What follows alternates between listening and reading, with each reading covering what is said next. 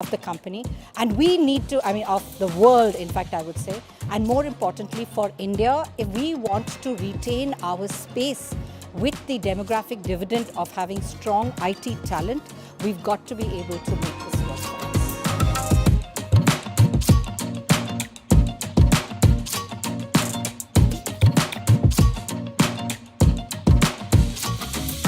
I actually love the way in which you've aligned this to Aadhaar card, because it really is true. You know, we are going to face the same kind of problems, same kind of resistance to this from all parties. Initially, the Aadhaar card was not something that everyone wanted to get into because we kept talking privacy. We still are talking of privacy, right? But I think we need to surmount that, and we need to be able to say that even the people who utilize this information of the database need to utilize it with an ethical manner. So it's got to be something which is pervasive, and as you rightly said, it is not just restricted to the IT industry. This is a problem that is plaguing everyone. As I just said in my panel discussion, I think we have forgotten that every other company, every other industry today, instead of making or giving these jobs for IT to IT companies, are actually hiring IT professionals. And they're hiring IT professionals into their manufacturing companies, their service companies, their retail industries, the media company, the fintech companies. So where are we finally going to be ending up? Because this is going to spread like the plague until and unless it's controlled right now. If India has to continue to grow, and if it is going to seriously be a superpower, and I think it should be, I think we really need something like this, and we need to have it a concerted effort. And I'm so proud that this starts off in Hyderabad, but it's got to spread globally.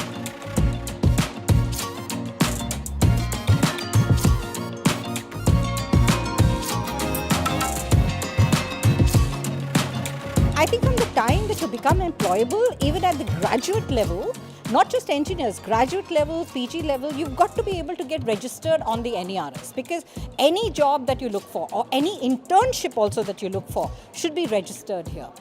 I think any employer, any person who is going to be able to hold a job should come on this. Absolutely, the entire ecosystem has to work together.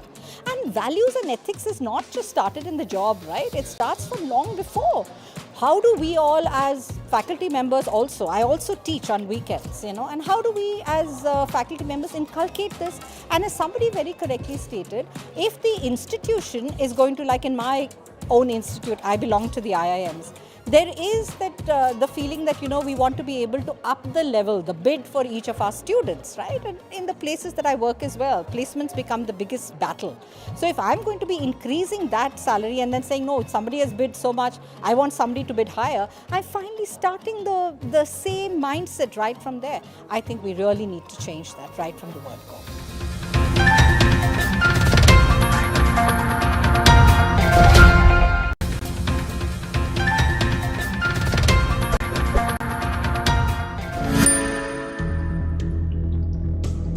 During the pandemic, people have been working from home. And since they've been working from home, they believe that they can take on 2 or 3 jobs. There was no honesty. Even the delivery was not happening really. So we have to question ourselves, are we hiring or are we buying? As the IT industry, it is essential to ask ourselves how long we are going to sustain its position as the preferred offshore destination. From a government point of view also, I share the same concern and anguish. The discussion which we are going to have from the employer perspective and also the employee's point of view and the overall impact on our nation. And my first question to you, Dr. Lakshman, is what is the life cycle of any HR or recruitment when there is a person who is leaving your organization to another company or hopping in from other company to yours? So the first impact, what I really feel is the loss, indirect loss which we have with the customer, because we are losing a person who already got enabled the system. So that is something which we cannot replace immediately. But the resourceability, the kind of engagement which we build, I think that takes a big journey. May I have your views on this, Garima? The kind of engagement the HR department, the leaders, the department heads does with the person, this all is actually the opportunity cost. What we call the opportunity cost is opportunity loss. May we have your views as well, Anusha? I feel it's working either ways, both ways. Employees are leaving. At the same time, the organizations are putting their best efforts to retain employees. I think the organizations also are pulling up their socks to retain employees than bringing somebody new on board. Getting that 40% and retain the employees better than getting a person with the 40% hike from other organization. So expanding on that, Dr. Lakshman, what if somebody upfront says, I have other offers?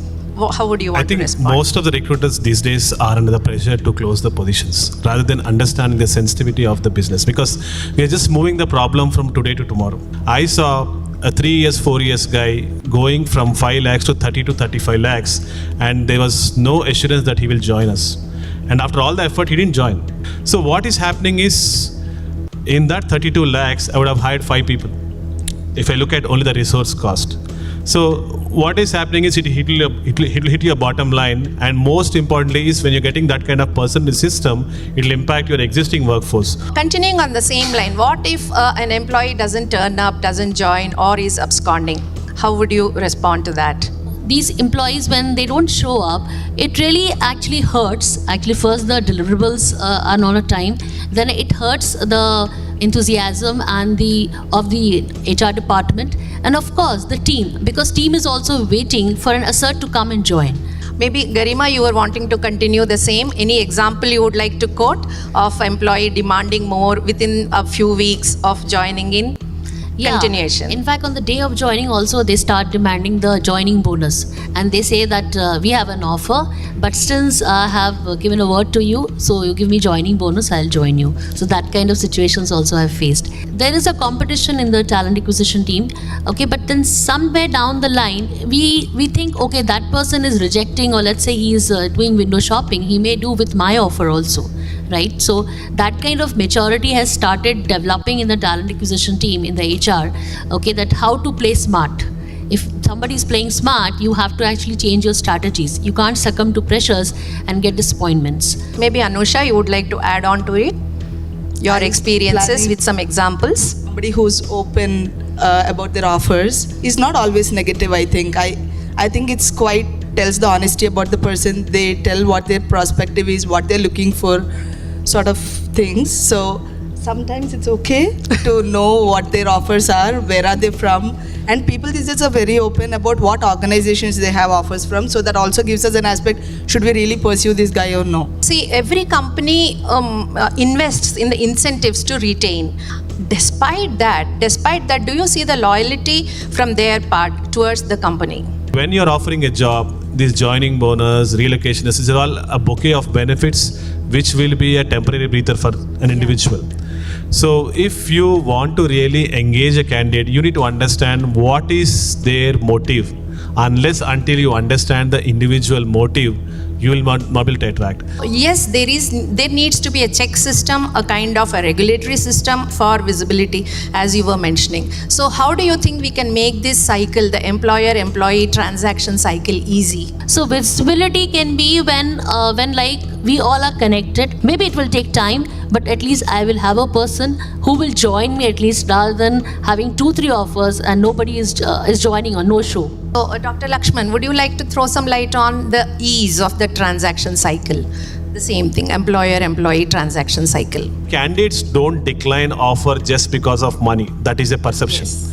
Money is always a driving factor, but that is not everything. As Absolutely. Anisha mentioned, yes. Somebody from 50 lakhs to 40 lakhs is coming. He knows where he stands or she stands. So that way, the position of the opportunity is very important. As an employer, also, you need to put a top-down approach, translate your vision, mission, and the objective.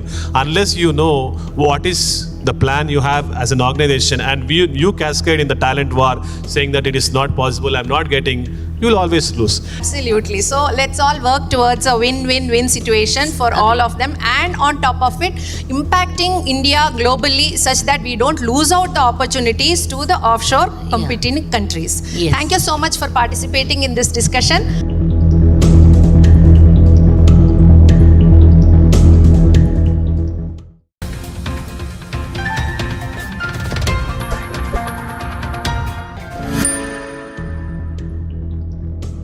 Team the recruiter team just now saying that we have a lot of problems, we go through a lot of pressure.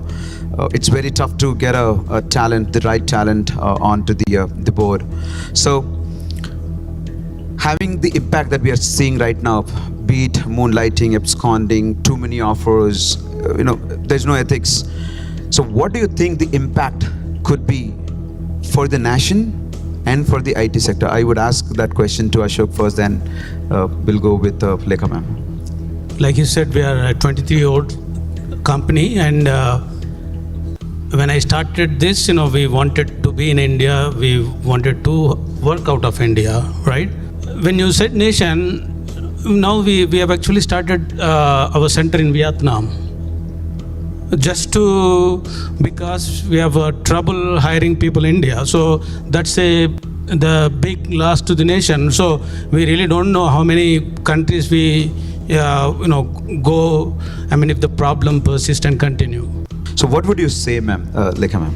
The problems are real, but I think we've got to stop looking at the short-term win, right?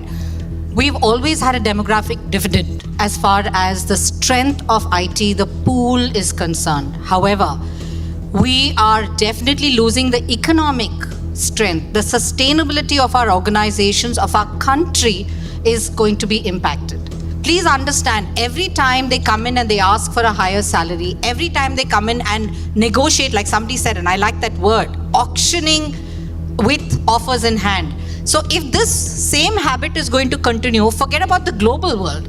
We are going to actually have small retailers, we're going to have businesses, we're going to have manufacturing industries, all of them finally hiring people from outside to solve their problems while we have the talent internally. So it's going to become a problem which is going to impact almost every other industry. The rate card is not going to change. My employee spend is going to increase because of this. Where are we finally going to be getting our business sustainability from? And I do understand from the business perspective that you do need to have your projects delivered and you want to do it right on time. Now the customers are actually asking, no, I want to see the real, they actually want to see the people before even they want to start the negotiation. Correct. They literally want to see the bench, and they also wanted to check if they are really your employees or you're actually giving the wrong names. There's another problem that happens is that the persons on the bench don't like to be on the bench, right? In the year 20 to 2023, in the past 3 years, we have closer to 1,100 startups in this country. 1,100 startups, which mark my words very carefully, which required 470,000 resources to complete a task, not employees. 470,000 resources means skills to complete certain level of tasks, including development, rolling out platform like you guys did with 115 people. Not every startup hired people. And these are the guys who went and flooded the market in terms of asking for people to come and serve me. This country is poised to employ 304 million tech guys in the next decade. 304 million, it's a whopping number. But do you also understand another statistics? Only 27 million of them will be employable.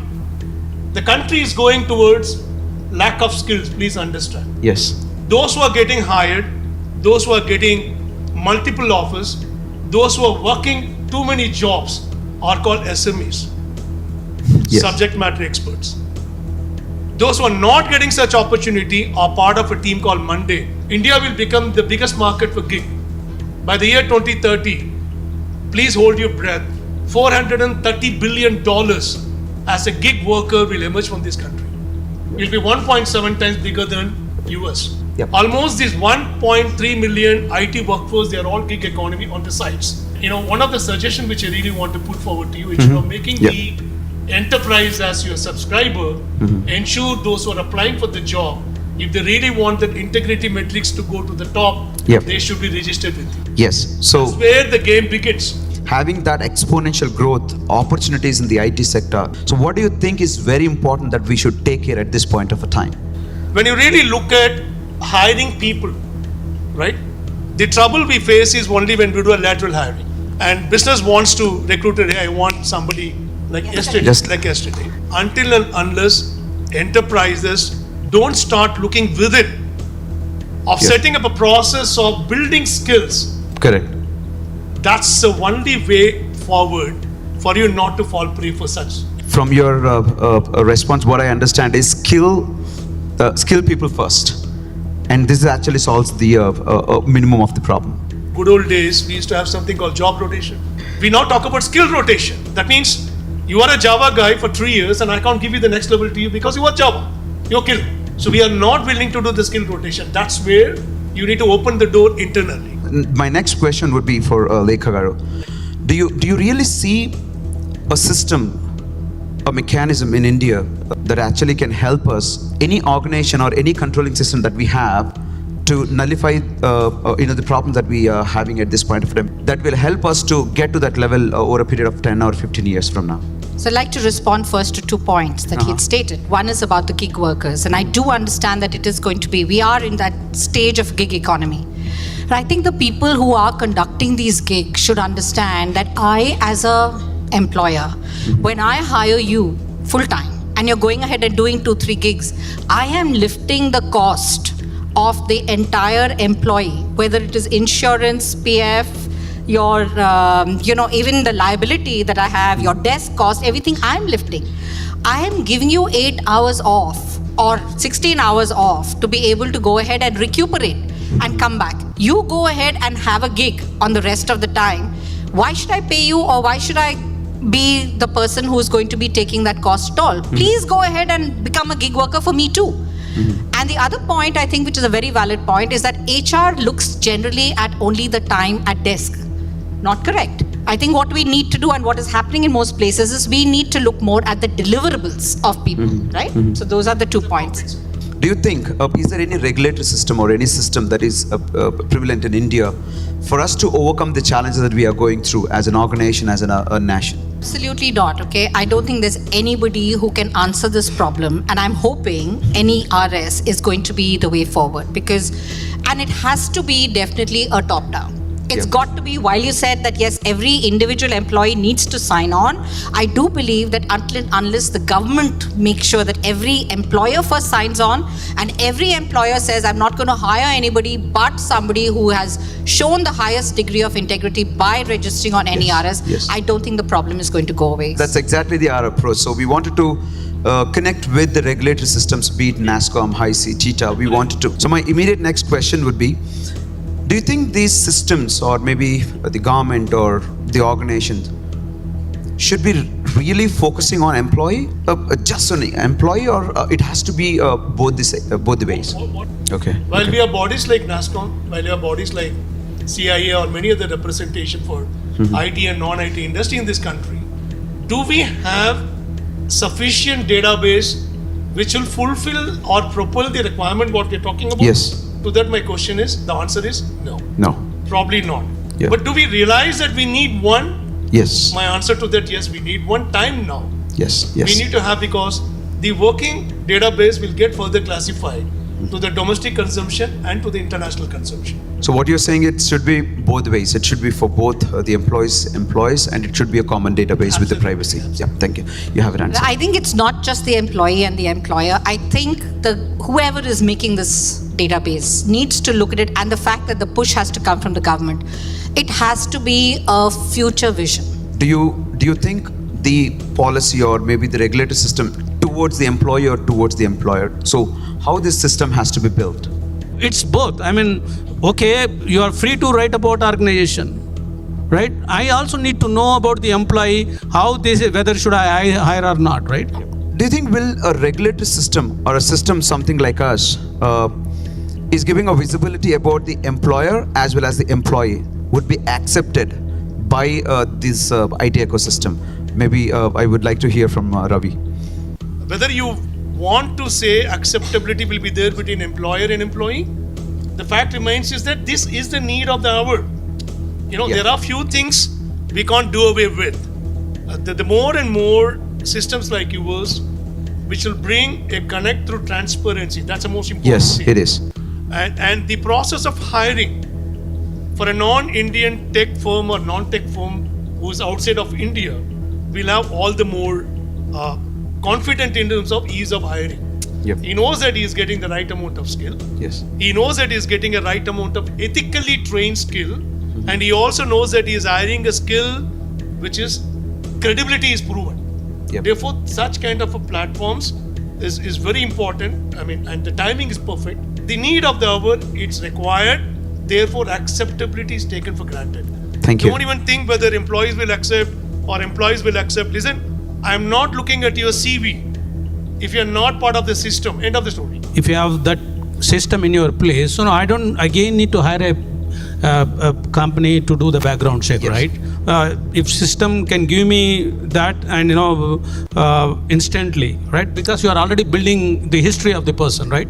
We are actually including the credibility report for the employee. So it looks exactly like a sybil. I think we need to be able to inculcate this throughout the entire ecosystem. It's got to be right from the academic institutions through to the employers and the employees.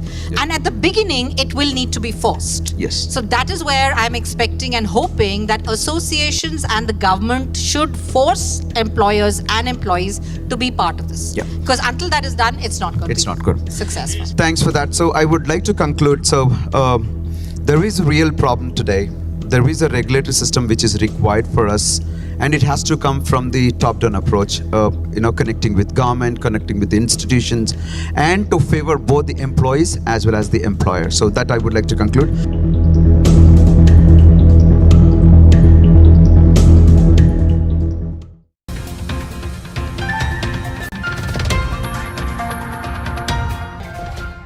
During the pandemic, people have been working from home.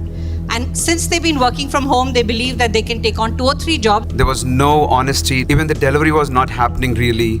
So we have to question ourselves, are we hiring or are we buying? As the IT industry, it is essential to ask ourselves how long we are going to sustain its position as the preferred offshore destination. From a government point of view also, I share the same concern and anguish. A revolutionary solution has been developed to address these problems. The National Employee Regulatory System, NERS, is seen as the need of the hour by industry experts.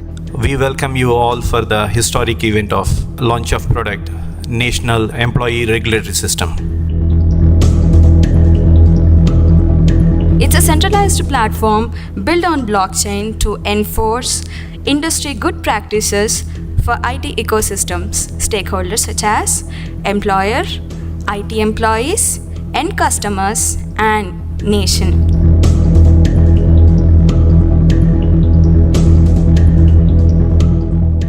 Where I've seen the problem is it's all pervasive, right? It comes right across the industry. We find that business is at a crunch today. During the pandemic, people have been working from home.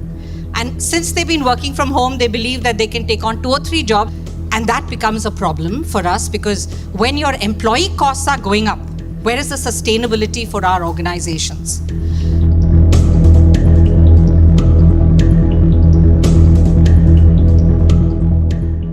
From a government point of view also, I share the same concern and anguish. This is something which a few employees may benefit from, but in the long run, it will cause very serious damage to the IT industry as a whole. India's recognition as a IT powerhouse first came when the Y2K problem was identified largely in the US. And at that point in time, many of our homegrown Indian companies, they kind of saw this as an opportunity.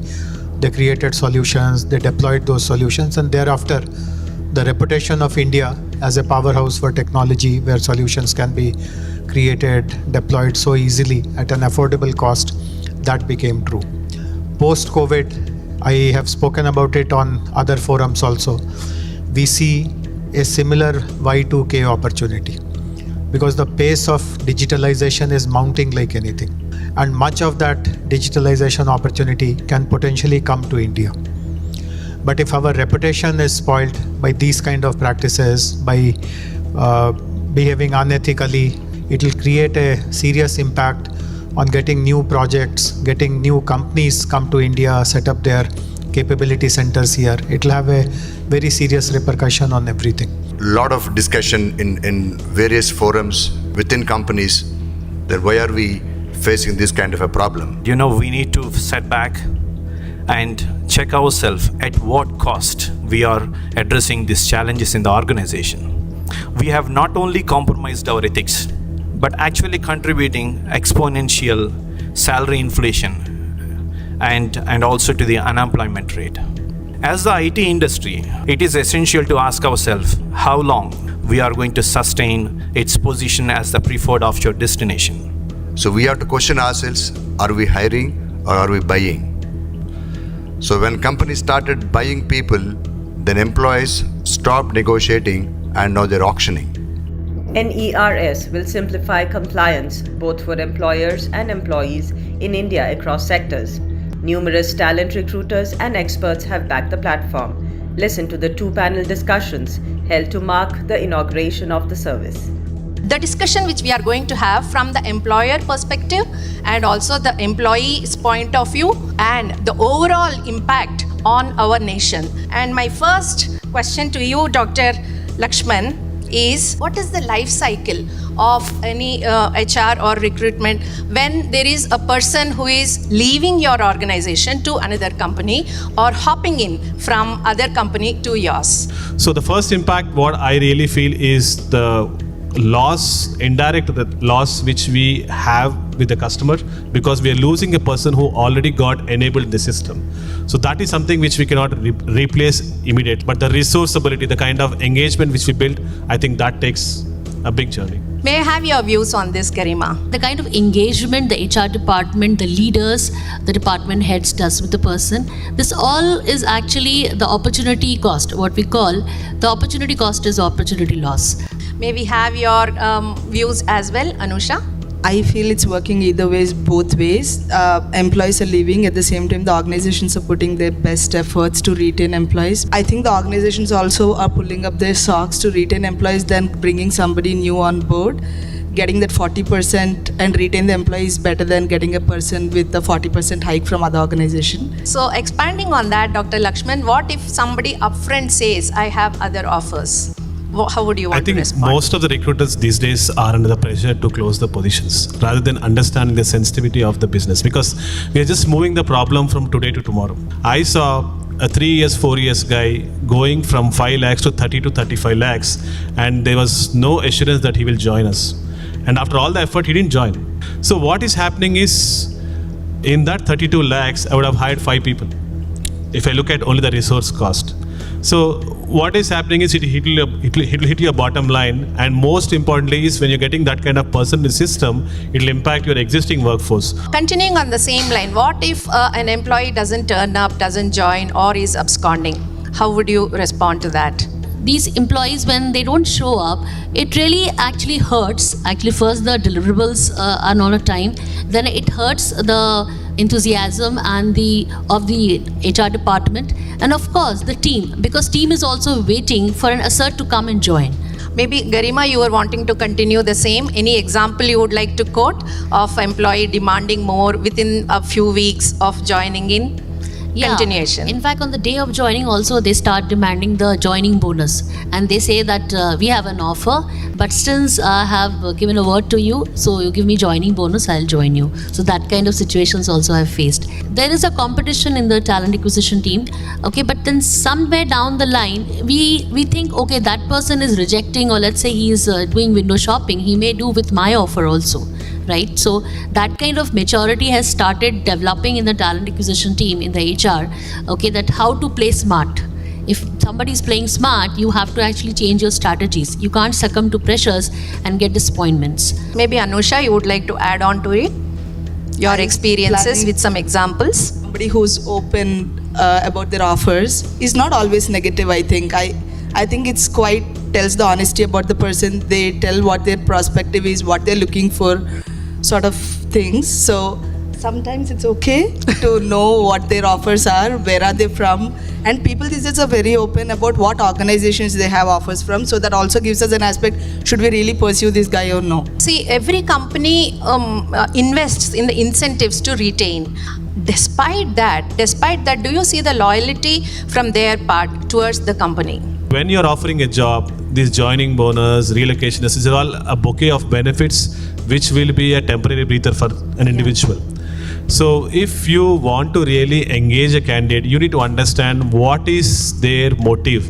Until you understand the individual motive, you will not be able to attract. Yes, there needs to be a check system, a kind of a regulatory system for visibility, as you were mentioning. So how do you think we can make this cycle, the employer-employee transaction cycle, easy? So visibility can be when like we all are connected. Maybe it will take time, but at least I will have a person who will join me at least, rather than having 2-3 offers and nobody is joining or no show. So, Dr. Lakshman, would you like to throw some light on the ease of the transaction cycle? The same thing, employer-employee transaction cycle. Candidates don't decline offer just because of money. That is a perception. Yes. Money is always a driving factor, but that is not everything. As Absolutely. Anisha mentioned, Yes. somebody from 50 lakhs to 40 lakhs is coming. He knows where he stands or she stands. So that way, the position of the opportunity is very important. As an employer, also, you need to put a top-down approach, translate your vision and the objective. Unless you know what is the plan you have as an organization, and you cascade in the talent war saying that it is not possible, I'm not getting, you will always lose. Absolutely. So let's all work towards a win-win-win situation for all of them, and on top of it, impacting India globally such that we don't lose out the opportunities to the offshore competing countries. Yes. Thank you so much for participating in this discussion.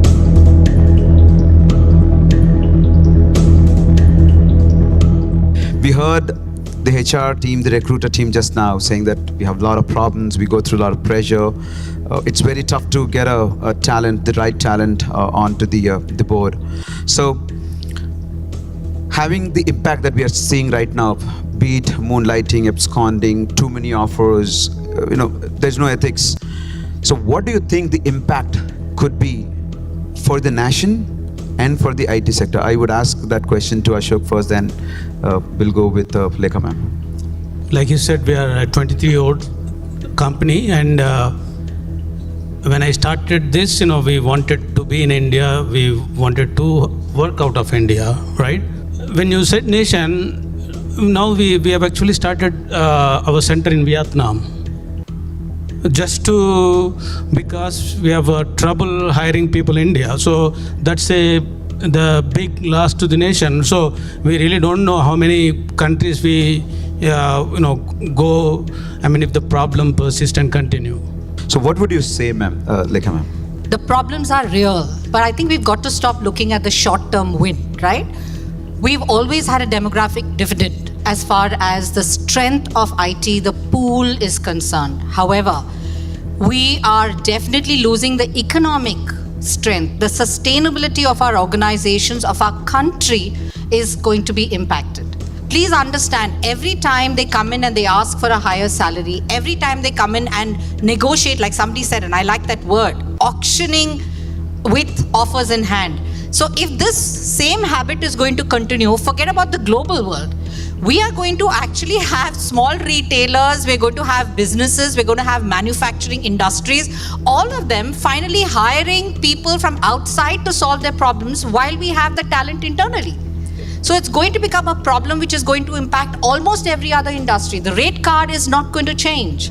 My employee spend is going to increase because of this. Where are we finally going to be getting our business sustainability from? And I do understand from the business perspective that you do need to have your projects delivered and you want to do it right on time. Now the customers are actually asking, no, I want to see the real, they actually want to see the people before even they want to start the negotiation. Correct. They literally want to see the bench, and they also wanted to check if they are really your employees or you're actually giving the wrong names. There's another problem that happens is that the persons on the bench don't like to be on the bench, right? In the year 20 to 2023, in the past 3 years, we are closer to 1,100 startups in this country. 1,100 startups, which, mark my words very carefully, which required 470,000 resources to complete a task, not employees. 470,000 resources means skills to complete certain level of tasks, including development, rolling out platform like you guys did with 115 people. Not every startup hired people. And these are the guys who went and flooded the market in terms of asking for people to come and serve me. This country is poised to employ 304 million tech guys in the next decade? 304 million. It's a whopping number. But do you also understand another statistics? Only 27 million of them will be deployable, employable. The country is going towards lack of skills, please understand. Yes. Those who are getting hired, those who are getting multiple offers, those who are working too many jobs are called SMEs, Yes. subject matter experts. Those who are not getting such opportunity are part of a team called Monday. India will become the biggest market for gig. By the year 2030, please hold your breath, $430 billion as a gig worker will emerge from this country. Will be 1.7 times bigger than US. Yep. Almost this 1.3 million IT workforce, they are all gig economy on the sites. You know, one of the suggestions which I really want to put forward to you, instead of making Yep. the enterprise as your subscriber, ensure those who are applying for the job, if they really want the integrity metrics to go to the top, Yep. they should be registered with you. Yes. So That's where the game begins. having that exponential growth, opportunities in the IT sector. So what do you think is very important that we should take care at this point of a time? When you really look at hiring people, right? The trouble we face is only when we do a lateral hiring. And business wants to recruit today, I want somebody like yesterday, like yesterday. Until and unless enterprises don't start looking within of Yeah. setting up a process of building skills, Correct. that's the only way forward for you not to fall prey for such. From your response, what I understand is skill people first. And this actually solves the minimum of the problem. Good old days, we used to have something called job rotation. We now talk about skill rotation. That means you are a Java guy for 3 years and I can't give you the next level to you because you are Java. You're killed. So we are not willing to do the skill rotation. That's where you need to open the door internally. My next question would be for Lekha Garu. Do you really see a system, a mechanism in India that actually can help us, any organization or any controlling system that we have, to nullify the problems that we are having at this point of time, that will help us to get to that level over a period of 10 or 15 years from now? So I'd like to respond first to 2 points that he had stated. One is about the gig workers, and I do understand that it is going to be, we are in that stage of gig economy. But I think the people who are conducting these gigs should understand that I, as a employer, when I hire you full-time and you're going ahead and doing 2-3 gigs, I am lifting the cost of the entire employee, whether it is insurance, PF, your, even the liability that I have, your desk cost, everything I'm lifting.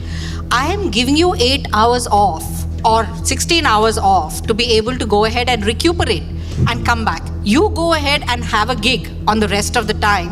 Why should I pay you, or why should I be the person who's going to be taking that cost toll? Please go ahead and become a gig worker for me too. And the other point, I think, which is a very valid point, is that HR looks generally at only the time at desk. Not correct. I think what we need to do, and what is happening in most places, is we need to look more at the deliverables of people, right? So those are the 2 points. Do you think, is there any regulatory system or any system that is prevalent in India for us to overcome the challenges that we are going through as an organization, as a nation? Absolutely not, okay? I don't think there's anybody who can answer this problem, and I'm hoping NERS is going to be the way forward, and it has to be definitely a top-down. It's got to be, while you said that yes, every individual employee needs to sign on, I do believe that unless the government makes sure that every employer first signs on, and every employer says, I'm not going to hire anybody but somebody who has shown the highest degree of integrity by registering on NERS, I don't think the problem is going to go away. That's exactly our approach. So we wanted to connect with the regulatory systems, be it NASSCOM, HIC, TITA, we wanted to. So my immediate next question would be, do you think these systems, or maybe the government or the organization, should be really focusing on employee, just on employee, or it has to be both the ways? Okay. While we have bodies like NASSCOM, while we have bodies like CIA or many other representation for IT and non-IT industry in this country, do we have sufficient database which will fulfill or propel the requirement what we are talking about? Yes. To that my question is, the answer is no. No. Probably not. Yeah. But do we realize that we need one? Yes. My answer to that, yes, we need one time now. Yes. We need to have, because the working database will get further classified to the domestic consumption and to the international consumption. So what you're saying, it should be both ways. It should be for both the employees, and it should be a common database with the privacy. Yeah, thank you. You have an answer. I think it's not just the employee and the employer. I think whoever is making this database needs to look at it, and the fact that the push has to come from the government. It has to be a future vision.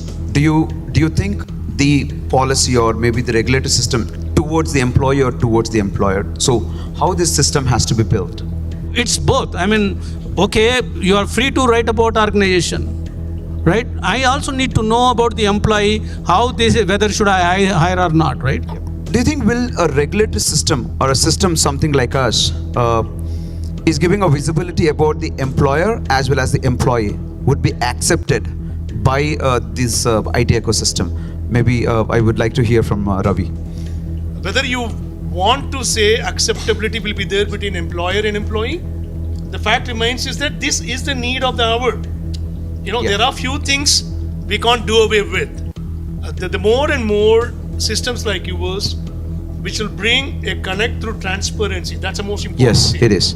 And the process of hiring for a non-Indian tech firm or non-tech firm who's outside of India will have all the more confident in terms of ease of hiring. Yep. He knows that he is getting the right amount of skill. Yes. He knows that he is getting a right amount of ethically trained skill. And he also knows that he is hiring a skill which is credibility is proven. Yep. Therefore, such kind of a platforms is very important. I mean, and the timing is perfect. The need of the hour, it's required. Therefore, acceptability is taken for granted. Thank you. Don't even think whether employees will accept or employees will accept. Listen, I'm not looking at your CV. If you're not part of the system, end of the story. If you have that system in your place, so I don't again need to hire a company to do the background check, Yes. right? If system can give me that and instantly, right? Because you are already building the history of the person, right? We are actually including the credibility report for the employee. So it looks exactly like a sybil. I think we need to be able to inculcate this throughout the entire ecosystem. It's got to be right from the academic institutions through to the employers and the employees. And at the beginning, it will need to be forced. Yes. So that is where I'm expecting and hoping that associations and the government should force employers and employees to be part of this. Yeah. Because until that is done, it's not going to be good. successful. Thanks for that. So I would like to conclude. So there is a real problem today. There is a regulatory system which is required for us, and it has to come from the top-down approach, connecting with government, connecting with the institutions, and to favor both the employees as well as the employer. So that I would like to conclude.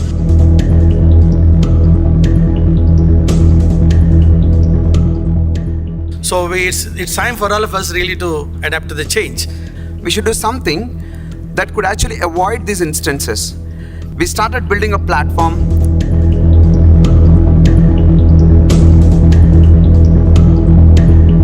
NERS is built for IT ecosystem to avoid risk related to resource absconding, moonlighting, offer dropouts, and scouting. It gives the opportunity for the employee and the employer to bring back the ethical practices and make India a country to do IT business.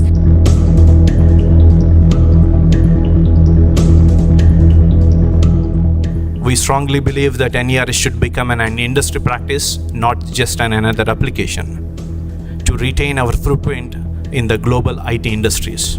With this, I urge every IT organization to build the ethical work culture. It is time for us to shift our focus beyond these issues.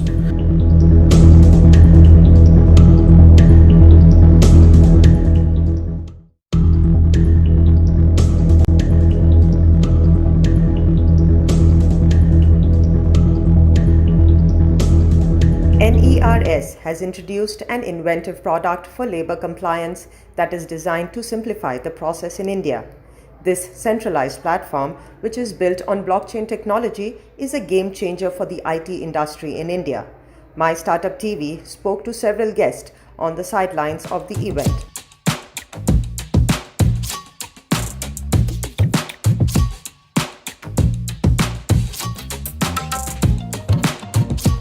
National Employee NERS is a very good effort. My personal opinion is it's a time now the whole ecosystem of employee and employer need to come together in one common platform, eliminating all sort of integrity doubts, therefore building a very healthy, transparent system for the future workforce. The future workforce is all about skills, therefore skills cannot have any ethical issue. That's my firm belief. Added to that, India is becoming a hot hub for the globe to pay their attention, be it manufacturing, be it fintech, be it IT industry. And therefore, such kind of a platform is very important and the timing is extremely good. I'm glad that I'm part of it today.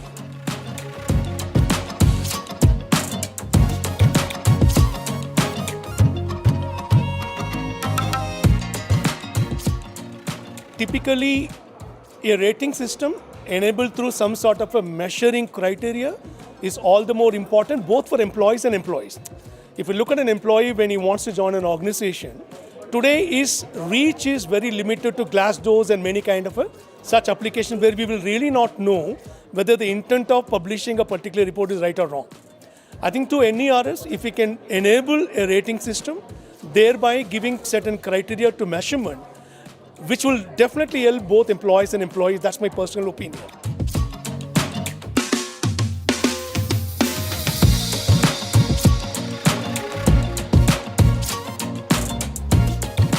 Typically, NERS kind of a functionality will eliminate 70% of the recruiter's job. The reason being, the first and foremost, when you get a resume for any sort of a skill or any sort of a role, you keep wondering whether have I got a real resume or not. So this platform will eliminate that question. So 70% of your work is totally been eliminated. So you have a verifiable database, commonly accessible database is available to you, both employer and employee. Therefore, the effort in terms of actually identifying the right skills and putting them up for further scrutiny is absolutely taken and done with ease. That's what I personally feel.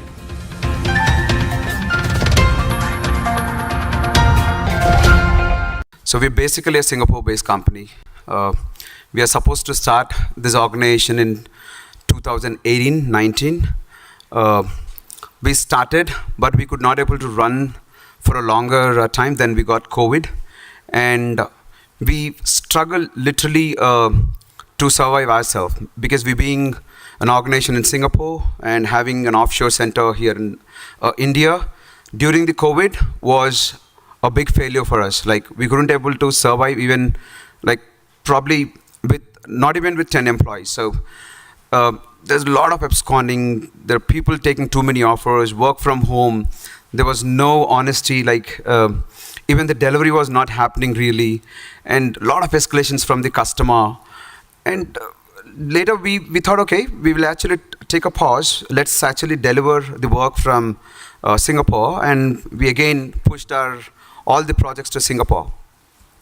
Then once COVID got settled, we started this journey. Then we still see a bigger problem, and the problem magnified to an extent. I've seen people taking 4-5 offers, putting 4-5 laptops in front of them and working from home. And whenever we are giving an offer, they take the offer. In 2 days, we get a call saying that I have another offer. Can you just give me another 40% hike or 30% hike? And we being a very small organization or a startup or maybe a mid-sized organization, we are not able to remunerate to the ask what they're actually requesting for. Then the 4th day he comes again saying that, no, I got another offer. I want another 20 plus than what I've asked last time. I mean, right? We work on a very less rate cards, and we couldn't able to survive. And again, we pushed our, the delivery center again back to a country where we can get resources very easily. Then this discussion started. What should we do? Is that the problem only we are facing or everyone? So we've happened to connect with few of our known contacts who are running the IT organizations. We were just trying to understand what really are they doing, how they are able to survive. And they have the same problem because they've been in the system for a long time. They were able to survive, but we are not able to survive. So a couple of observations that we did is there is a change in the behavior of the employee because of work from home or because of the maybe there is too much of demand because every organization was requesting people to work from home. The demand increased, and the seniors who are in the system, they know the tactic of taking 2-3 jobs, right? So that is one observation that we understood. The second one was people, while they take the project, while they're working, they hardly deliver anything. They literally deliver anything. They a task which takes 2 hours, 3 hours, it takes 2 days, 3 days. So not just that, there are people who are facing problem even to get the laptop from the person who left the organization. So there is a different team they are engaging to get so many problems, the list of problems they came up with, and then we thought, I think we should do something. We should do something that could actually avoid these instances. And that is when Ian Verma started thinking, what should we do? We should start connecting with expertise, understand how we can solve the problem. We started building a platform. We started building like an application, could be a Uber or a Ola. Then we thought, let's stop it. Let's not be like an application or a product. Let's be a system where we will insist from top to bottom order. We have to insist this problem right from the ministry to the organizations like NASSCOM. We should inform these instances to CSI, probably the state level IT associations like HIC, TITA. So that's how we thought we should do it. Then parallelly, when we started interacting with these organizations, what we understood is there is no such policies, there is no such system, or there is no such the backend database to capture this. Then we thought, yes, along with a system or a regulated system, we should also start something which can capture the footage. Then again, we initiated the journey of the building a product. We built this product on blockchain so that there is a transparency during the entire transaction. Then we started speaking, what should a policy should be, what should a regulated system should be, what component a regulated system should have. And that's how we started building this. And we initially wanted to just launch a product and get the product, give license to everyone and they use it, and that really doesn't work. The way we wanted to do it is, we wanted to get this probably an insist, probably an enforcement, right from the organizations like HIC, TITA, NASSCOM, or the IT organizations like CSI, and get that to the organization, get that to the HR and the recruiter level, and see the value of such kind of a products, and then get the adoption. And that's how we build this product, and we wanted to make this product free for everyone, just to make sure they get value out of it, just to make sure the faster we get out of that situation, the better we grow as an organization. If not, there are a lot of risk. There is absolutely risk to the entire IT ecosystem. And that's how we started our journey of building a product. Then we thought, okay, it should not be a product, then it has to be a regulated system. And we actually formulated a couple of things. Then we thought, okay, we cannot go and directly insist this regulated system. There has to be a body that we should associate with, or we have to collaborate with. And we started speaking with the IT associations, and there is a good response from them. And the suggestion from everyone was, come from a top-down approach, and that's when it actually can penetrate. And I'm sure everyone must be having these problems related to absconding, moonlighting, be it taking too many offers and counter offers, people asking a person with 4 lakh salary or 5 lakh salary, jumping into like a 16, 17. I'm sure everyone must be having this problem in your organization. So the overall the event takes you through a couple of maybe the instances. We have a panel discussion talking about the real challenges that are happening in the operations, the recruitment and the recruitment, HR and the operations, and what as an organizations like us, or maybe how we should actually take it forward to get this regulated system.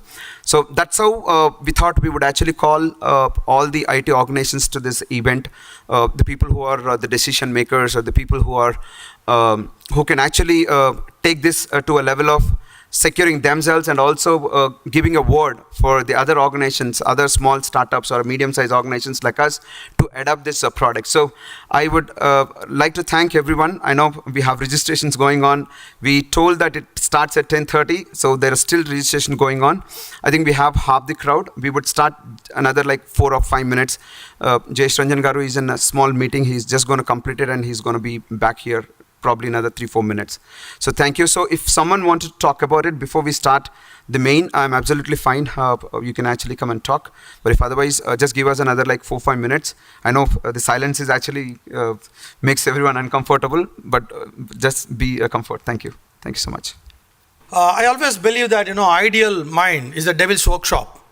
I'll repeat. Ideal mind is the devil's workshop. So I thought, it's always good to really engage the minds. There's a possibility of, drowsiness setting in. So I would like to really start with a quote that, it's not the strongest species which will survive. It's not the most intelligent which will survive. It's the one which keeps adapting to the change will survive. So it's time for all of us really to adapt to the change. Otherwise, the obsolescence of knowledge is so much, the knowledge which we possess today becomes obsolete by tomorrow. So unless I upgrade and upskill myself on a regular basis, there's all possibility I'll become outdated. So with this, probably I would really invite all of you for this kind of a great session here. And I'm sure certainly it is going to really open new vistas, new paradigms for us to go back and become more efficient and effective in the jobs which we do. I was reading another quote which says about see the invisible, feel the intangible, achieve the impossible. I really wonder, what is seeing invisible? What is visible we don't get to see these days? And the quotation says that see the invisible. And it caught my attention and fascination. How is that, I can anticipate future. Yeah? Anticipating the future, thinking ahead of times, beyond the horizons. Therefore, I can design, develop and deliver products which are user-friendly, which are human-friendly. And the other one is feeling the intangible. Maybe this is tangible, I can touch. But intangible, I can't touch. I can only feel. So how is that, I can feel the impact I'm going to leave on the end user. Whatever the product or whatever the service I'm developing or designing, what is the kind of impact it's going to leave on the end user? If I can really feel for that, probably then I'll go back and work on the design and develop a model which would really have a great impact on the human race. And coming to the last one, achieve the impossible. What is possible is tough these days, VUCA world. And with so much competition in place, the very quotation, wakes me up in the bed in the morning. Why is that we get up in the morning? Not to have breakfast, you see, and not to do the regular chores of work. I think we need to really go out and make a difference. So achieving the impossible is certainly, possible with humans. It's just that in the mind, experience seated in the flow. If you really sum total that, it would run into thousands of years of experience seated in this flow. If you can leverage and harvest this wisdom seated here, and I'm sure certainly we can pivot India into the global leader in terms of economy. We could beat the UK hands down. We could become the largest economy. And then the British, particularly Britishers always have the colonial mindset. They felt that very disturbed with that, how come India beat us? But anyway, that is a great start, to think of that India is going global and I'm economically strong. And I'm sure certainly all of us, if we can reinvent ourselves and bring the better version of ourselves to the job every day, I'm sure certainly we can achieve miracles. What a silence. I hope only you are all with me. There's a possibility that particularly in sessions it so happens, we stare like this. And what a speaker would feel is what a rapt attention, even they're listening without blinking eyes. There's all possibility that I'm physically present and mentally, see some responded, some even they don't want to respond to this also. Yeah, I think there's other potential in the humans is that in the course of the session, we may keep our eyes wide open and not listen to anything. It's called meditation with open eyes. And there's another potential, there could be someone who's sleeping with open eyes. That's the next level of competence in the competency ladder. So we'll have to see how much, today information is going to flow and it will be enormous. It is like a river flowing into the ocean. Before the river flows and merges with the ocean, there are a lot of people along the journey. They may pick a glass of water, a bucket of water, a barrel of water, a tank of water. Now there could be some people who are just watching the river flowing and it goes into the ocean. So today a lot of information will flow for you all. You'll have to see how much you want to take with you. by being physically and mentally present here, so that you can really maximize the learnings and you can really go back and do a good job. So wonderful. I really invite all of you for this journey, and I'm sure certainly this is going to be a wonderful journey for all of you to be here and experience this learning, to go back and become more and more efficient and effective in your jobs. Yeah. Thank you for being good audience. I would like to also find out from the audience as to what are the reasons that you are here. Why are you here? What are you expecting to be able to solve with being in a program like this? For myself, I am today, after 40 years in industry, in corporate India, I am today an advisor and a corporate consultant, strategy, as well as culture transformation in various companies. And I'm on the boards of different organizations, especially academia, like for instance, on the academic advisory board of HCU and things. Where I've seen the problem is it's all pervasive, right? It comes right across the industry, whether it is from talent acquisition experts like we have right here, or it is from the employees themselves. We find that business is at a crunch today. You have rate cards which are not moving, right? You're fixed with certain rate cards. They've been there before the pandemic. During the pandemic, people have been working from home.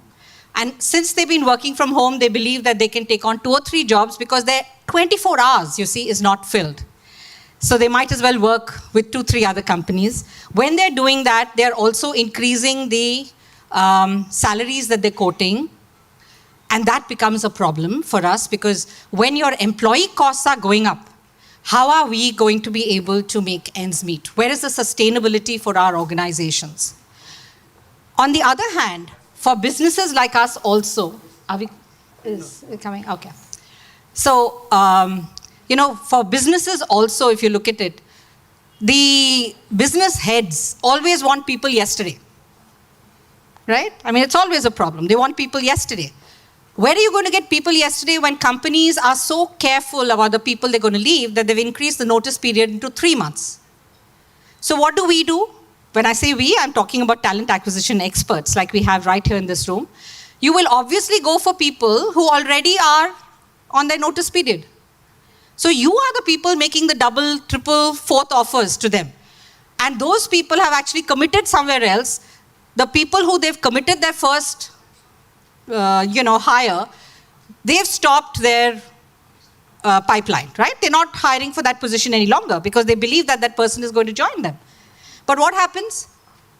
Finally, in fact, the day that the person is supposed to join at 12 o'clock, 1 o'clock, we get to know the person is not joining, right? So what do employers do? They are finally, for the same position, they're giving 3 or 4 offers. And at the end, they have to drop 2 or 3 of the offers when one person joins. So the entire problem is getting compounded from all areas. So I'm hoping that with a system like this, the NERS, I'm hoping that we are able to bring back the ethics that are required in this industry, which will take India back to being one of the foremost in skills and talent in whatever industry. Like we were talking about, Mr. Ravi, that it's actually something. Immense pleasure welcoming all the executives and delegates to the NERS event. What is NERS?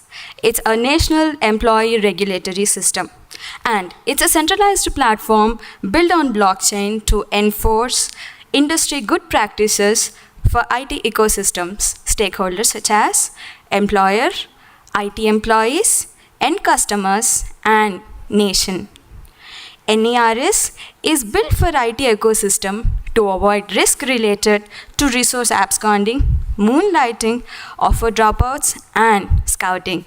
It gives the opportunity for the employee and the employer to bring back the ethical practices and make India a country to do IT business. Coming to the agenda for the day, we honor the chief guest by followed by the keynote, NERS launch, panel discussion on current challenges in IT operations, HR and recruiting related to resources. And we have one more panel discussion on need for regulatory control and visibility system of employees networking.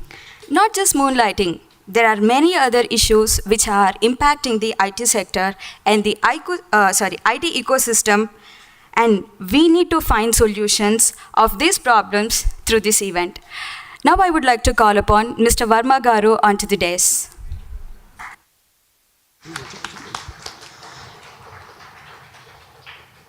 Varma Garu is an experienced technology consultant and entrepreneur with 18 years of industry and consulting experience. He is currently the founder of CEO of Roboxer Technologies Private Limited, a company he founded in November 2017. Prior to founding Roboxer Technologies Private Limited, he was the co-founder and CEO of Meteorite Informatics Private Limited from December 2007 to October 2017.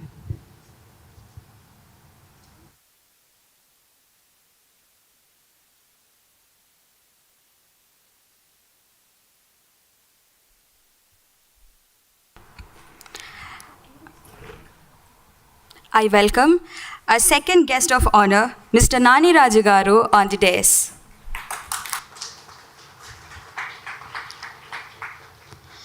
Nani Garu, as a senior manager at CES, also a head HR and recruitment staffing SP Software Limited, and entrepreneurial by nature and able to see a bigger picture, utilizes skills from an extensive background in well-known blue-chip corporate consortium within general management, HR and recruitment, operations innovation, and change management.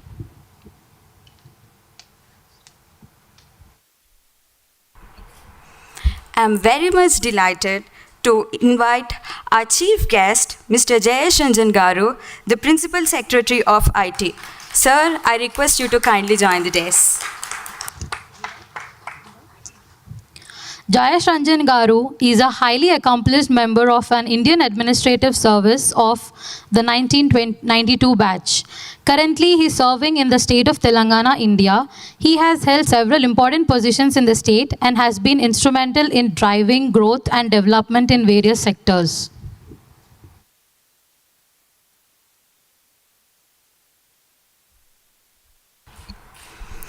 I would like to call upon Mr. Varma Garu for few words to address this gathering. Welcome, sir.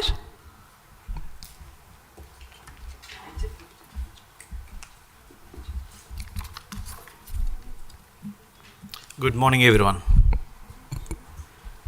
Respected Chief Guest, Principal IT Secretary of IT, Mr. Jayesh Ranjan Garu, Chief Mentor, Guest Speaker Naniraj Garu, and Mr. Sandeep from TITA, and the eminent personalities of IT industries, Ashok Tatipalli Garu,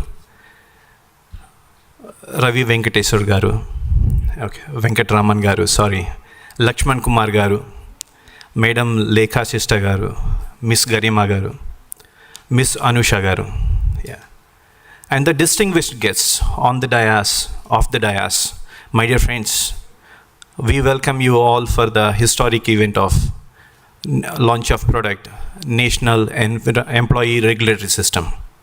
See, we have been have witnessed many debates like the videos which you just saw on the employee attrition, drop rates, abscondings, ghosting, and moonlighting. However, it is time for us to shift our focus beyond these issues, and should consider their impact on the IT industry, which is we are known for providing offshore IT services. Every organization, including us, is grappling with the challenges of moonlighting, dropouts, and to meet the recruitment requirements for the current projects and ongoing projects in an organization. But we need to set back and check ourselves at what cost we have developed HR policies, and at what cost we are addressing these challenges in the organization. We have not only compromised our ethics, we have compromised the budgets, the contingency budgets, what we kept for maintaining bench strength, and also to build talent. And we have, but actually contributing exponential salary inflation and also to the unemployment rate. To cut the costs and realign priorities, IT companies have started downsizing jobs, with Accenture announcing 19,000 jobs, and Salesforce announcing 8,000 jobs, and IBM has announced 3,900 jobs, and Kyndryl cutting an undisclosed number of roles. IT companies are supposed to focus on upskilling and reskilling their existing workforce. They will improve only the capabilities of the workforce, but also it helps organizations to retain the talent. However, this is only possible when salary inflation is under control. As the Indian IT industry continues to provide offshore IT services, it is essential to ask ourselves how long we are going to sustain IT as an Indian IT industry. We are going to sustain its position as the preferred offshore destination, with the bigger IT firms in India establishing their near shores in Mexico, which is near for US, Armenia for Europe. Okay, now it is crucial for us to examine the average salaries in India, Mexico, and Armenia. If we take one skill set, data scientist with having 5 years of experience, the salaries of average salary, salaries in India is $30,000 to $60,000 in India. Mexico, which is near to US, which is $30,000 to $70,000, and Armenia is $25,000 to $50,000. When there is no variation, much of variation in terms of executing their cost, when the resources are available and the execution of the project at their time zones, why companies from US and Europe should look towards to India? Let's not forget that India has already lost ITS, call centers and BPOs to the competitive countries. Now the question is, can Indian IT industry take the control of these challenges and maintain its position as a preferred offshore destination? So that brings up this regulatory system. So we strongly believe national employee regulatory system will address these challenges. This is a regulatory system to control salary inflation, with provide an opportunity to build sustainable teams and ensuring career, financial, and social stability for the employees. We strongly believe that NERS should become an industry practice, not just another application, to retain our footprint in the global IT industries. With this, I urge every IT organization take a responsibility and join us to address the challenges together and to build the ethical work culture. Thank you. Thanks for the time. Yeah.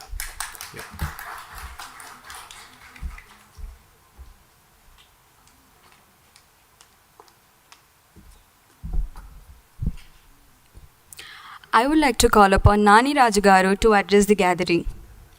Welcome, sir. Thank you. Firstly, I congratulate Verma and his entire crew or the team who are directly or indirectly part of building this product. So this is need of the hour. And Honorable Chief Guest, Sri Jayesh Ranjanji, Verma, and distinguished guests. So we have seen these HR problems for many years now, nothing new. The talent acquisition or attrition, or you call engagement of employees, ethics, integrity. These are all part of companies and HR policies for years. But sudden change, probably post-COVID, is bringing about a lot of discussion in various forums within companies. Then why are we facing this kind of a problem? As we just saw the presentation, so Rashad was right, India is moving towards not being a low IT or low cost IT destination. It's moving very fast towards the higher cost. We already lost, if you look at 10 years back, what are we in BPO? What are we in call centers? Today, we seldom see any organizations into BPO or call centers because we have crossed the threshold of the cost saving for various countries. So in next 10 years, there is again a possibility that Indian IT industry will be as expensive as US or UK or Canada. So then we are in trouble. So each of I mean, if you look at what Lekhaji said, the crux of the problem is not people. I personally believe that the problem started with companies. So we have to question ourselves, are we hiring or are we buying? So when companies started buying people, then employees stopped negotiating and now they're auctioning. Right? So I have 10 lakhs, 15, 20, 25, and just because we are in need of people, we are hiring them. And now people talk about attrition. Today, it is unbelievable that we have close to 20-25% attrition, which means every one employee out of 4 are moving out of the company. That's phenomenal. So it's kind of you have to keep on hiring employees, new employees every year, 25%, 20%. So now as company we have to question. So is it a forced attrition or employees are leaving?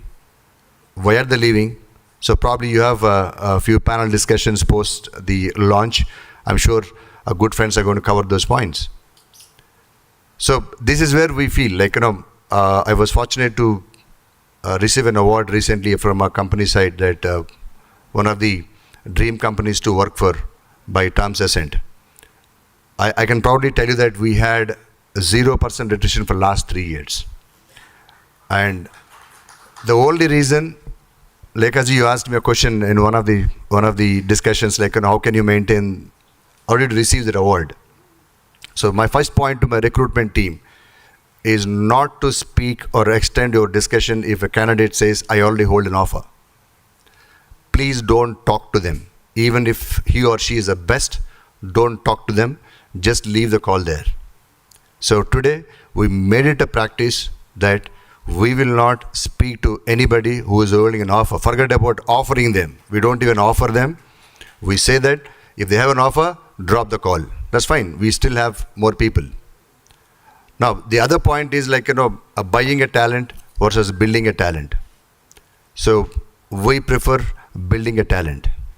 And we all know that too many companies are targeting too less a talent. So we have a limited talent pool and everybody are behind that. But we have to understand as a company that there is much beyond that limited pool of talent. There are people who are waiting for an opportunity. That's where we go. So we don't want to compete for the same talent, rather identify a talent. And if you look at now, colleges are training, schools are training, and students join a training institute. When they come to a company, they're also being trained. But I believe that we have to educate than train.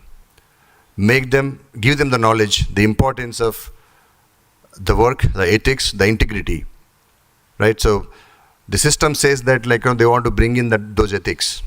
So we have to go back to the old school and tell them the importance of ethics and integrity of working in a company, right? So people talk about 3 jobs, 4 jobs, and employees are losing their personal life. And of course, we know the reasons. And if somebody is working for 3 jobs, it's as good as having 3 spouses. Very difficult to manage them, right? So it's like that. So from the company standpoint, we have to understand that we cannot compete with for the same talent. Let's stop that. So the initiative should start from the company, but not from the employee. So we have to take that oath. And this system, the current system what Verma built, gives you a perfect platform to understand if the resource is already holding an offer. So it is making our job easy, and Verma and his team gave a great thought. They had deep insights about this, and I was one of the members to discuss about the problems of the industry.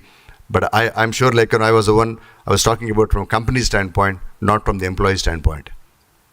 So if this platform can be made as a practice, if most of the companies can start looking at this kind of a product, I'm sure this moonlighting stops or multiple jobs may be reduced. That also gives opportunity for more people to get jobs. I have 2 case studies recently. I saw an announcement from Birlasoft that one employee has 7 different PF accounts. So he is doing 7 jobs.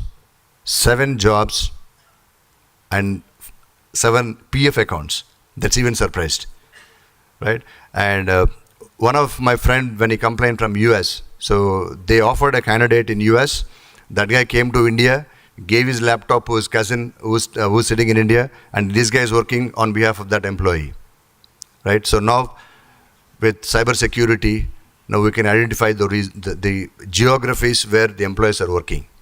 So a lot of regulations have to be implemented, and from the HR standpoint, this is one kind of a solution that would help us. So with this, I would love to leave the other discussions open for the panel to discuss in deep and help the IT industry, because we all have to understand that, like, the benchmark is 10 years back, what is BPO industry in India, and now we have to think 10 years from now what IT industry is going to be in India. So that should give you the answer for the discussion. Thank you so much.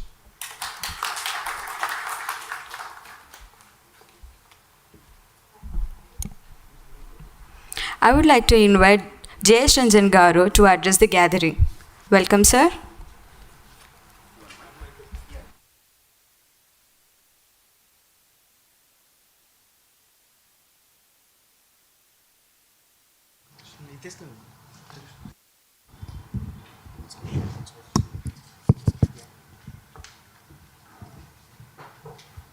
Thank you. Very good morning, all the attendees, guests, Sudhakar Verma Garu, Nadimpalli Raju Garu, other invitees. First of all, my congratulations to the team of Roboxa for focusing on this very important aspect of our IT landscape. In fact,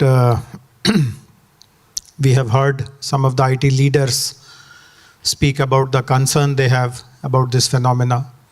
And from a government point of view also, I share the same concern and anguish. This is something which a few employees may benefit from, but in the long run, it will cause very serious damage to the IT industry as a whole. In fact, many of us know that India's recognition as a IT powerhouse first came when the Y2K problem was identified largely in the US, approximately around 1998, 1999. At that time, there was a concern that when the calendar moves from 1999 to 2000, the programming will not be seamless, and therefore many critical systems will fail. And at that point in time, many of our homegrown Indian companies, they kind of saw this as an opportunity. They created solutions, they deployed those solutions, and thereafter, the reputation of India as a powerhouse for technology where solutions can be created, deployed so easily at an affordable cost, that became true. Post-COVID, I have spoken about it on other forums also. We see a similar Y2K opportunity, because the pace of digitalization is mounting like anything. Earlier, it used to be believed that only Fortune 500 companies, level companies will focus on technology, will focus on digitalization. But we are now seeing that even a small company, a mid-scale company also, if they don't digitalize, they will just fall by the wayside. They will perish. And much of that digitalization opportunity can potentially come to India. But if our reputation is spoiled by these kind of practices, by behaving unethically, as many of the speakers in that AV pointed out, that will be not just a huge reputation loss, it will create a serious impact on getting new projects, getting new companies come to India, set up their capability centers here. It will have a very serious repercussion on everything. So let us also, and particularly for Hyderabad, I can mention this. In fact, some of you will know this, that in the last financial year, in the entire country, 450,000 new IT jobs were created, of which 1/3, approximately 150,000, were created by Hyderabad alone. Even now, I will not be exaggerating if I say this, that no single week passes that we don't receive interest from some new company, largely European companies, American companies, who want to set up their technology centers here, or people who are already here, they want to expand further, they want to do more from here.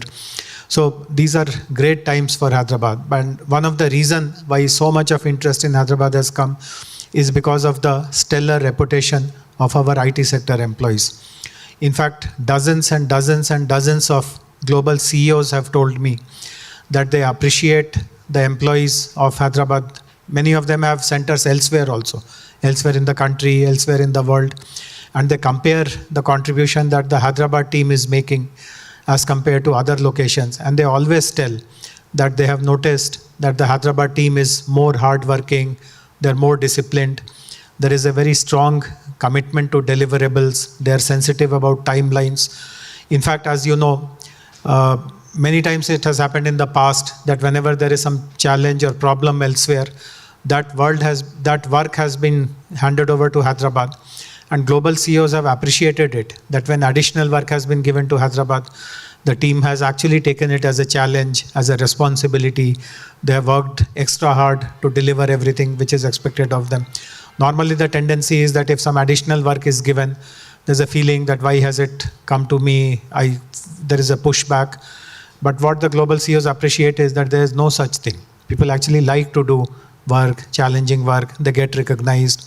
And that is the reputation which has been built over years, particularly in the last 9 years, ever since the new state of Telangana has been formed. And we do not want anything to happen which pulls down that reputation. It's not easy to build that reputation, but one small act of irresponsibility can pull it down. So we have been discussing about this since 2022. I think in October, we first contacted each other. And I was very impressed by their solution. In fact, you mentioned that you have seen a person having 7 jobs. They have actually shared data with me that there is a person who is having 32 jobs. And they have actually shared with evidence. I have it in my phone. I was trying to pull it out, but difficult to pull it out immediately. But they found such extreme kind of examples also, that people have misused the liberty and particularly the anonymity which was given during the pandemic time through this transition to work from home. It has been misused enormously. Fortunately, I kind of found out from them that this particular case that they pointed out was not from Hyderabad. So that's a good thing. But yeah. But otherwise also, it is, as others pointed out, there is conflict of interest. It is unethical.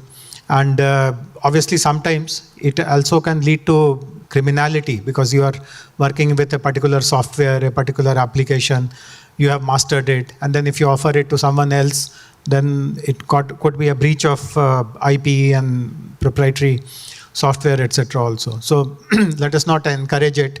So while we all agree in principle that it is something which we should curb, we should clamp down upon, but how to do it is a very big question. And I'm very happy that now a formal solution called NERS has been developed.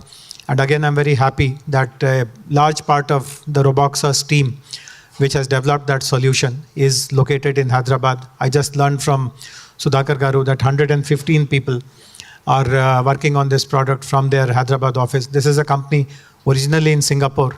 So they have a team in Singapore also, and he was just telling me that they are expanding worldwide now to Malaysia, to Mexico, and other places. So of course, good luck to them. But the satisfying thing is that the core product development is happening out of Hyderabad. So feel very happy about it.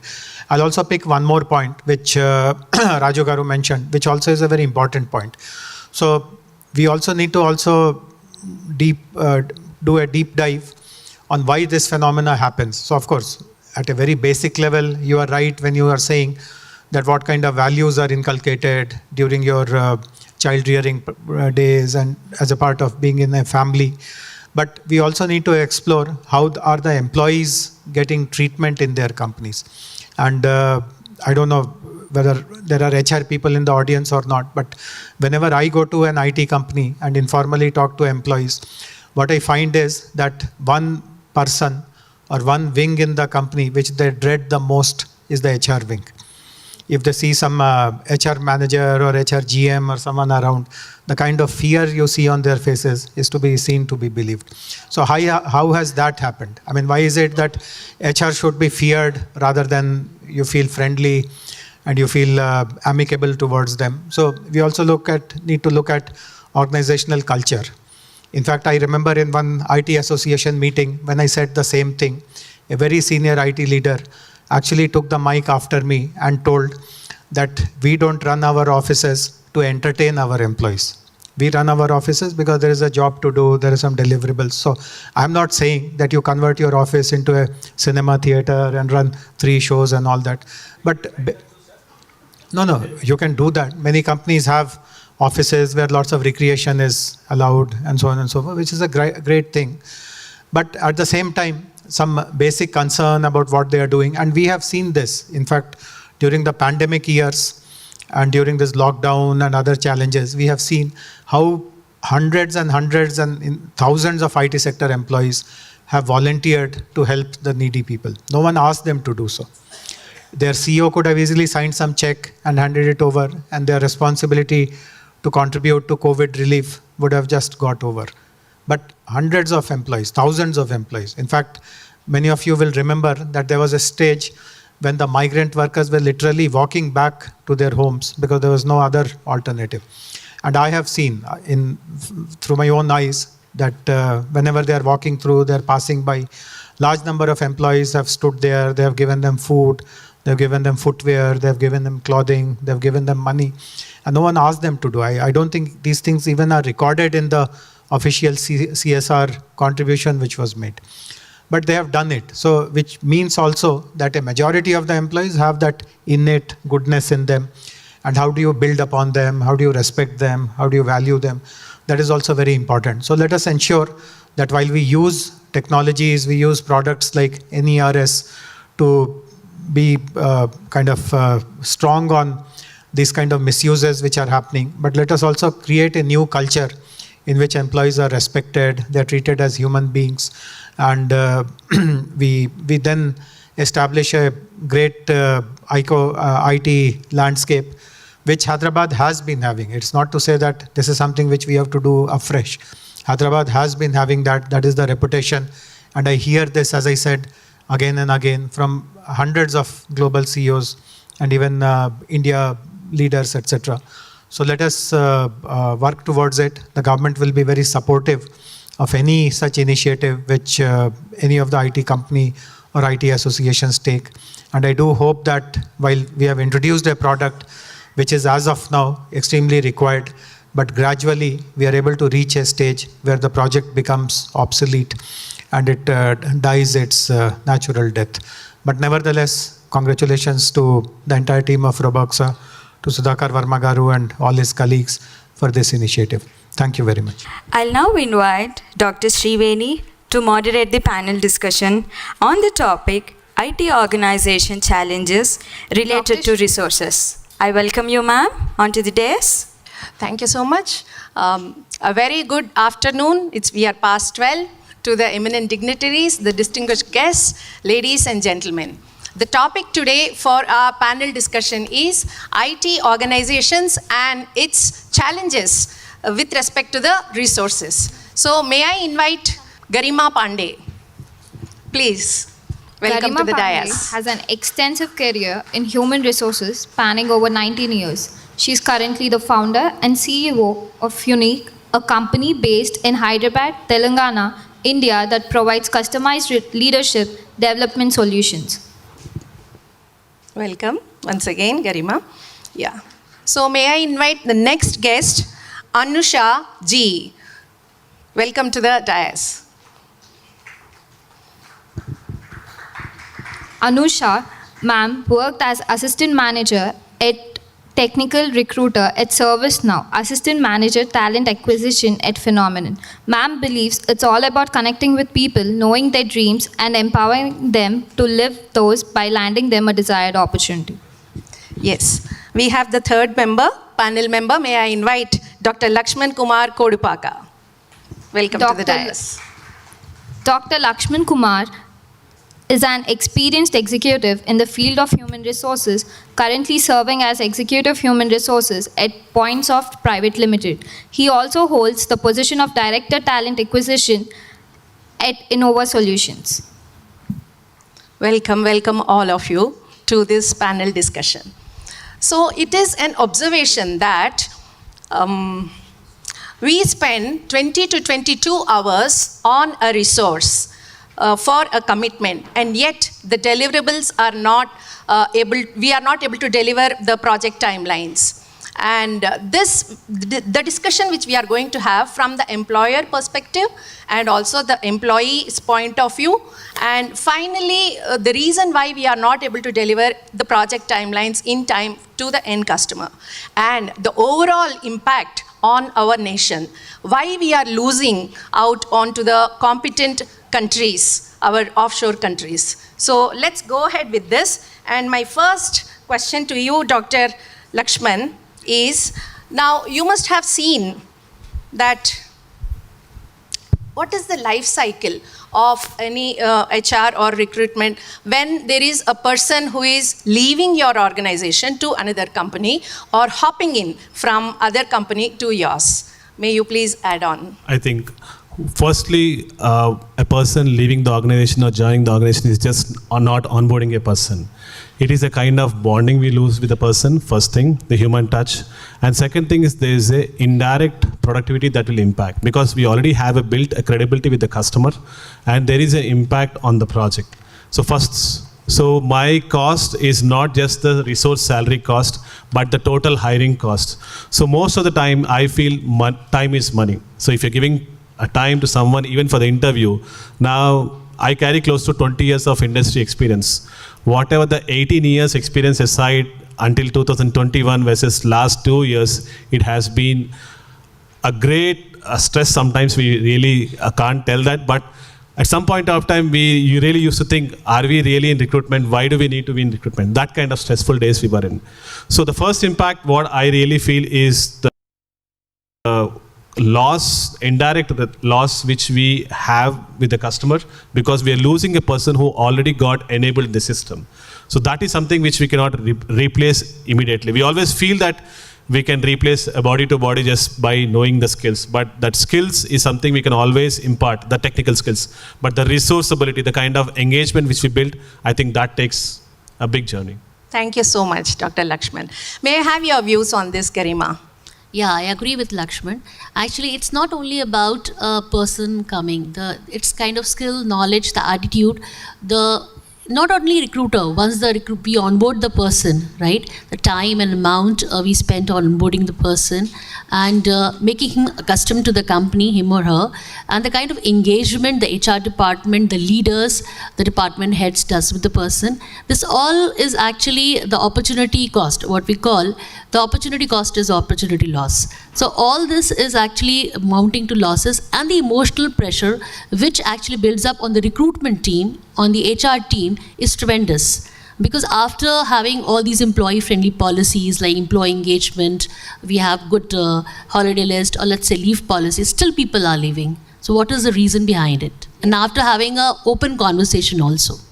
Fantastic. Thank you for your contribution. May we have your views as well, Anusha?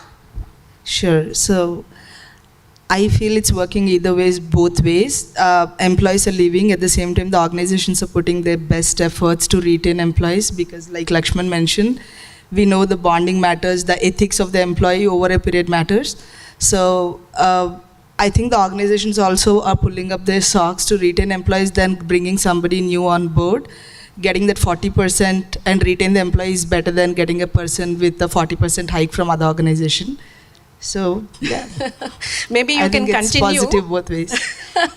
Absolutely. You would also continue with what are the observations you see during the recruitment or the HR process? Observations is, I think, if all of us, if you consider us, I think 10 years and above down the lane, when we speak to people, I think we get a hunch of it if he's really looking for the opportunity, or if he's, if he's just shopping around, right? So from the moment we start speaking to candidates, we know, yes, they're serious about the opportunity. Are they looking for monetary benefits, or are they really looking for technical aspects or for the organization sort of things. So it gives us a hunch. I think we are well prepared when there are people shopping around. We know we offer them sometimes because they're highly potential and they might turn around and join us. We take our chances. But then we also have a backup ready so that we are ready for the last minute surprises. Yeah. So that's about it. I think these days we have turned out to be smart too, that we have our backup plans ready. Fantastic, yeah. So expanding on that, Dr. Lakshman, what if somebody upfront says, I have other offers? How would you want to respond? I think most of the recruiters these days are under the pressure to close the positions rather than understanding the sensitivity of the business, because we are just moving the problem from today to tomorrow. I think this we anticipated last year, because I saw a 3 years, 4 years guy going from 5 lakhs to 30 to 35 lakhs, and there was no assurance that he will join us. And after all the effort, he didn't join. I'm just opening a gender discrimination statement also. So what is happening is, in that 32 lakhs, I would have hired 5 people if I look at only the resource cost. So what is happening is it will hit your bottom line, and most importantly is when you're getting that kind of person in the system, it will impact your existing workforce. So today, if you look at, I'm sure most of the companies have got their hike letters in the last 1-2 weeks. This year, most of the companies are giving single digit. So how do you expect the existing employees will be happy? Because the kind of loaded cost which we carried overall the last year definitely will have impact, because we are very tight on the margins. The customer is not going to increase anything. It is your affordability whether I can afford or not. So the big fish will come and eat the small fish. The small fish, end of the day, is the low level employees. Thank you, very well informed. So continuing on the same line, what if an employee doesn't turn up, doesn't join, or is absconding? How would you respond to that?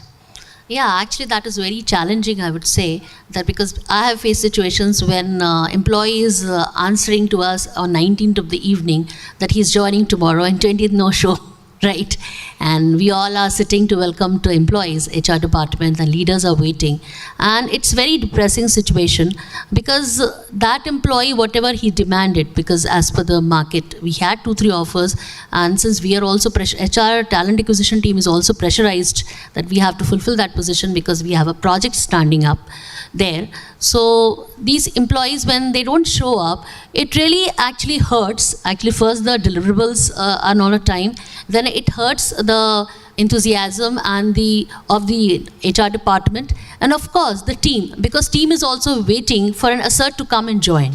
So what I would say that it's actually a practice is needed, okay, very much in demand as NERS is that we should have a regulation like if the employee is having 2-3 offers, the other company should know, and we should recruiters should stop approaching those candidates rather than so that practice would actually help the employee also in the long run, because we all are HR connected. Yeah. Okay, if you actually denied my offer and then you gain an offer there, in a lot of HR forums, like I will meet Lakshman, right? Yeah. And we will discuss, he took the offer, he never joined, right? So in the long run, the reputation of the employee will also get tarnished. Reputation, yes, absolutely fantastic. So, Talent yes. I am more happy if that person is not joining a company. Rather, I have very much known cases where we were friends, but when it comes to talent, it is different. Exactly. That's fantastic way of putting it across. Just a second, I'll continue with Dr. Lakshman and I'll come back to you, Garima. Any instance, any particular example of you not having control over that, of perhaps retrieving any laptop or anything? If you could give any example. There were many cases. In fact, as someone was mentioning, there was a dedicated team. I remember somebody from my own fraternity group. When the person wanted to join the company, he took everything. And this was in 2022, where the laptop was dispatched. The guy kept laptop for 1 week and he sent the laptop.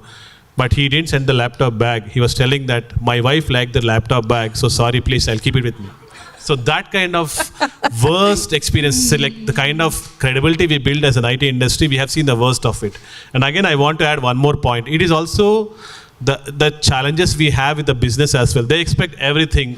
Like if you look at 3-4 years back, a Java developer was supposed to do only Java development. We call now a full stack development. You expect everything to do by one person in that. So people are not ready to upskill and reskill them. They wanted a person, a Superman who can do overnight.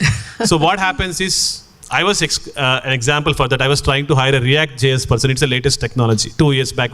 They want 3-4 years React.js guy. So where do you get that? And believe me, in Hyderabad itself, there are some dedicated centers who actually take React.js interviews for 50,000 rupees to 1 lakh. And they have a beautiful technology. Like technology, to hire technology itself is a disruption. So we stopped taking all the video interviews or even the things. We said, first of all, you remove your headset because that is where we realized like there are things happening. And when we started asking fundamental questions, that guy answers everything on the world, but he doesn't know where the office address he is there. Yeah. And he doesn't know what kind of bank account he has. So those were some fundamental questions. I think forget about the pressure what you have, but as a HR, you also need to have your simple thought process. Absolutely. And your common sense. Absolutely, absolutely. Yeah. Maybe Garima, you were wanting to continue the same. Any example you would like to quote of employee demanding more within a few weeks of joining in? Continuation. In fact, on the day of joining also, they start demanding the joining bonus. And they say that we have an offer, but since I have given a word to you, so you give me joining bonus, I'll join you. So that kind of situations also I've faced. Actually, why I want to add to Lakshman's point, there is a competition in the talent acquisition team, okay, but then somewhere down the line, we think, okay, that person is rejecting, or let's say he is doing window shopping, he may do with my offer also. Right, so that kind of maturity has started developing in the talent acquisition team in the HR. Okay, that how to play smart. If somebody is playing smart, you have to actually change your strategies. You can't succumb to pressures and get disappointments. So what he said, like headphone removal. Now we always take all the people, like some people say we are unreachable, or we have network problem, we can't show our faces. Then don't take their interviews. You want to hear their voice and see their faces. And when we have to give on the day of joining, we have to match also. Because I have an experience where we hired a guy, like everything was perfect, like we just thought like he's a perfect Superman for us, like he was at 13 lakhs and we offered 30 lakhs and all that. When the person, like after 1 week, like he's not able to do anything. So people have proxy arrangements also, who can keep guiding them. So somewhere down the line, like a psychometric tool also has to be developed, or I would say a monitoring tool apart from psychometric, where they can capture who, if any other face is showing, like somewhere it capture, it will be helpful. Fantastic way of putting it across. Maybe Anusha, you would like to add on to it? Your experiences with some examples. Okay, I was planning to add on to the previous point. But sure, please go ahead. I mean, when Lakshman mentioned, we should not, go and off, or somebody who's open about their offers is not always negative, I think. I think it's quite tells the honesty about the person. They tell what their perspective is, what they're looking for, sort of things. So sometimes it's okay to know what their offers are, where are they from. And people these days are very open about what organizations they have offers from. So that also gives us an aspect, should we really pursue this guy or no? If you have an offer from Google, come on, I can't ask you to come and join my organization. They have their priorities, so sort of things. And coming to the second question. Yeah, second question, which is, if with your kind of example, if somebody is saying that I have plenty of other offer, do you, within a week, within 10 days? So, yes, they are negotiating for we more. As recruiters don't pursue such short notice people still interviewing too many companies and all that.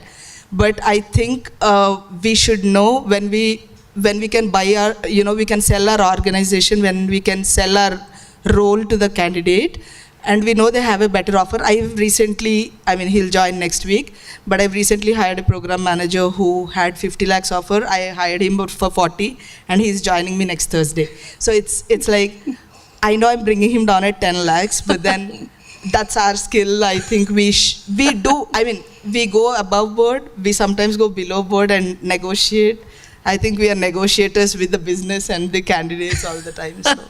Wonderful, thank you. My next question to you, Lakshman, Dr. Lakshman, is, see, every company invests in the incentives to retain, in the sense of joining bonus or night shift bonus or winning strategies for them or reimbursement of their training fees and employee engagement, many things.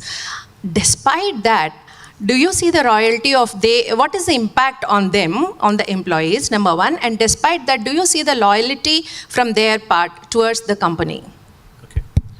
I think I want to connect one small example. If you take my hand, in my own hand, all 5 fingers are different. So you cannot show or apply same strategies to all the market candidates.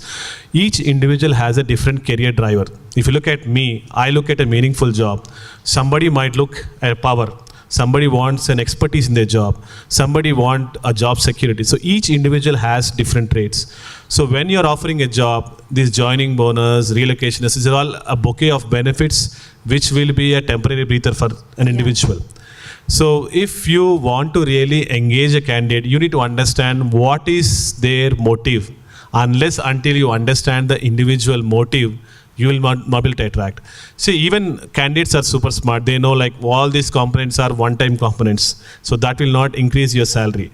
And today there's a lot of uncertainty that we don't even know there were days which we used to give joining bonus in the first month's salary. Now we stopped giving first month's salary. We're saying, okay, extend it to 3 more months or maybe split it as 1 month, 3rd month, 6 months. So we were also trying to align to the market needs, but I don't think that is a very big game changer, and they also know that this is a temporary fix.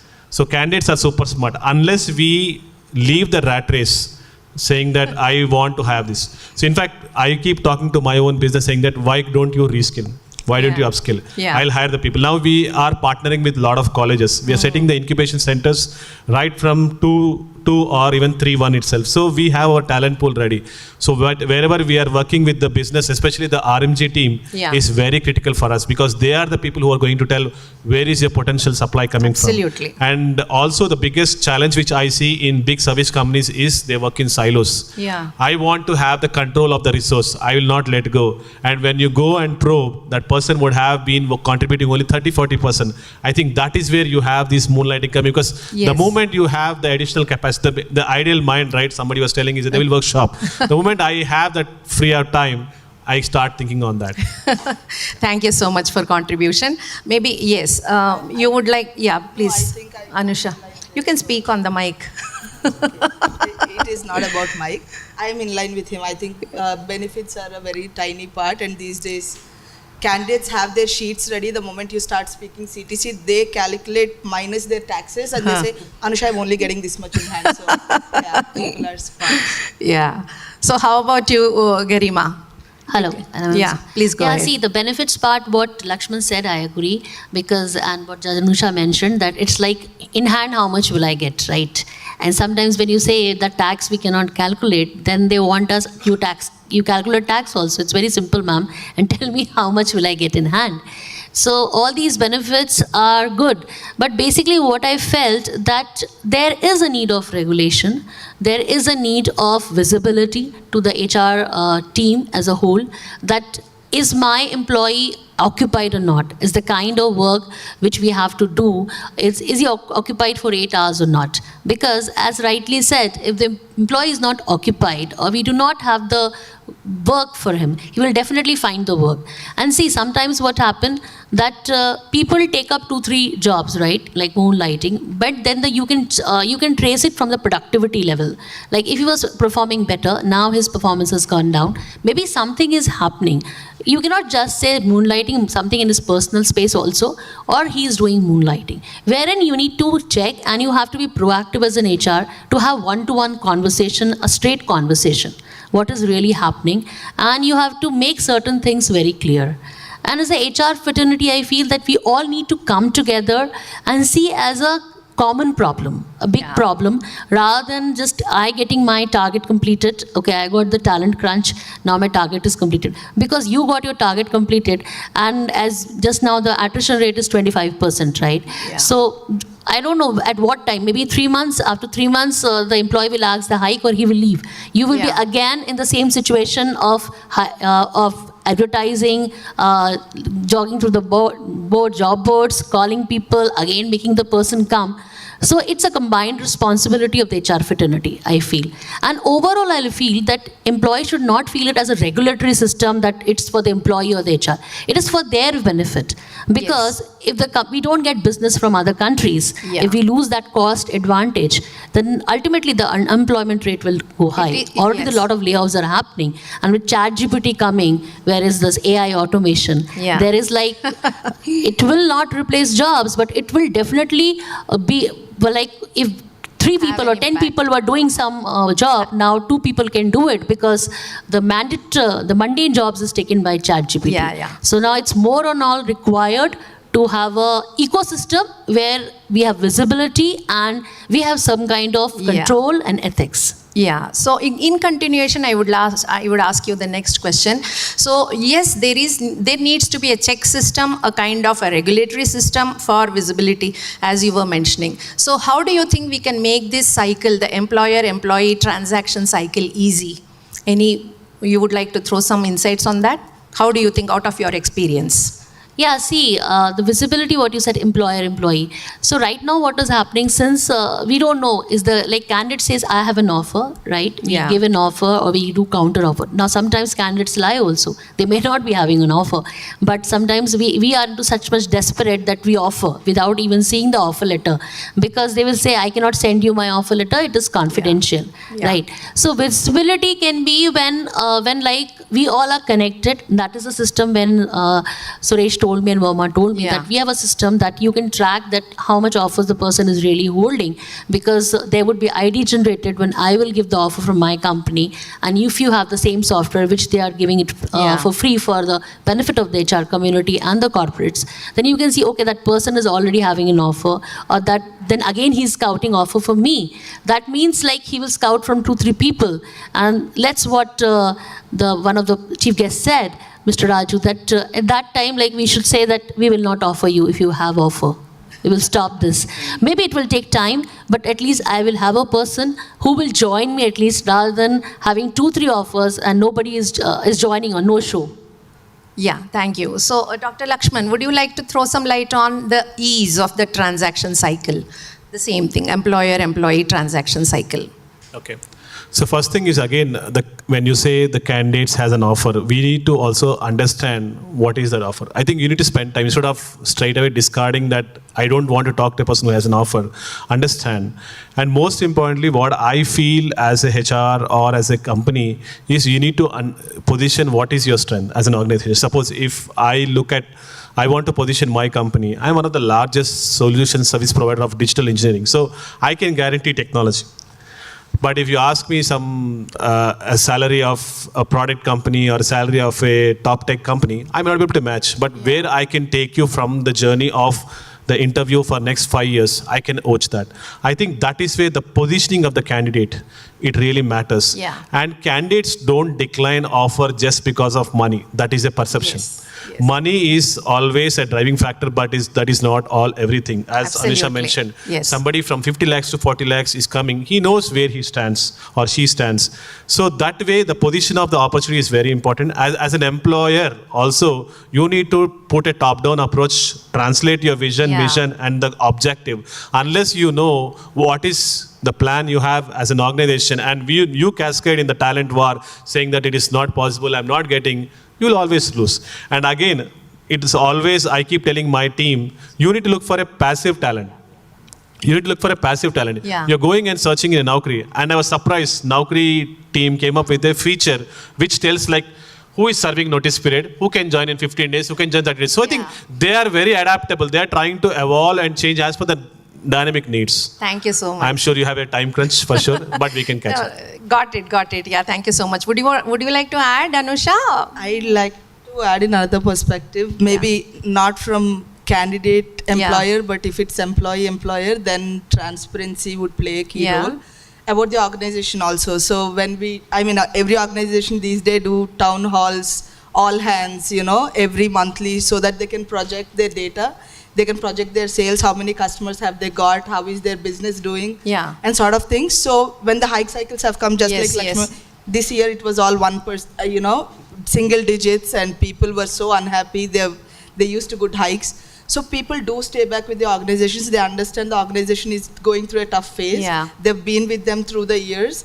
Sure. You know, they've got good hikes. So for 1 year, they can, you know, skip that and they can trust in organization that next year they're going to do well for the employees. Yeah. So that kind of transparency these days Definitely. is being adopted by so many companies at mid-level. Yeah. Whichever organizations are 1,000 to 2,000 employees, I think they're still doing this as a regular practice, so which is a good thing.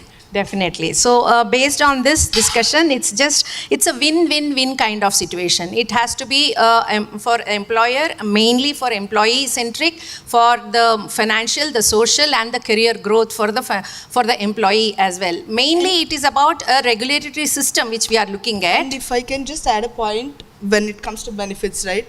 Maybe these benefits are not so much adding relocation and all of that stuff, but I think HR ops teams are putting in a lot of effort to engage employees a lot. Lots of fun activities, fun do's, you know, taking them out for lunches, dinners, resorts, you know, whatnot. They're putting in all the efforts to engage employees. Yeah. Absolutely. So let's all work towards a win-win-win situation for all of them, and on top of it, impacting India globally such that we don't lose out the opportunities to the offshore competing countries. Yes. Thank you so much for participating in this discussion, panel discussion. Thank you so much, each of you. Now, I would like to call upon Ashok Tatipalli garu onto the stage.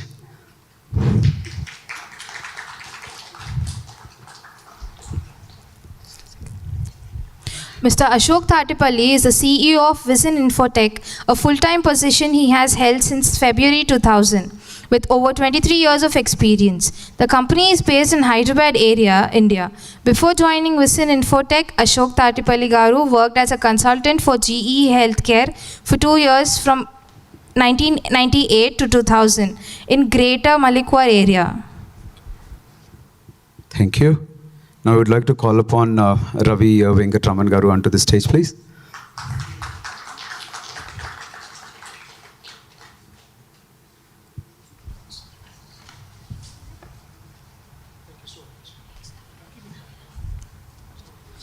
Mr. Ravi Venkatramanan is an experienced professional in the field of IT and business services.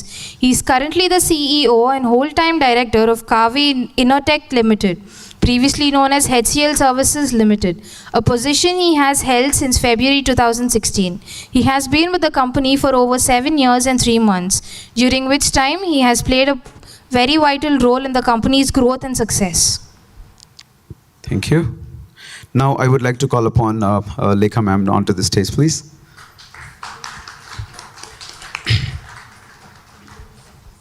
Ms. Lekha Sista is a talent strategist, culture architect, and business transformation advisor with years of experience in the field. She is also a founding member of Diversify Club, which she helps women grow into the corporate boardrooms. In her independent consulting work, Lekha Sista has been providing her expertise as a talent strategist since October 2019. Thank you. So let's make this panel discussion a little meaningful, but I will actually make it very short. When we actually started this initiative, we met a couple of the personalities. One of them was Lekha ma'am. We were so motivated. The first word that we could hear from her was the need of the day. Go ahead. And she's been very motivating for her. Thank you so much, ma'am. So with that, I just wanted to understand. We heard the HR team, the recruiter team just now saying that we have a lot of problems, we go through a lot of pressure. It's very tough to get a talent, the right talent onto the board. So having the impact that we are seeing right now, be it moonlighting, absconding, too many offers, there's no ethics. So what do you think the impact could be for the nation and for the IT sector? I would ask that question to Ashok first, then we'll go with Lekha ma'am. Like you said, we are a 23-year-old company, and when I started this, we wanted to be in India, we wanted to work out of India, right? Now, since he said nation, and I don't want to repeat all the problems that we are facing now. I echo everybody's concerns. I totally agree that what the companies are suffering. And also I equally agree Raju comment on that, the company also has a major contribution for these problems, right? But when you said nation, now we have actually started our center in Vietnam. Just because we have trouble hiring people in India. So that's the big loss to the nation. So we really don't know how many countries we go, if the problem persists and continue. Thank you. So what would you say, ma'am, Lekha ma'am? I think completely, I echo everything. Again, like he said, the problems are real, but I think we've got to stop looking at the short-term win, right? We've always had a demographic dividend as far as the strength of IT, the pool is concerned. However, we are definitely losing the economic strength. The sustainability of our organizations, of our country is going to be impacted. I know I am considered to be a dinosaur in the field, but there are people here in this room who should also be as concerned about what is going to happen to their future 5 years from now.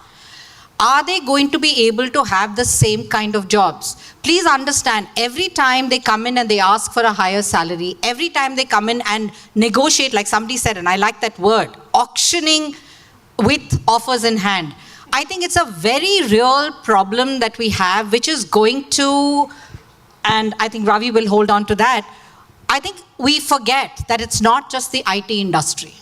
Right? Today, if you saw yesterday's newspaper, they said that more IT professionals are being hired by other industries in India. So if this same habit is going to continue, forget about the global world. We are going to actually have small retailers, we're going to have businesses, we're going to have manufacturing industries, all of them finally hiring people from outside to solve their problems while we have the talent internally.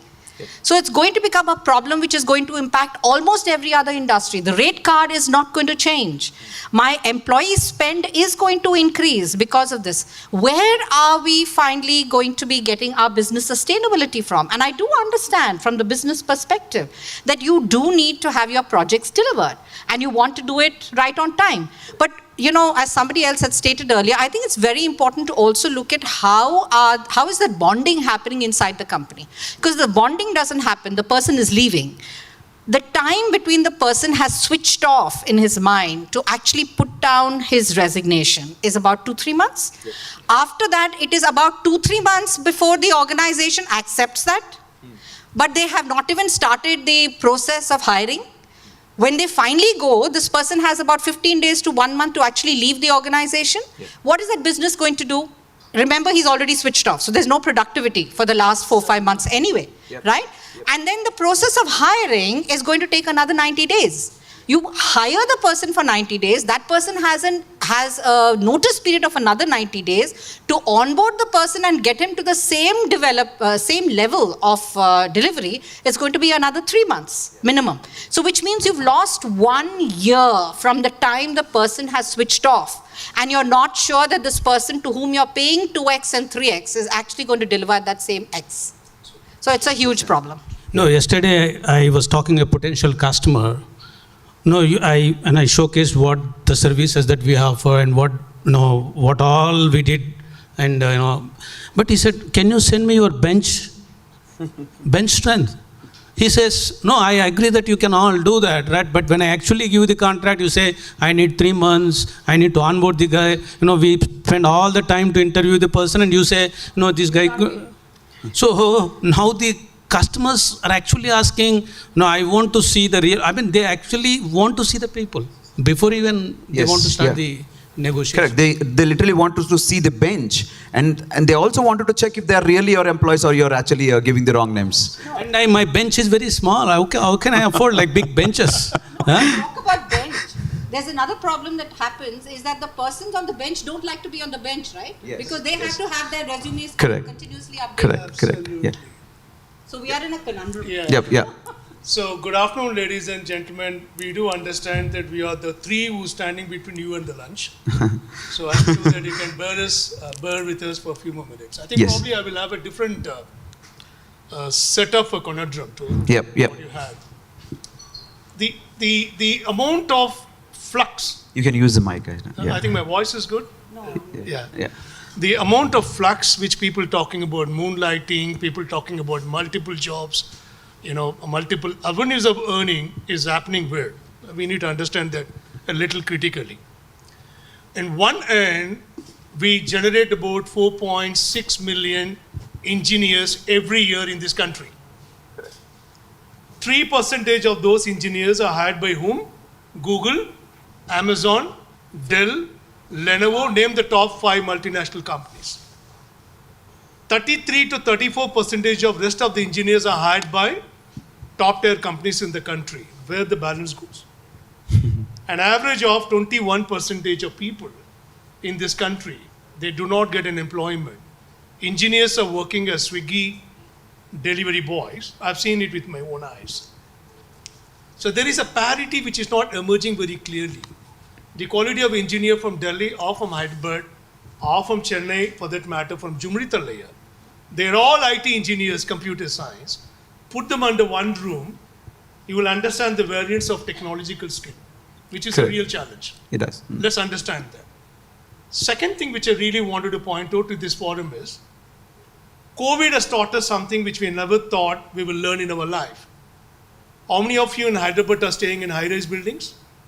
Please raise the hands. During COVID, have you seen the tenancy rate come down drastically? 95%? Bombay was deserted. I am from Bombay. What deserted? Those who migrated to urban cities for the want of job. During COVID, they disappeared. Did they lose a job? No? No, they did not. What taught them? They can work from home. They can be son of the soil. They can be closer to the parents. They have nil expenses towards staying, housing, expenses, commuting to office, etc., etc. Fine. I got my first luxury. I sat comfortably. Now what next? Now 40 hours a week, I'm logging in, logging out. 9 o'clock in the morning, I log into my laptop. 5:30 in the evening, I log off. That's the only metrics HR measures whether you are online or not online. You're working or not working, what else I can do? And that's when companies, specifically, I want to throw another strategy. In the year 20 to 2023, in the past 3 years, we are closer to 1,100 startups in this country. 1,100 startups, which, mark my words very carefully, which required 470,000 resources to complete a task, not employees. 470,000 resources means skills to complete certain level of tasks, including development, rolling out platform like you guys did with 115 people. Not every startup hired people. And these are the guys who went and flooded the market in terms of asking for people to come and serve me, hey, kar de yaar. Do Right? it in your own time. Yeah, do it in one time. One referred another, another referred another. I'll give another statistic, which I think all of us need to understand. This country is poised to employ 304 million tech guys in the next decade. 304 million. It's a whopping number. But do you also understand another statistics?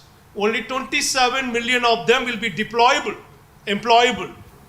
The country is going towards lack of skills, please understand. Yes. Those who are getting hired, those who are getting multiple offers, those who are working too many jobs are called SMEs, Yes. subject matter experts. Those who are not getting such opportunity are part of a team called Monday. I think the lady spoke about the GPT, right? Chat GPT. Let me tell you, about 107,000 different type of jobs are already done away in many corporates in this country. Right? How many of you heard the terminology called accountant in your enterprise? 10 years before, what's your dad? He's working as an accountant in Godrej. We Crowley used to be famous for that. Yeah, yeah. How many of you heard about admin head in any organization anymore? Many enterprises are done away with that. So they are moving towards the core to the business. SMEs are on high demand. And SMEs are absolutely inevitable for success of business. So therefore, as you rightly mentioned, there's a pressure for businesses to hire people. Now, the first and foremost thing is, our businesses are ethical. They need to come to your platform. Yeah. Yeah. If I am, as a business head of Carvi InnoTech Limited, if I decide to be ethical and I don't want to engage somebody on a gig, people talk about contract, right? Yeah. India will become the biggest market for gig. By the year 2030, please hold your breath, $430 billion as a gig worker will emerge from this country. Will be 1.7 times bigger than US. US currently employing 57 million plus people on gig. India's official statistics says only 3 million people, but it's not true. It's not true. Yep. Almost this 1.3 million IT workforce, they are all gig economy on the sites. So there need to be recognition. And one of the suggestions which I really want to put forward to you, instead of making the enterprise as your subscriber, ensure those who are applying for the job, if they really want that integrity metrics to go to the top, they should be registered with you. Yes. So that's where the game begins. yes. If I'm enrolled into you, then my credibility already gets a green tick.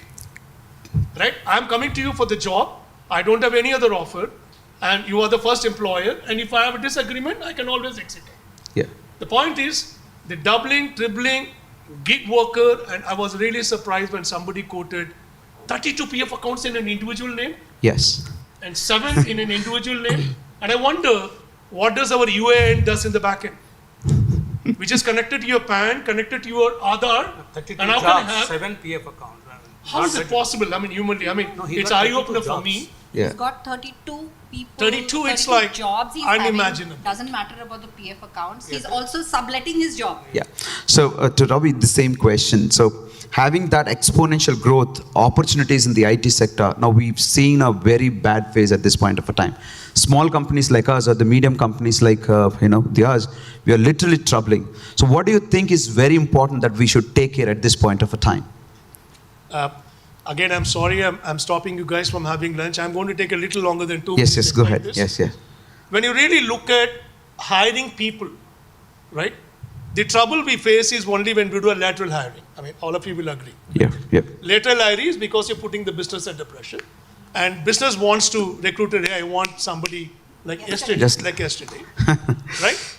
And the problem will continue to be the same when you consider, I need an experience to come on board. She said 1 year. You hire a lateral hire, is extremely good in appearing 50 interviews. When you are the 51st, is too smart to answer all your questions. Like you're bold. It's like absolutely clean bold.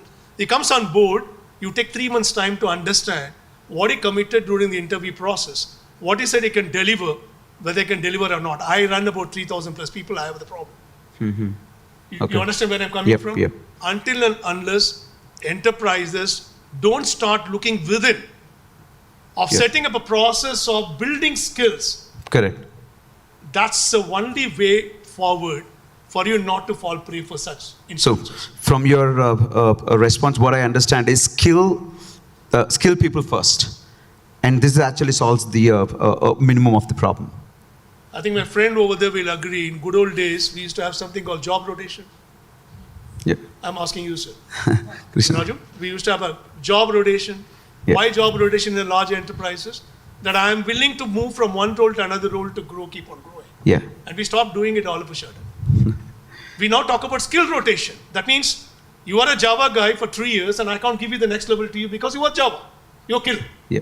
And you are an infra managed services guy, good enough to manage only the data center of your organization, you're killed there. So we are not willing to do the skill rotation. That's where you need to open the door internally and allow people to learn. And there are a lot of multiple ways of ensuring that you employ interest. Thank you. Thanks for that, detailed input. So my next question would be for Lekha Garu. Do you really see a system, a mechanism in India that actually can help us to what Ravi Garu is projecting, that it is going to be a huge potential in another 10, 15 years from now? Do you think any organization or any controlling system that we have to nullify the problems that we are having at this point of time, be it skilling, be it unethical issues, or be it everything that will help us to get to that level over a period of 10 or 15 years from now? So I'd like to respond first to 2 points that he had stated. One is about the gig workers, and I do understand that it is going to be, we are in that stage of gig economy. But I think the people who are conducting these gigs should understand that I, as a employer, when I hire you full-time, and you're going ahead and doing 2-3 gigs, I am lifting the cost of the entire employee, whether it is insurance, PF, your, even the liability that I have, your desk cost, everything I'm lifting. I am giving you 8 hours off or 16 hours off to be able to go ahead and recuperate and come back. You go ahead and have a gig on the rest of the time. Why should I pay you, or why should I be the person who's going to be taking that cost toll? Please go ahead and become a gig worker for me too. And the other point, I think, which is a very valid point, is that HR looks generally at only the time at desk. Not correct. I think what we need to do, and what is happening in most places, is we need to look more at the deliverables of people, right? So those are the 2 points. Yeah, because that is finally the work that you want done, right? And then you try and estimate what is the time. So it's got to be a work, money, time, effort. The point that you raised about what is actually happening, and I think that was also brought in by Lakshman, we have today resources which are telling us who are the people who are on notice period. Very clearly, people who are on notice period, 15 days, 10 days, 1 month, the recruiters get that data. Do they stay away from the data? No. That becomes their database, because they want the people, like we said yesterday, because the business can't hold on. So that becomes the database to pull people in. And then what have you done? So see how the problem is being compounded. You've got this database of people who are already on notice period. You're picking them up from there. They already have an offer of, let's say, 30% from the first offer, then 10% again on the second offer, 10% again on that. Finally, 50-60% they've already got from the current company that they are in. They come back to the same company that they were at, because it's easier for them to continue to work in that company, and then negotiate for 60% or 70%. Now, in case that company is going to give them that salary, what happens to the equity or the parity with people who currently are there? So therefore, why should I stay for a single digit income increase? I will also go into the market. So the problem is only being compounded by these resources, which are actually telling me how many people have how many offers. I don't see that problem going away, because that becomes the poaching pool for our recruiters, sadly. And I do agree that I think we need to look at making the people who are coming out of engineering colleges more employable. Over the pandemic, we have seen most companies are letting go of people at the, let's say, L5, L6 levels, because I don't need the people to start thinking strategy any longer. L7, L8, I let them go. Where do I need people at the L2 and L3 level? The people who are the operations people. Right? Because I don't need the strategy any longer. Strategy is already fixed. I let go of the people at, let's say, 70 lakhs, 80 lakhs. I'll get people at the 7 lakhs, 10 lakhs, 13 lakhs in order to make up for that. Because I need people on the bench, like you said, or people who are going to be handy. But where am I going to get that? If they're not employable, I need to go back to the colleges and hire the armies from the colleges, and probably use the colleges and the universities to train them for the skills that I need, not what they think they need. So the talent pool that we're saying, the talent skilling that is there, is both from the college institution level and also internally. Like you were talking about the Java guy. I might let the Java guy go because I don't have an insight for him for tomorrow. Is he willing to switch to something that is more current and more, let's say, tomorrow's thing? No, he prefers the obsolescence here because he knows he'll get a job outside. So I'm losing people. So it is I think the only way forward is to be able to ensure that engineering colleges close the gap between what industry needs and helps us to be able to keep the pipeline going and at the same time reduce the costs. So I think probably I just wanted to add. Your question is that is there any centralized approach? Okay.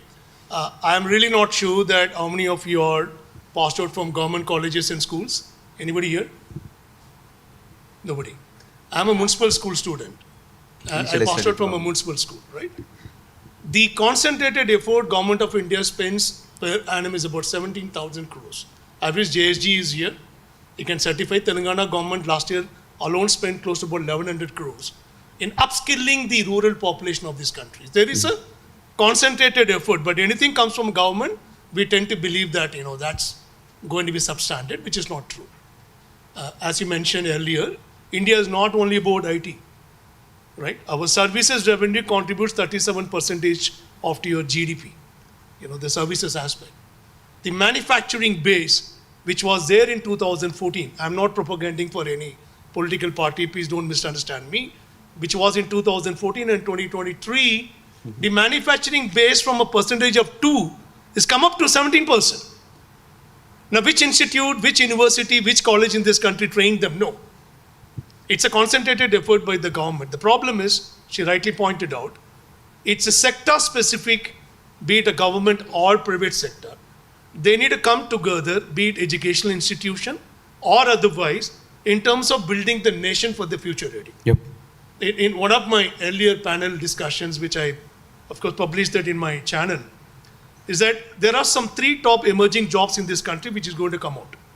The first and foremost is artificial intelligence. He spoke about ChatGPT kind of a stuff.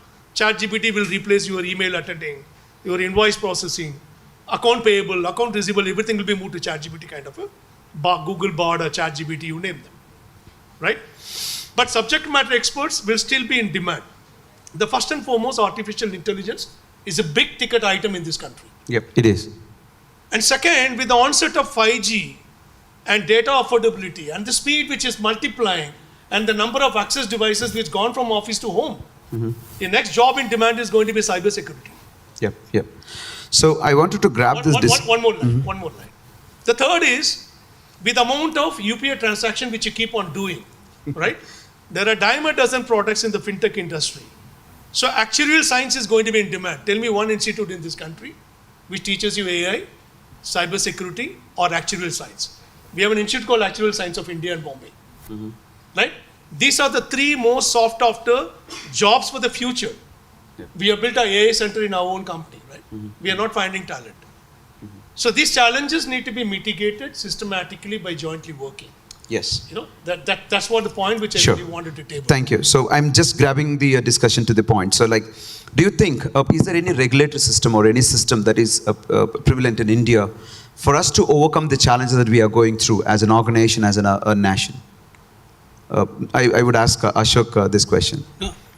But there are regulatory systems, but I don't think the current problems that IT industry, the problems that we discussed, I don't think we have anything that will address the problems, right? Okay, sure. I'm just going to make it another quick 5 minutes. Sorry. Absolutely not, okay? I don't think there's anybody who can answer this problem, and I'm hoping NERS is going to be the way forward, and it has to be definitely a top-down. It's got to be, while you said that yes, every individual employee needs to sign on, I do believe that unless the government makes sure that every employer first signs on and every employer says, I'm not going to hire anybody but somebody who has shown the highest degree of integrity by registering on NERS, I don't think the problem is going to go away. But I'm hoping that you are going to solve the problem for us. That's exactly our approach. So we wanted to connect with the regulatory systems, be it NASSCOM, HIC, TITA. We wanted to... For example, Indian government, by the year 2025, they are going to make it mandatory for every enterprises to be ESG compliant. Now, ESG is a big buzzword. No more the CRISIL rating or anything which is coming into existence. Similarly, somebody need to make it mandatory, then organization will fall in line to do that. That's C. So my immediate next question would be, do you think these systems, or maybe the government or the organizations, should be really focusing on employee or an employer, or maybe the regulatory system, or maybe getting the discipline, getting maybe ethical the practice? So do you think it is just an employee, or it has to be both the ways? What you are narrating comes under the MOS, which is called Commonly Accessible Database. Now, commonly accessible database for the workers in this country is a non-existent. Unlike advanced economy like Western economy or whatever. For some reason or the other, individual state level used to have something called employment exchanges. I don't know how many of you registered in that. When I got graduated, I did that. I registered. I did when I was in degree. I never walked back to them again, thankfully. So the commonly accessible database also comes under the privacy law. Now, this privacy law also controls something called security aspect of the IT, which unfortunately, in India, while Chandrasekhar MOS is working on the framework, we don't have a common minimum framework available for that. Okay. While we have bodies like NASSCOM, while we have bodies like CIA or many other representation for IT and non-IT industry in this country, do we have sufficient database which will fulfill or propel the requirement what we're talking about? Yes. To that my question is, the answer is no. No. Probably not. Yeah. But do we realize that we need one? Yes. My answer to that, yes, we need one time now. Yes. Yes. We need to have, because the working database will get further classified to the domestic consumption and to the international consumption. Where there is a rich amount of people returning to India will increase in the next 5, 6, 10 years. Right? Therefore, this database will become all the more important. I think there are certain level of work which is happening at a central level. So what you're saying, it should be both ways. It should be for both the employees, and it should be a common database with the privacy. Yeah, thank you. You have an answer. I think it's not just the employee and the employer. I think whoever is making this database needs to look at it, and the fact that the push has to come from the government. It has to be a future vision. It's got to be something which is more long-term, more big than just the companies that are there currently. Yep. It's got to be something that if we as a country need to survive, what needs to be done? And therefore, I don't think it's about a specific company, a specific employer, or a specific employee. It's got to be much larger than that. And talking about one thing about the database, I remember some time back, we had NASSCOM, I think, that had created a database of blacklisted NSR, employees, National Skills right? Register. Yeah. That used So to we call had National that, Skills Register, yes. where we had people who were, probably absconding, etc. The list was there. Did that help? And is it something that is there now? I think the question needs to be asked, because I think that became again another pool for recruiters like you to actually pick up people from easily. So I'll pass on the same question to Ashok. So the question is, do you think the policy or maybe the regulatory system towards the employee or towards the employer, so how this system has to be built? Or the regulatory system has to be built?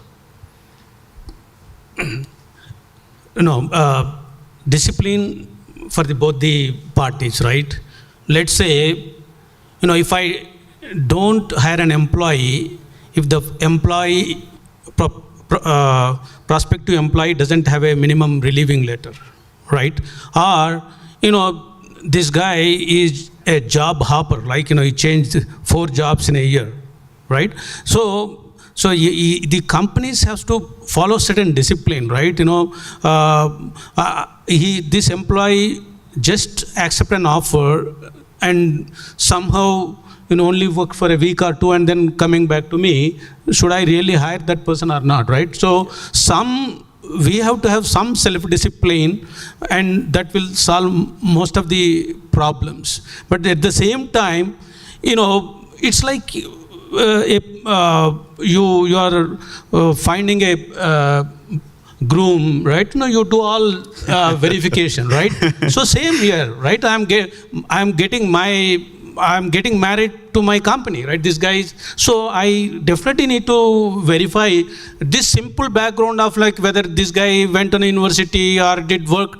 No, all this is fine, but what is this guy's attitude, right? Character, right? So somewhere now there is a glass door, right?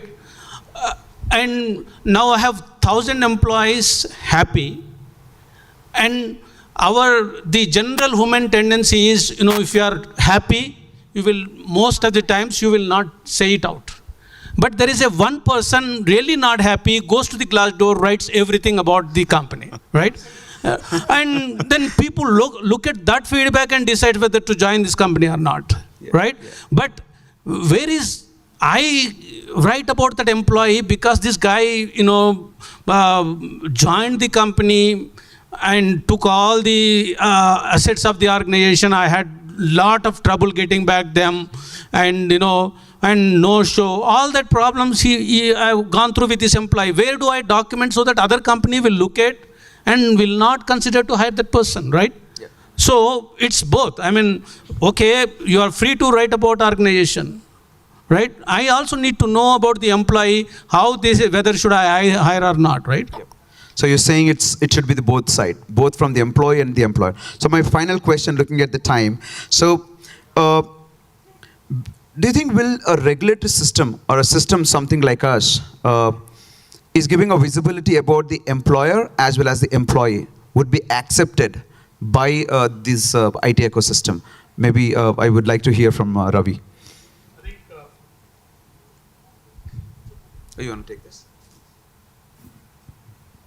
I think the fact that we are here today, kudos to you and your team, who launched the product today. The fact is there is a essential element of a demand which is arising out of these experiences what we as an Indian enterprise. But I'm a very strong believer. The future is India. For any amount of tech or non-tech element, you speak at the global stage, right? The future is India. I think whether you want to say acceptability will be there between employer and employee, the fact remains is that this is the need of the hour. There are few things we can't do away with. The more and more systems like yours, which will bring a connect through transparency, that's the most important Yes, thing. it is. And the process of hiring for a non-Indian tech firm or non-tech firm who is outside of India will have all the more confident in terms of ease of hiring. Yep. He knows that he is getting the right amount of skill. Yes. He knows that he is getting a right amount of ethically trained skill. And he also knows that he is hiring a skill which is credibility is proven. Yep. Therefore, such kind of a platforms is very important. I mean, and the timing is perfect.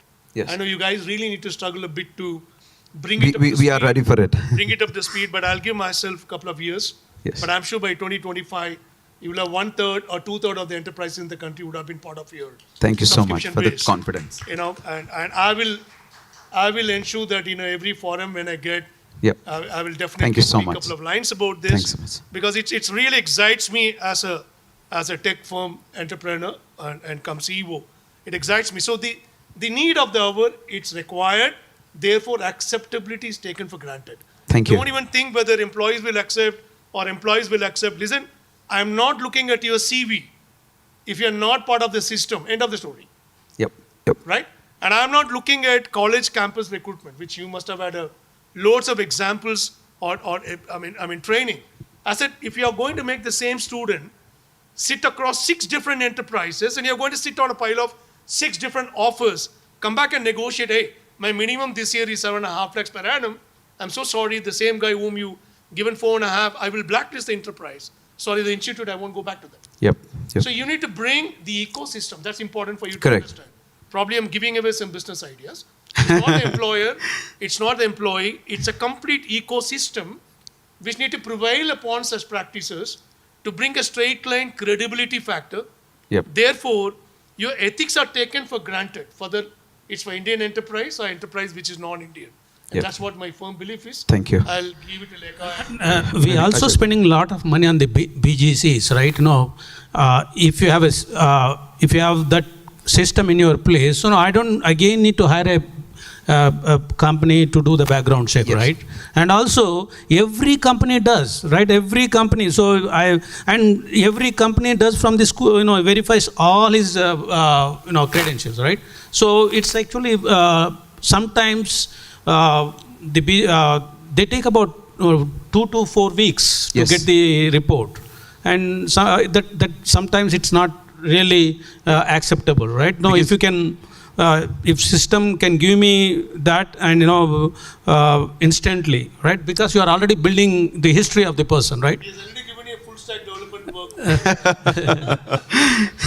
Thank you for that. So we are actually including the credibility report for the employee. So it looks exactly like a CIBIL, right? So when we want to take a loan or something from the bank, they will actually check your credit score. So it is going to be the same system and not really required to do a background verification and all.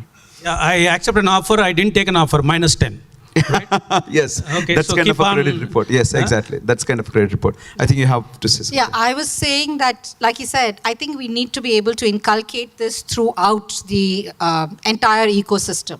It's got to be right from the academic institutions through to the employers and the employees.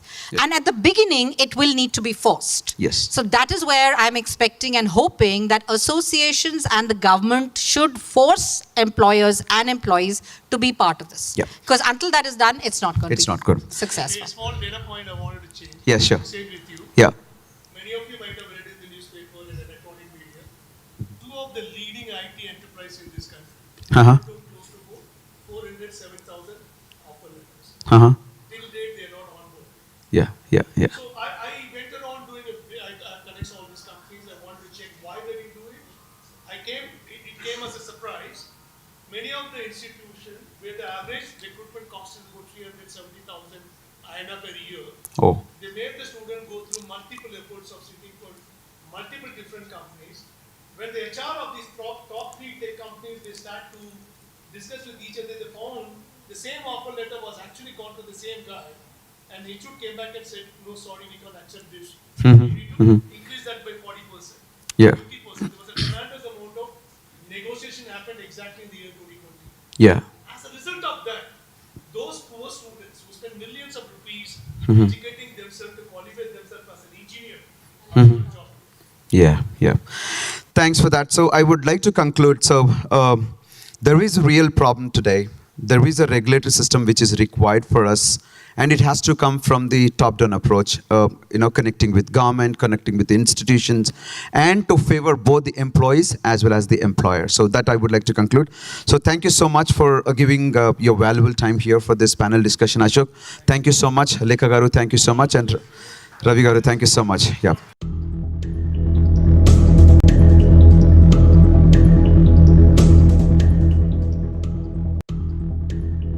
There's a lot of absconding. There are people taking too many offers. There was no honesty. Even the delivery was not happening really. We should do something that could actually avoid these instances.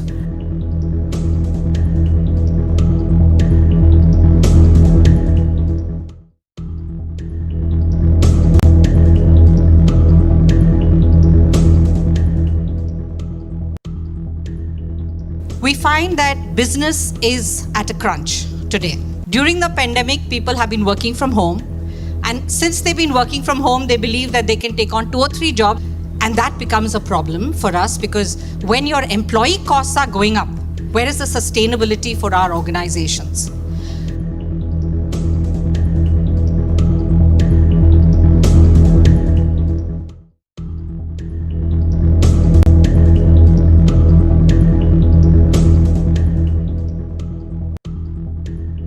From a government point of view also, I share the same concern and anguish. This is something which a few employees may benefit from, but in the long run, it will cause very serious damage to the IT industry as a whole.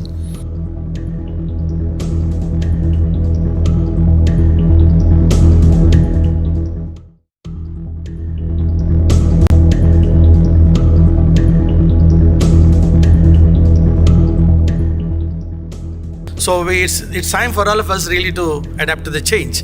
Otherwise, the obsolescence of knowledge is so much, the knowledge which we possess today becomes obsolete by tomorrow.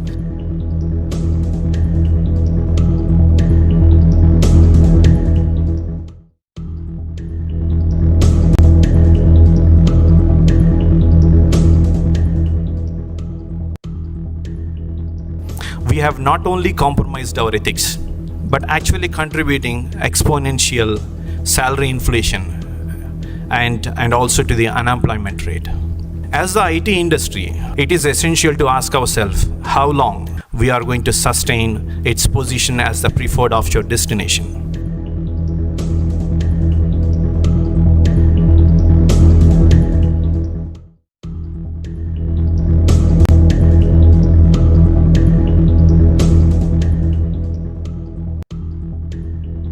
So we have to question ourselves, are we hiring or are we buying? So when companies started buying people, then employees stopped negotiating and now they're auctioning. Now we have to think 10 years from now what IT industry is going to be in India. So that should give you the answer for the discussion.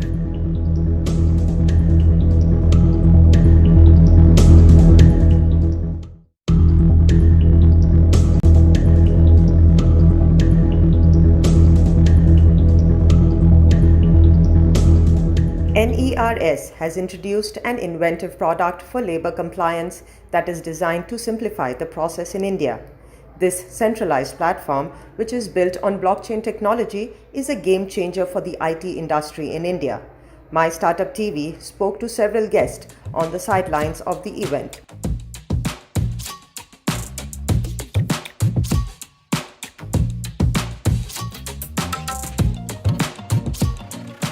We are here today for the launching of NERS, National Employee Regulatory System.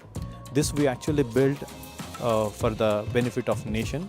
Now, if we compare it, the IT industries, we before 10 years and now, there is an ITS industry we were actually doing quite well. But later, because of the cost variances, we have lost the industry to Philippines. Now, if you look at the IT industry now, the cost of the execution has been exponentially gone high. So if you look at the salary inflation, that's an exponential growth was there since last couple of years. And to control the salary inflation, we need to have some regulatory system where it will help companies to have a better HR policies in relation with the benefit of the country instead of individual organization. So this regulatory system will bring visibility for the employees on their for the career growth, and also it will ensure the career stability, financial stability, and social stability. It should be adopted by all the IT organization as part of their social responsibility. So we urge everyone to please join us. Okay, let's address the challenges together.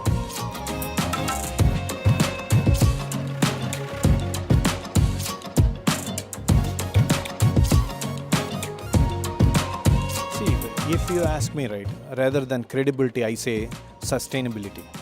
Okay, sustainability in terms of the employer as well as an employee. So it is about, am I having my career sustainability? Does it have that sustainability is the point which we need to look into it. The second aspect is the credibility. The credibility comes when they follow some ethics. It is not only the pointing out that employees, both the employers and employees both have to follow the ethics. Okay, so the sustainability for the employer and employee will be maintained.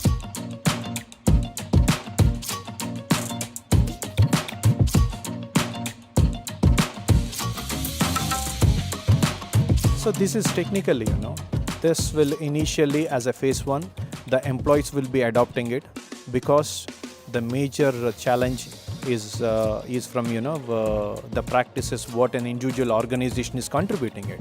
So as soon as the IT organizations adopted this platform as a regulatory system, we emphasize not to do not direct the employees for a wrong ethical practices or so. So that will ensure employees to stick with the existing organization. And when they stick with the organization can look forward to make their skills upgraded, and to make sure that they give a next level of the skills to making them ready for the demand for the new technology which is coming forward.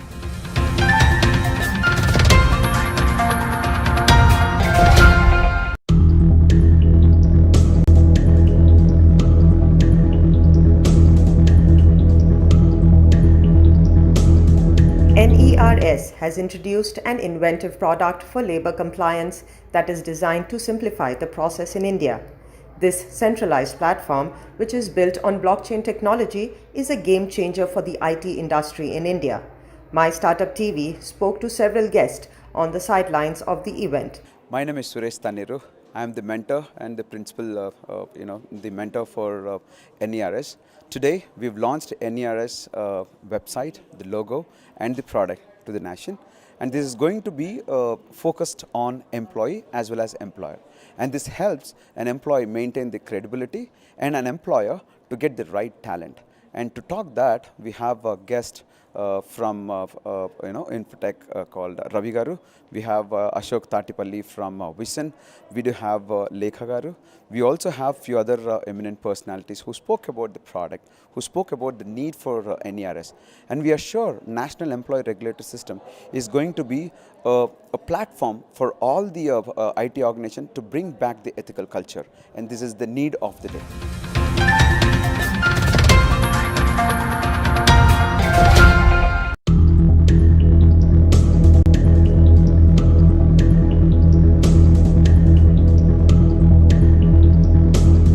NERS has introduced an inventive product for labor compliance that is designed to simplify the process in India. This centralized platform, which is built on blockchain technology, is a game changer for the IT industry in India. mystartuptv spoke to several guests on the sidelines of the event. Good afternoon, everyone. I'm Virendranath, CIO for NERS. We have launched this product, a historic product for IT industry, which will revolutionize the way the culture should be, the way the sustainability will be there, based upon various factors like moonlighting, offer scouting, and multiple other factors which is affecting the IT ecosystem. We have brought this system. We actually, when we built this system, we have lot of information gathered throughout the industry, how it is affecting our IT ecosystem, especially the IT companies. Most of the IT projects are going away from India because the various factors like moonlighting, offer dropout, scouting, etc. and etc. Based upon all these facts, the platform has been built, which together will solve this problem and India will become again and once again the most sought nation for the IT services and IT.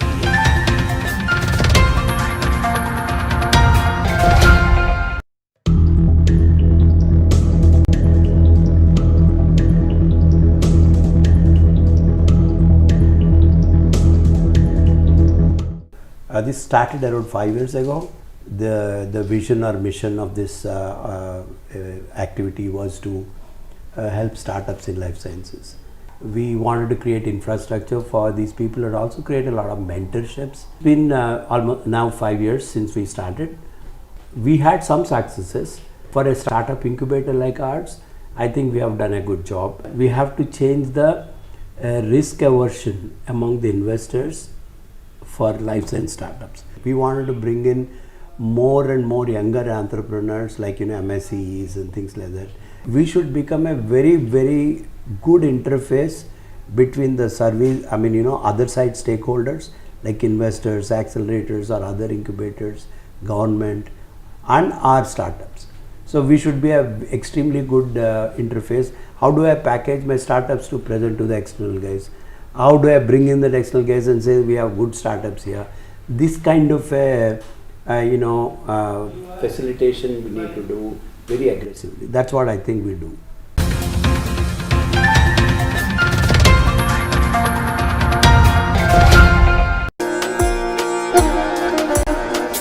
Ag Hub, an agri-innovation hub of Professor Jaya Shankar Telangana State Agricultural University, organized an innovative workshop in Hyderabad on March 17, 2023.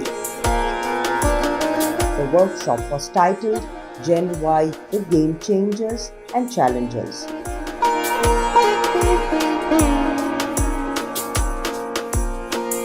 This feature gives glimpses of the event and josh with which youth participated.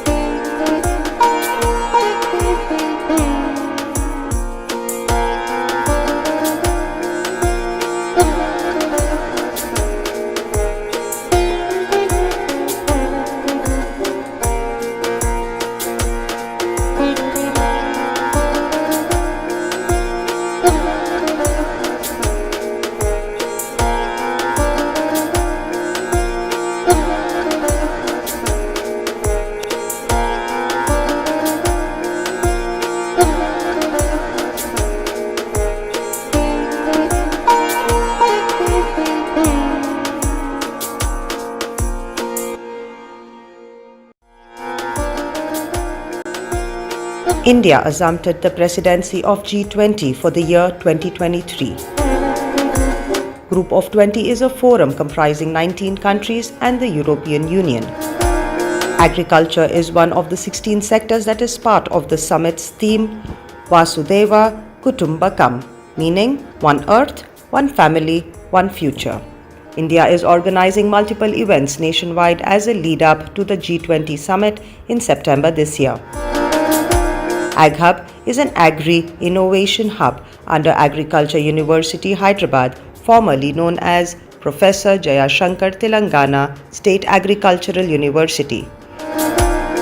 On 29th March 2023, AgHub PJTSAU Hyderabad hosted a one-day workshop titled Building Innovation-Led Entrepreneurial Pathways for Accelerating SDG Reach. AgHub collaborated with Global Development Center, Research and Information Systems, RIS, New Delhi and IKP Knowledge Park, Hyderabad for the event. The highlight of the event was a full-day workshop around current developments in food and nutritional security and climate resistance. AgHub organized multiple sessions that include talks and panel discussion by prominent thought leaders and industry expertise, who shared their insights into innovative ecosystem emerging in the state. Government officials, policymakers, thematic experts, researchers, and innovators participated in curated discussions around SDG goals. The sub-themes at the workshop were food and nutritional security, climate resilience, and sustainability. The day-long event had 4 sessions on thematic areas. Dr. G.R. Chintala, former chairman NABARD, inaugurated the event. While addressing the gathering, he highlighted the need for rejuvenated agriculture. Agri scenario, and it's time for us to relook into what exactly is happening in the ecosystem and how the ecosystem can be nurtured. Who are the players actually playing a very catalytic role in the whole of this thing, and what are the issues really that are plaguing.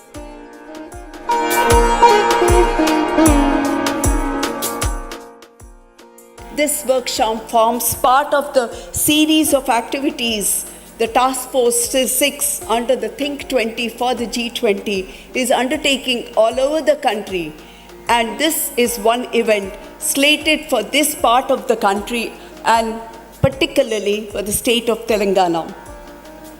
The workshop, just to give you a brief, is very specific to understand the emerging innovations which are coming as novel models, as you could have seen in the exhibition, which was, figuratively and comprehensively informed to all about some of the models which are emerging on their own and coming on.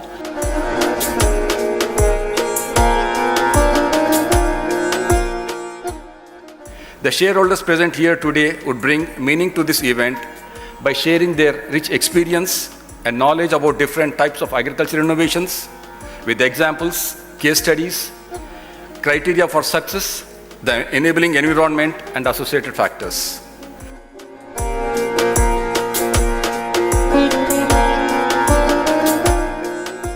In fact, we have developed this Meghdut in partnership with the Government of India, and in fact this is a mobile app and through which weather forecast is delivered to 450 cities. There is another one, Plantix, on which we work with the Indo-German start setups, and in fact it helps farmers to address the diseases, plant disease issues of somewhere around 500 diseases covering 35 plants, and in fact now this is available in 18 languages.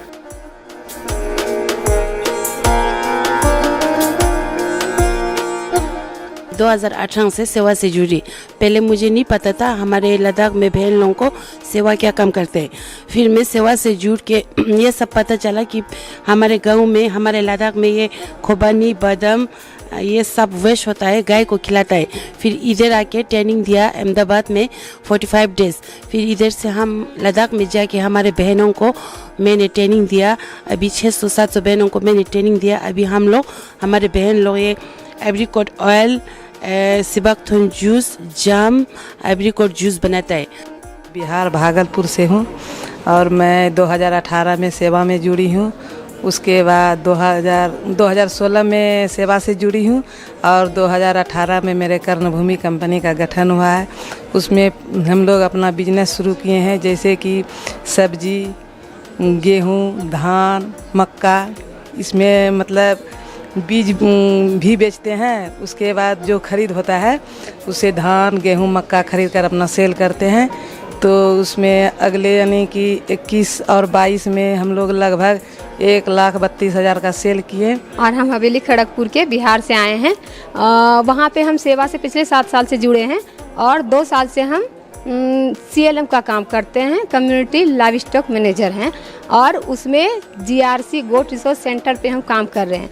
GRC में अभी फ़िलहाल 16,000 बहन जुड़ी हैं, जिसमें कि सब लोगों को हम लोग प्रशिक्षण देने का काम करते हैं कि पहले जो ब्रीड वो लोग रखती थी तो उसमें उसको कितना फ़ायदा था, अब जो रख रही है उसमें उसको कितना फ़ायदा हो रहा है। The program ended with a valedictory session by Mr. Jayesh Ranjan, IAS, Principal Secretary, Department of IT and EC, Government of Telangana State, as the chief guest. In his remarks, he brought out the model of inclusivity and innovation in the state of Telangana and the need for building an enabling ecosystem. In Telugu, this program is called Sagu Bagu, which in English it means betterment of agriculture or improving agriculture or optimally maximizing the returns in agriculture, etc. So what we have done is that we have, for the common crops in Telangana, we have understood the entire cycle of operations that are performed, and all of you are agriculture related professionals. I'm sure you know what I mean. Right from the time that you prepare your fields till you gather all your inputs, till you do the agriculture operations, you manage pests, drought, etc. Then you harvest the crop, then you store the crop, you do some primary processing, then it is taken to the market. In case there is some drought, etc., some natural calamity, you claim insurance. So what we noticed was that every step in this process of the common crops that we decided to work on, there are opportunities of improvement. There are certain inefficiencies which can be improved. AgHub through the event provided an excellent platform for various stakeholders to connect and exchange insights and share developments from across the country.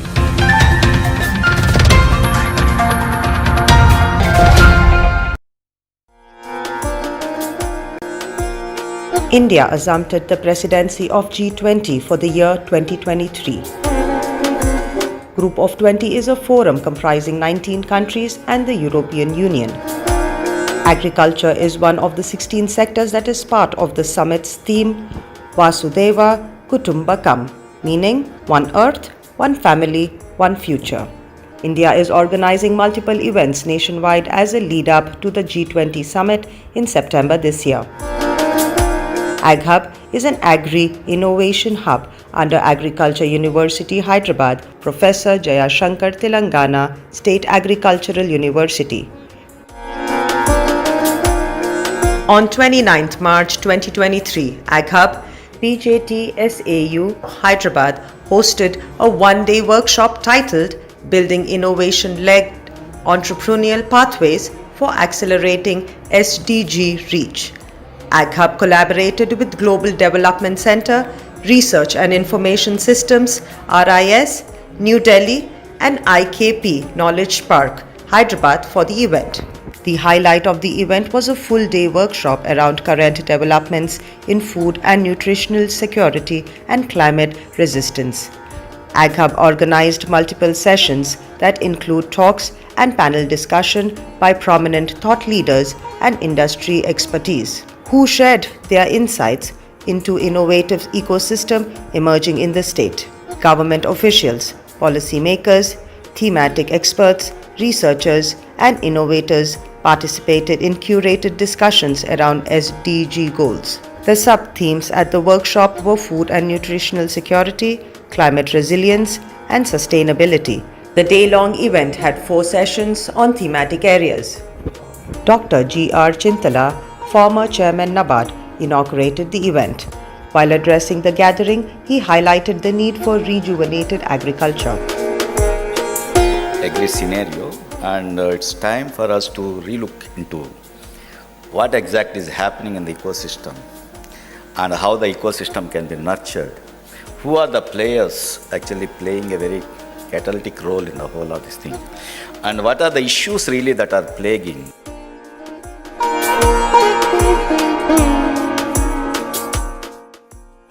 This workshop forms part of the series of activities the Task Force 6 under the Think 20 for the G20 is undertaking all over the country, and this is one event slated for this part of the country and particularly for the state of Telangana.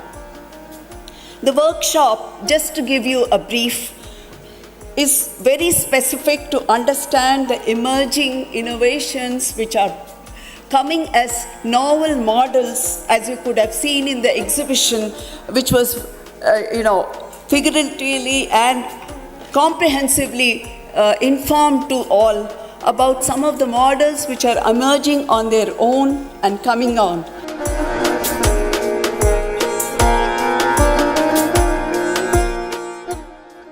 The shareholders present here today would bring meaning to this event by sharing their rich experience and knowledge about different types of agricultural innovations with examples, case studies, criteria for success, the enabling environment, and associated factors.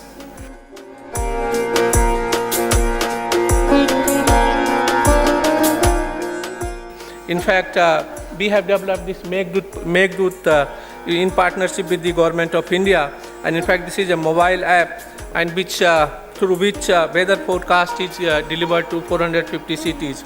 There is another one, Plantix, on which we work with the Indo-German start setups, and in fact it helps farmers to address the diseases, plant disease issues of somewhere around 500 diseases covering 35 plants, and in fact now this is available in 18 languages.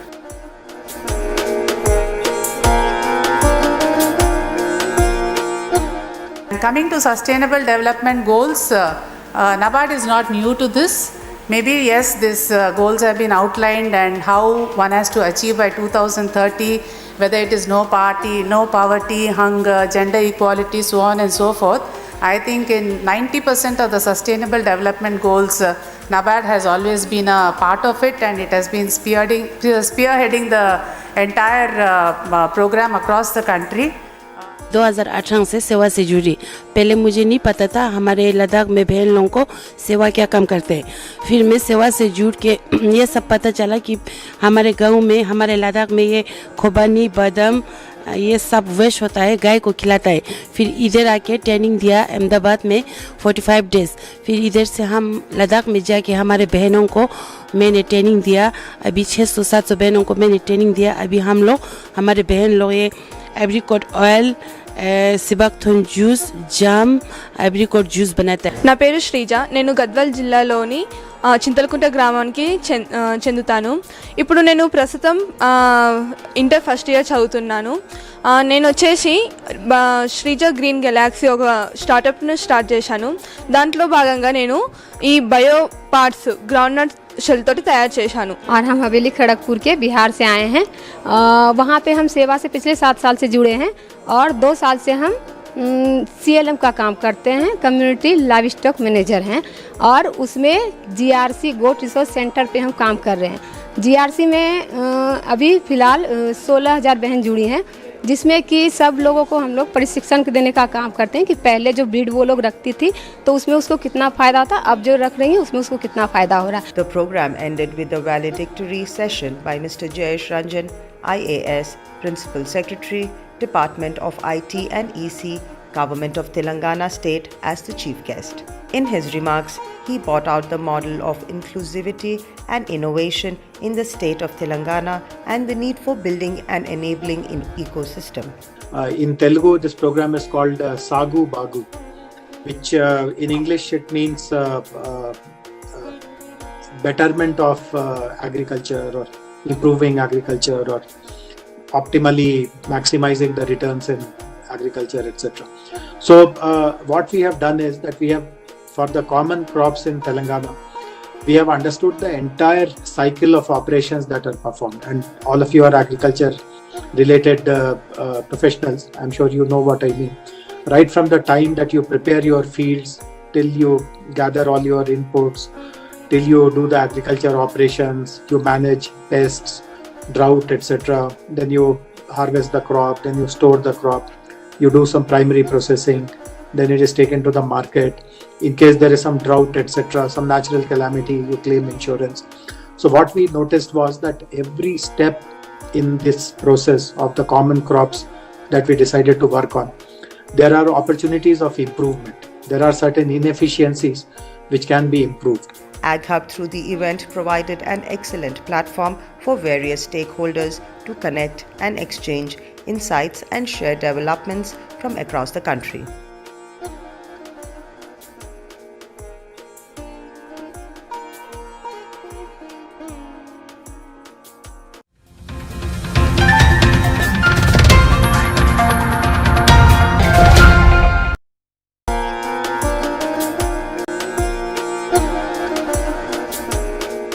Professor Jayashankar Telangana State Agricultural University was established in 2014. It is the youngest agriculture university in the country with the vision to become a one-stop destination for agriculture, education, research and extension. The university has set up AgHub, an agri-accelerator that is structured in a hub and spoke model. The university aims to promote rural entrepreneurship among farmers, rural youth and women of Telangana to encourage agri-food startups. The university has already supported over 45 startups, impacting the lives of over 5,000 farmers in the state. The university hosted Gen Y Meet at its campus as part of ongoing series of G20 event in India. The event was attended by thought leaders, stakeholders and entrepreneurs who are working towards ecological and nutritional balance for the state, country and the world. The event started with series of talks with eminent speakers and experts from agriculture sector. Discussions are indeed very crucial for the TF6 as they form important part pointers as we are engaged in developing a policy document for the T20 and G20. Particularly, we could voice the models emerging in this geography of the country. As you know that G20 Task Force 6 is one of the very critical task forces dealing with the pathways to the Agenda 2030 where we are discussing the progress in the Sustainable Development Goals.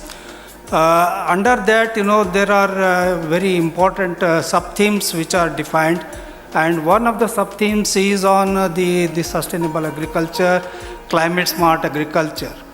I think we'll all agree delivering on the SDGs are the most important to-do list that is facing mankind at this moment in time. And it's really important that we all work together on a number of key issues. Key issues such as sustainable agricultural production, global food supply to ensure everyone around the world, all of us have access to nutritious meals. We also need to look at the underlying drivers of food insecurity. How do we tackle such an important issue? And I certainly believe we also need to look at issues such as how do we utilize research, innovation, and new ways of working to ensure food reaches the most vulnerable across our globe. This workshop provides platform to propose process, pathways and interventions needed to unlock the potential of innovation in agriculture and scaling up with inclusiveness. These are the SDGs goals, 17 SDGs goals on which we monitor how we are doing well with our efforts to ensure that everybody has a food, everybody has good nutrition, our climate change adverse effect is reducing, the climate change, the increase in temperature, the change in the pattern of the precipitation, the frequency of the drought and flood. So my request would be that give millet the place the exact place, the appropriate place, if we have to have better health. Not for the millet, but for our own health. If we have to diversify our diet, if we have to bring better health for the future. Is agriculture on the whole an aging industry? When I say aging industry, I mean that are young people interested in agriculture or not? Is there a way through innovation we can actually get more younger people into agriculture? Can we actually create opportunities through new innovations? So I think we need to think of new technologies that actually can work with small farmers and mid-sized farms. In the agri-tech system, and certainly low productivity has been a challenge. Our complete abuse of our soil has been a huge, big challenge. There is perennially the inadequate access of the small and marginal farmers to market. So there is the intermediary system, which is a big problem. Consumption patterns have changed, population growth and people's movement has changed, and that itself has. And of course, the big elephant in the room, climate change.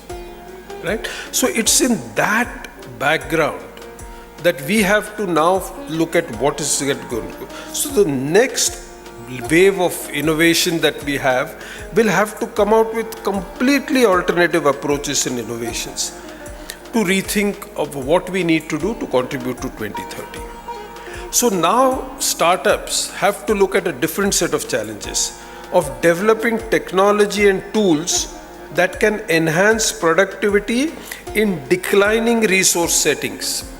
We gave that grant to Ag Hub, and also subsequently we gave quite a lot of catalytic capital also. We are extremely happy that Ag Hub is doing a wonderful job, and the way the innovations have been being nurtured, actually it is very great that we are catching up with the world. The panel discussion had attendees from different sectors related to agriculture. Now, when we want to do things for ourselves as the global south, we do need to first know what do we have. Do we have the expertise that we can share with each other?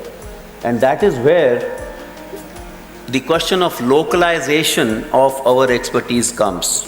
When I come and see what happens in all these startups that showcased their exhibits in the morning when the exhibition was opened, I find that the local problems have been resolved through local solutions by these startups. And this localization has been demonstrated through research also, in the literature also, to be a key component for achievement of the Sustainable Development Goals. What would even be the definition of startups or the terminologies that deal with startup across these G20 nations, so that when we discuss across countries or across nations, we have a common language to speak.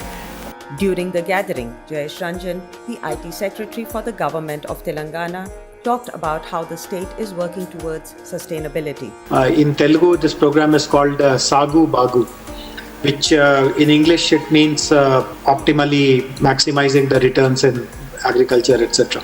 We spend time on seeking technologies which can plug those inefficiencies across all these steps or all the value chain that I spoke about. And we were able to identify 80 odd technologies of different kinds. Some technologies are actually sensor-based technologies, IoT, some are more data-driven, through which we can either improve the production, improve the productivity, or minimize the losses. During the event, an exhibition was held featuring startups that were incubated by the Ag Hub. The founders of these startups also shared their experiences with the audience. I work in an NGO called Seva Bharat. It's a larger umbrella that is supporting entrepreneurs and micro entrepreneurs that are basically women in 18 states of India currently. So we have right now entrepreneurs from 3 states of India. We have from Bihar, then Ladakh and then Gujarat. मेरा नाम छुरुल है, मैं लद्दाख से आया हूँ। मैं food process का काम करती हूँ। मैं 2018 से सेवा से जुड़ी। अभी हम लोग हमारे बहन लोग ये एप्रिकॉट ऑयल, सिबाकथुन जूस, जाम, एप्रिकॉट जूस बनाता है। मैं अहमदाबाद से आई हूँ और मेरा गांव का नाम नाज है, तालुका दोस्त जिला अहमदाबाद से आई हूँ मैं। और मैं सेवा में 2002 से ज्वाइंट हुई हूँ। जब मैं सेवा में जुड़ी बाद में मैं बहुत अलग अलग प्रकार की ट्रेनिंग ली है, जैसे कि फूड प्रोसेसिंग की ट्रेनिंग ली, तो फूड प्रोसेसिंग के लिए रूढ़ी की ट्रेनिंग ली। रूढ़ी की ट्रेनिंग के बाद मैं रूढ़ी बहन बन गई और रूढ़ी बहन बनने के बाद मुझे बहुत सारी चीज़ सीखने के लिए मिली। हम हवेली खड़गपुर के बिहार से आए हैं। वहाँ पे हम सेवा से पिछले 7 साल से जुड़े हैं और 2 साल से हम CLM का काम करते हैं, कम्युनिटी लाइव स्टॉक मैनेजर हैं और उसमें GRC गोट रिसोर्स सेंटर पे हम काम कर रहे हैं।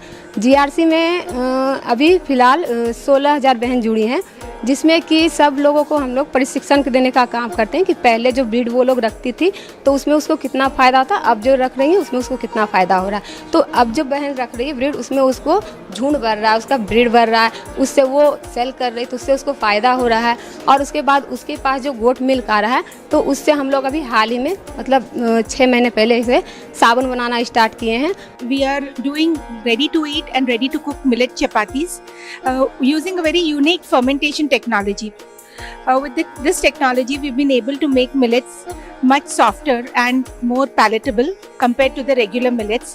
And we've also been able to increase the shelf life to 3 times without the need to use any preservatives. We had come up with a product that was developed in the kitchen.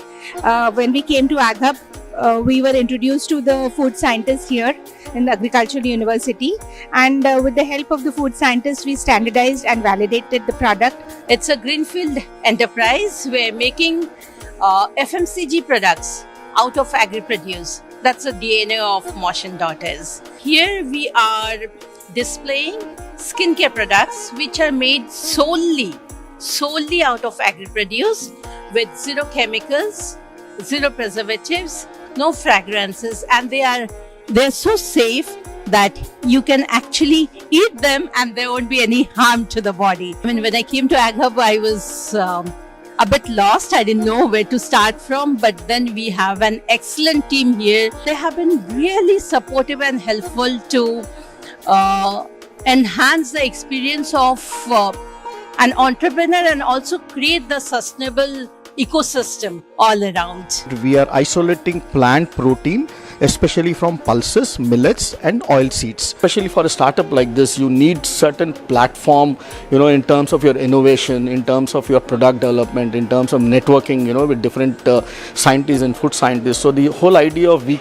coming to Aghab and to incubate there was in terms of the product development. Second is in terms of networking with the stakeholder. And we build electric farm machinery for paddy and poultry farmers. And our special, we modernize the farming with indigenous solution on local problems. So our current products, we have a poultry raking machine, paddy transplanter, paddy weeder and brush cutters, and all are electric driven. And we are the 2 products are already in commercial stage. Other 2 products are in piloting stage. We and Aghab are the Agritech Innovation Pilots. We are connected through a pilots program. We are conducting upcoming pilots with the Aghab. ఈ bio parts groundnut shell తోటి తయారు చేశాను. సాధారణంగా నర్సరీలో మొక్కలు పెంచడానికి plastic కవర్స్ను ఉపయోగిస్తుంటారు. వాళ్ళు ఉపయోగించే ఆ ప్లాస్టిక్ కవర్స్ అనేటివి సింగిల్ యూజ్ ప్లాస్టిక్. వాటి వల్ల పర్యావరణానికి చాలా అంటే చాలా హానికరం జరుగుతుంది. కాబట్టి ఈ విషయాన్ని నేను గమనించి నేను ఈ సమస్యకి ఏ విధంగా కానీ సొల్యూషన్ కనుగొనాలనే ఉద్దేశంతో ఈ మా గ్రామంలో అగ్రవేస్ట్గా ఉండే అధిక మొత్తంలో దొరికే గ్రౌండ్నట్ షెల్ని ఎంచుకున్నాను. ఈ హ్యాగప్ వాళ్ళు ఏం చేసిండ్రు అంటే ఆ గ్రాంట్కి సపోర్ట్ ఇచ్చిండ్రు. Chili farmers facing the lot of problems with the trips, black trips. It is called as a black trip. The scientific name is Thrips parvispinus. These thrips, it is attacked during the flowering stage. So due to this, there is no production of red chili. The bug also, it is resistant to the chemical pesticides. So we are trying to, in India, we are first time you are using the biosurfactants in the different technology. We are the production of the biosurfactant. We are using the killing these black thrips through our biosurfactants, the different technology. At Transity, our focus is to enable farmer cooperatives, self-help groups and other foundations to become sustainable agri-businesses. We do this by providing them a digital platform through which they can digitize every element of their operations. And number two, we provide them market access. We have been part of the AgHub cohort for Agri-Tech Innovation Pilot Program. So through that program, we actually got an opportunity to work in the Nizamabad cluster, which is a turmeric cluster. So AgHub has helped us to, through its Krishi Vigyana Kendras and research stations that are available. So we were able to actually get to the ground level, understand the ground level realities, understand what is the expectations over there, discuss about our solution, make changes and refinement, and then kind of iterate on our model. So we started in 2020 with a supply chain traceability using blockchain. Right now we are a progressive company into the climate tech using Web3 blockchain technology. Through AgHub, we have created a bigger impact for 40,000 farmers in Tandu region, getting their GI, geographical indication for their Tandu dal, what they produce. So this is impacting around 40,000 farmers, improving their lifestyle. This is the biggest contribution. How to get nutritious food while by not affecting environment in a negative way. So that's why we are offering end-to-end bioorganic solutions for chemical-free agriculture. My association with AgHub has also become important for another reason. We started our distribution operation in Andhra Pradesh and Telangana last year. So I needed to have a base here. I need to understand the ecosystem here. I need to get market connect, all kind of support. Today I'm so happy to see not just Kalpana ma'am, different professors, different scientists came to our stalls, discussed and encouraged us.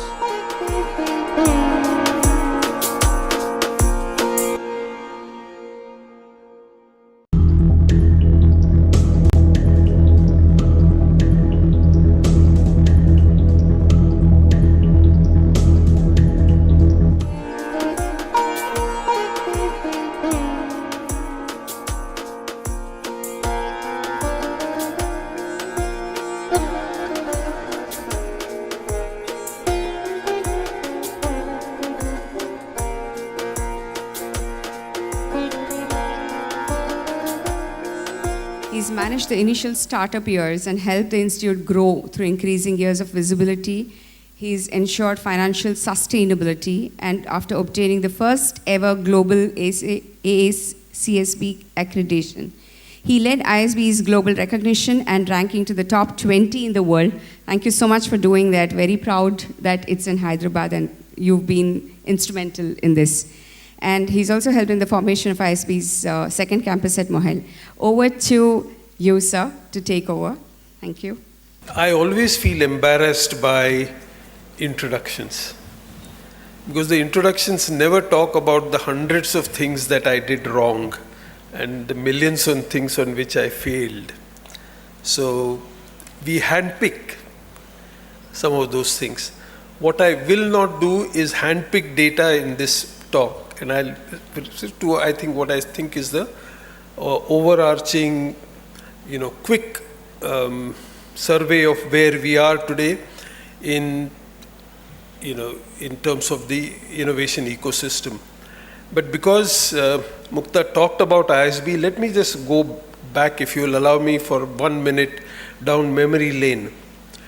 When I came to ISB, in ISB, one of the first things we did was that we should focus on entrepreneurship and innovation. And there was nothing, those of you who were here in 2003-04, and I think IKP had just about started a few years ago, and it was more there in life sciences. There used to be that big board when you came down the stairs at the airport, which was the first thing I remembered about IKP.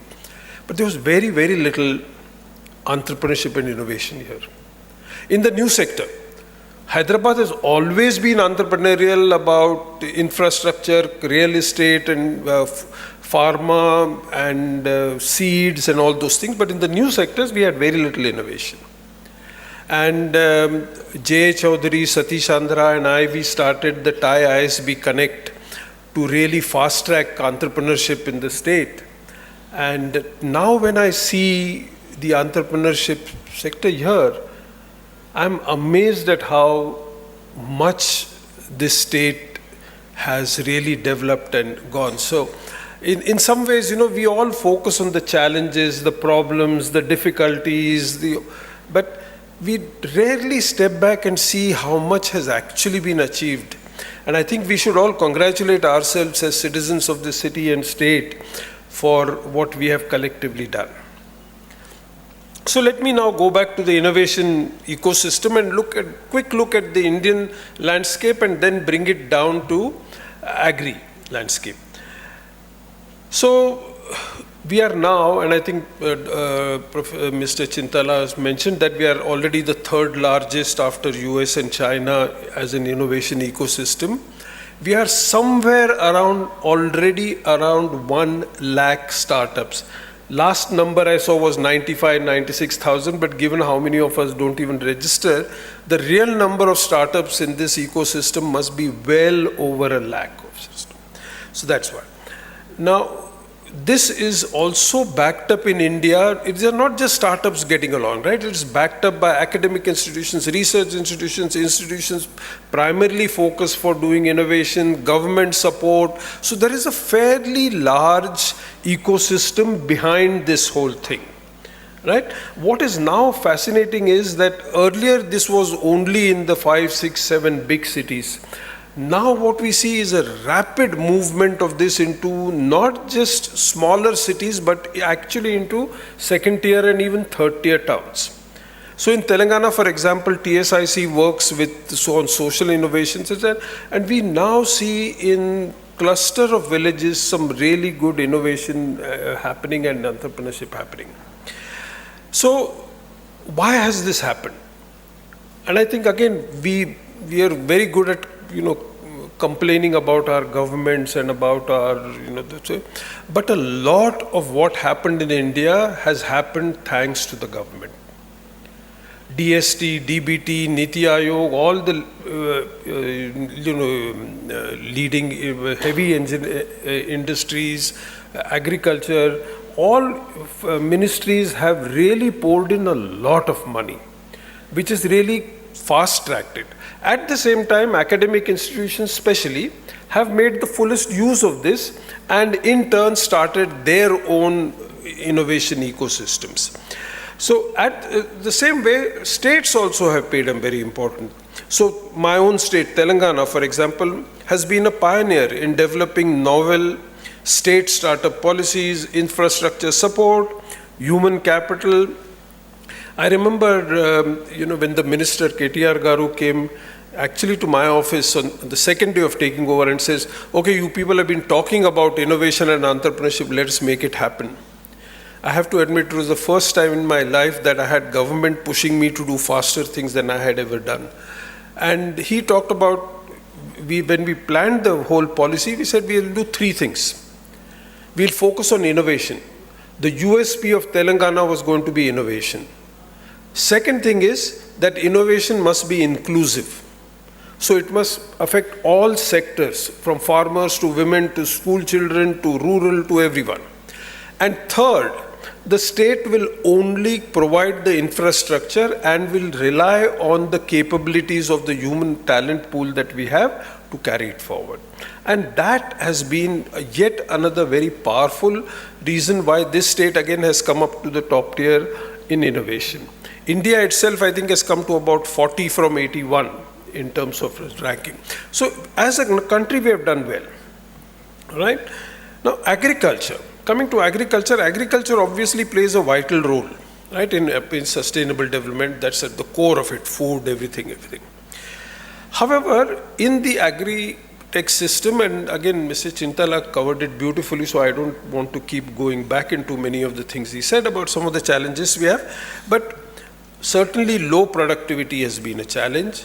Our complete abuse of our soil has been a huge, big challenge. There is perennially the inadequate access of the small and marginal farmers to market. So there is the intermediary system, which is a big problem. consumption patterns have changed, population growth and people's movement has changed, and that itself has. And of course, the big elephant in the room, climate change. Right? So it's in that background that we have to now look at what is going to go. So the next wave of innovation that we have will have to come out with completely alternative approaches and innovations to rethink of what we need to do to contribute to 2030. So now startups have to look at a different set of challenges of developing technology and tools that can enhance productivity in declining resource settings. This is not when there is going to be less water, less power, maybe poorer conditions of soil, variable climate. How do we in those kind of circumstances do it? So that's one. Second thing is, in agriculture especially, startups cannot focus on just their profitability. Startups have to focus on the well-being of small and marginal farmers. So a startup which makes a lot of money but does not do a lot for the small and marginal farmer is not playing a societally important role. And I think agriculture startups will have to look at societal benefits as an equal target in order to financial stability. So fortunately, the agri-tech innovation system has also benefited from the government initiatives. We found on Traction some 2,000 agri-tech startups and more than 80 business incubators associated with agriculture and research institutions in this segment, which is very, very impressive. In which we evaluated almost 2 years ago, right, more than 2 years ago, we evaluated a large number of these and we came out with 86 startups which were very promising and which covered the entire spectrum from inputs, actually from crop planning to inputs to production, which is actually all the harvesting, post-harvest, storage, price discovery, processing and value add, distribution, weather forecasting, cash flow based farmer loans and more. So one great thing that we see about agri-tech innovation is that it covers the entire spectrum. There is no, so if you look at the value chain of agriculture, there is nothing where we say, oops, there doesn't seem to be any innovation happening here. So that's the great found part. And again, that has been helped a lot by the industry, a lot by the government, educational institutions like PJTSAU and others. However, there are still some major challenges why we are not able to. And the big challenge in that is data. There is simply no easy and access to standardized digital agriculture data. Now, agriculture data has its own complications, right? If you look at all the weather and other things, that's central data. It happens to be here in Hyderabad, but it's still central government, atomic energy department data. Then the states have their own data. Then the banks and NABARD and people like have their own data, right? Now, increasingly, some of the startups are actually doing things like taking their drones and going all over and collecting their own data. And then the data definitions across the states are different. Some data is completely missing. Like in many states, who is the actual tenant who is tilling the soil is not known. We know who is the owner, and the owner half the times is sitting in the US or somewhere else and just getting the money that the government gives, right? So we have many challenges. There is not even a standardization, and most of you know that anyway, that there is no standard. When I grew up, there was a film called Do Bigha Zameen. And much later I realized that bigha didn't mean the same thing in different states even. So, and most of this data is manual. So unless we can digitize and standardize agri data, we have a problem. So that's first problem, right? Then for those of us, so if I look back and say, if these are the kind of problems, the second big problem is actually accessing the small and marginal farmer, because access to small, even with FPOs, and by the way, FPO movement is yet another thing that all of us must strengthen. Because when we strengthen that, the small and marginal farmers collectively will have a great opportunity to be able to be equal market players in the ecosystem. Right? So if I stand back and say, therefore, what is it that we need to do? I see that for us, and for us who are enablers of this ecosystem, I see three important factors. One is to create an agri-data stack. And we've seen what has happened to the payment stack. UPI and payment stack just completely transformed. See, the center is already talking about a health stack, which is again a wonderful thing. And already there is beginning of discussions on agri-stack. And agri-stack again will have to have people coming in from the center, from the state, from the startup community, from all of us, from educational institutions and so on. So there is an extremely important contributor to innovation ecosystem will be an agri-stack database. And it will obviously have all the issues of protocol, who can have it. But by now, I think India has got that understood. Thanks to UPI and all the things they have done there, we understand how to use these public, data basis and for both societal goods and so on.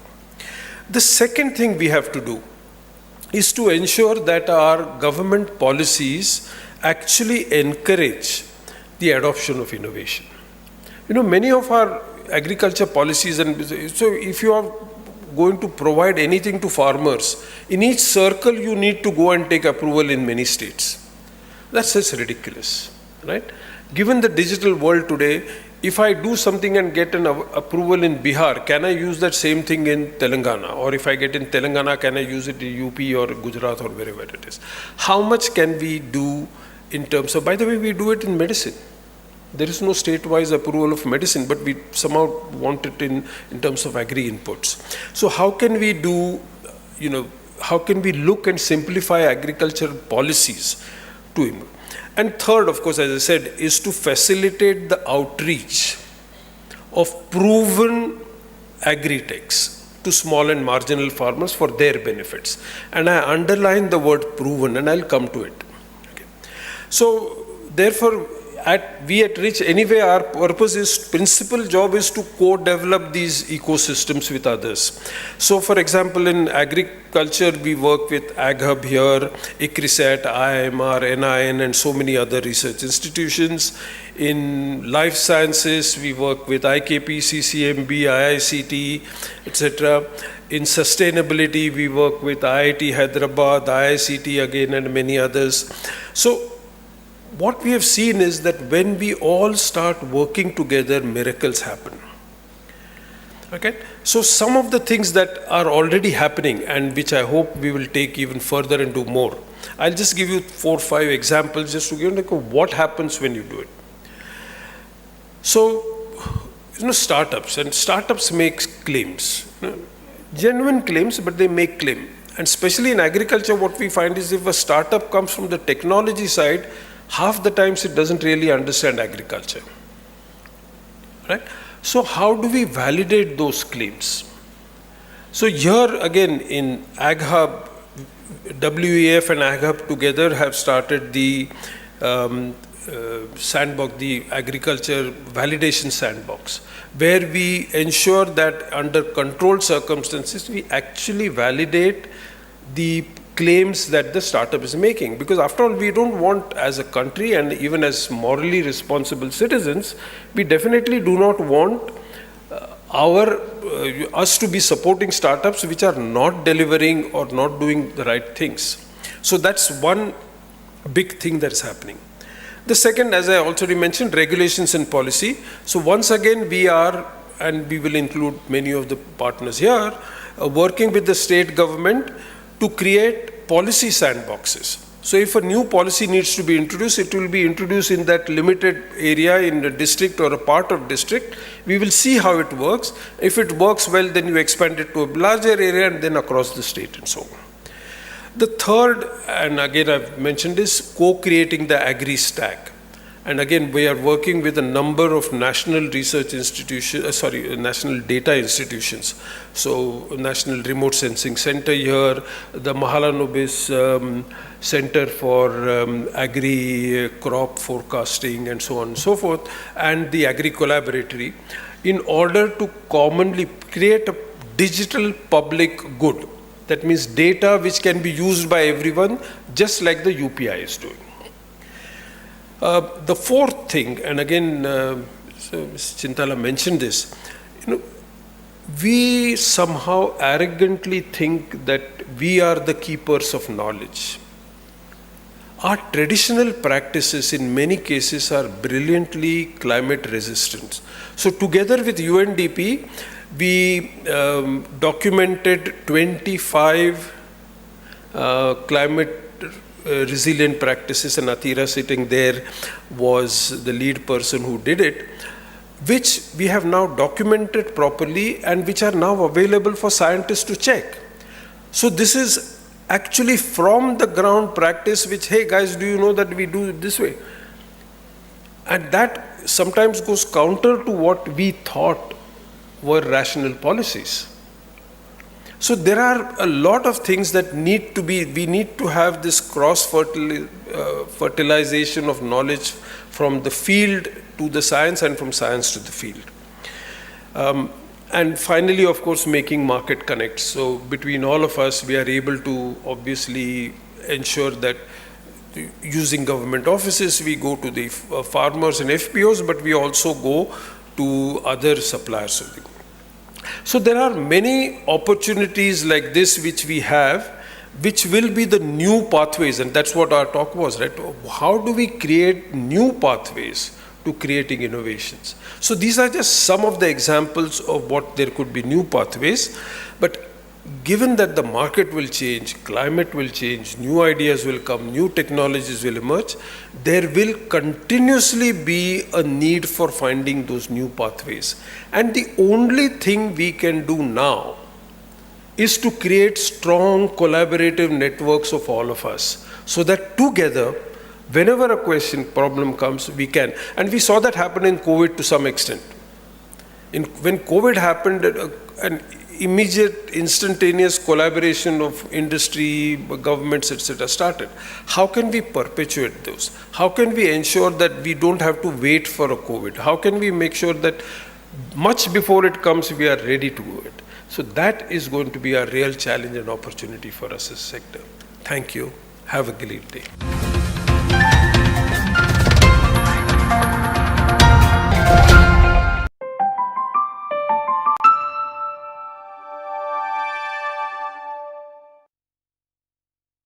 नमस्ते, मेरा नाम अंशुया है। मैं अहमदाबाद से आई हूँ और मेरा गांव का नाम नाज है, तालुका दोस्त जिला अहमदाबाद से आई हूँ मैं।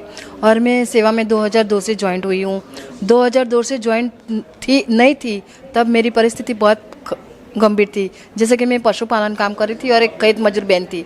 जब मैं नई सेवा में जुड़ी थी तब मैं घर से बाहर नहीं निकल सकती थी, बहुत मुश्किल काम था। लेकिन जब मैं सेवा में जुड़ी तब मेरा बहुत सारा शक्ति विकास हुआ। जब मैं सेवा में जुड़ी बाद में मैं बहुत अलग अलग प्रकार की ट्रेनिंग ली है। जैसे कि फूड प्रोसेसिंग की ट्रेनिंग ली, तो फूड प्रोसेसिंग के लिए रूढ़ी की ट्रेनिंग ली।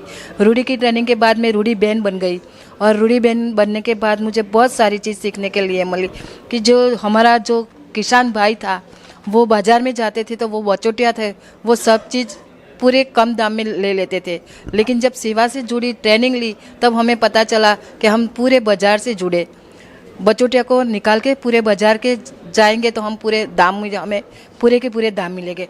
बाद में हमारा वो सेवा का एक प्रतिनिधि चुना, वो गांव-गांव में जाके किसानों को समझाता है कि क्वालिटी पसंद करता है कि कैसी क्वालिटी, जो अच्छी क्वालिटी हो तो पूरा दाम मिलते हैं। बाद में बहनों को भी ट्रेनिंग देते हैं रूढ़ी की कि कैसे प्रोसेसिंग करना है, कैसे साफ़ सफाई करना है, कैसे पैकेजिंग करना है।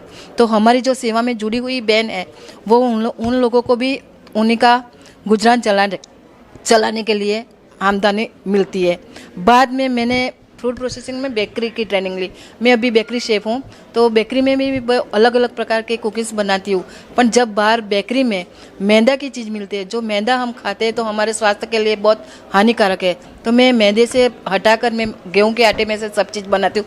जैसे कि अलग अलग प्रकार का कुकीज़ बनाती हूँ, पाव, बन, ब्रेड, पिज़्ज़ा बेज। क्या कि ये नए जनरेशन में सब लोग बाहर के पिज़्ज़ा खाते हैं, तो पिज़्ज़ा बेस भी मैं गेहूं के आटे में से बनाती हूँ।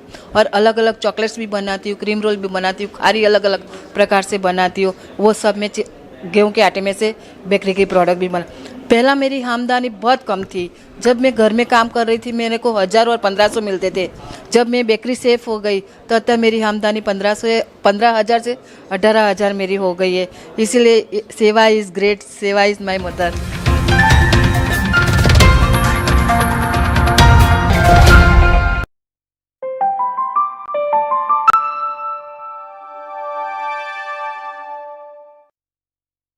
We are talking about SDGs, Sustainable Development Goals, good health, good environment.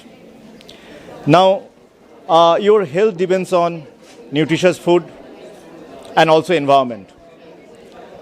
And how to get nutritious food while by not affecting environment in a negative way. So that's why we are offering end-to-end bioorganic solutions for chemical-free agriculture.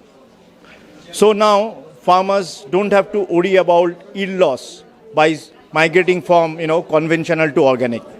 So they will get an equivalent yield to conventional, if not more.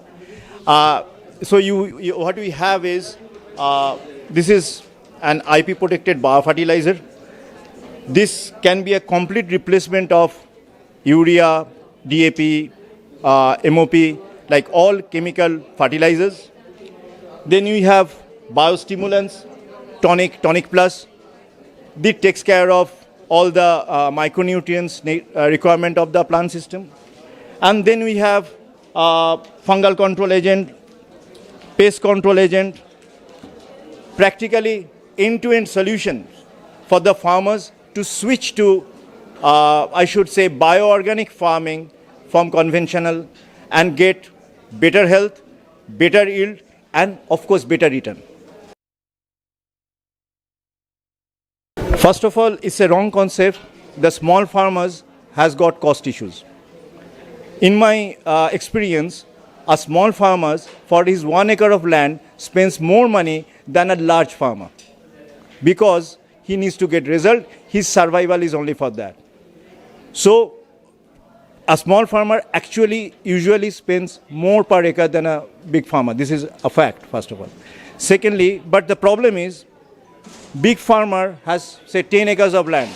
He can still take a chance of doing a trial on 1 acre of land. But a small farmer who has only maybe 1 acre, 2 acre of land, it will be difficult for him to even do the trial. So that is the only issue we have. About the price, even a small farmer in his say conventional field, say for paddy, in South India, if we say Andhra Pradesh, a farmer for 1 acre of paddy is spending between 8 to 12,000, 15,000 even for rabi crop paddy. Ours depends on the soil condition, but it's in between 8 to 12,000 only. So in the first season anyway, we have to match their conventional cost. Our cost cannot be more. But most interestingly is, if our cost in first season is 12,000, second season it will be 10,000, third season it will be only 8,000. So our cost of production will be coming down every year. Whereas the farmers will get equivalent and more yield. Not just that, if he can get, if one can create an ecosystem where he can get a better price realization for his residue-free produce, he will be even making more money than that. So this is how the thing works. It is not about that, in one go, you suddenly see a massive result. It is not magic. So in the first season, we will guarantee you uncompromised yield. That means your yield will be not less than conventional. And you see, I'll just explain you. Well, this is the trial data done by the Tata Tea in their plantation. We are not even we had no access to the garden. This is the trial data. 2% more yield over conventional. This is cotton, the most pesticide intensive crop, cotton. This trial was done by Indocount. You see 21.5% more result. These pilots were done with social alpha in UP. In sugarcane, we are consistently giving tallest sugarcane in the village. With paddy, this Kala Namak paddy during the social alpha pilot, this person got 59 tillers. Can you believe 59 tillers? Normal tillers is 20 to 30, 40 maximum. This is paddy in Gorakhpur. And the most important thing, in most of the places, farmers report zero pest problem. This year in UP, there are major issues with sugarcane. Our canes are still standing tall. Just last week, the farmer got harvest of 450 quintal, whereas the neighbors have not even crossing 300, 350 maximum. So we have been able to increase the yield by shifting from conventional to our kind of organic. See, I mean, this company was incubated in 2020 December, but this biofertilizer was patented in 2012. We have been doing the product and protocol development from 2013 to 2020. And another anecdote I should give you, this biofertilizer is a consortium of microbes. And if you know, under the FCO order, they banned mixing of microorganisms to be called as fertilizer. So when we started using product development, protocol development, we used to distribute it as soil modulator, because it cannot be called as a fertilizer, because the moment you mix microbes, according to them, it is no longer a fertilizer. So we are already ahead of time. So in our country, sadly enough, if you are 10 years ahead of your time, it's not always a good thing. You got to pay price for it. So we are just struggling and making it acceptable to the people. It will take its own time, but we are also looking for our organic growth. So we are a result-oriented company. Today we are standing here because we started validation with AgHub. See, I mean, I got introduced to Vijay sir through, I was part of SIIC cohort, so that's how I got introduced to him. And then I realized that AgHub is doing validation. So that's why I became a part of AgHub last year. We started doing validation. And lucky enough, we got selected for BIRAC IKP Agri-Grand Challenge this year. So AgHub will be my deployment partner. So we are starting another validation this season now. So, and my association with AgHub has also become important for another reason. We started our distribution operation in Andhra Pradesh and Telangana last year. So I needed to have a base here. I need to understand the ecosystem here. I need to get market connect, all kind of support.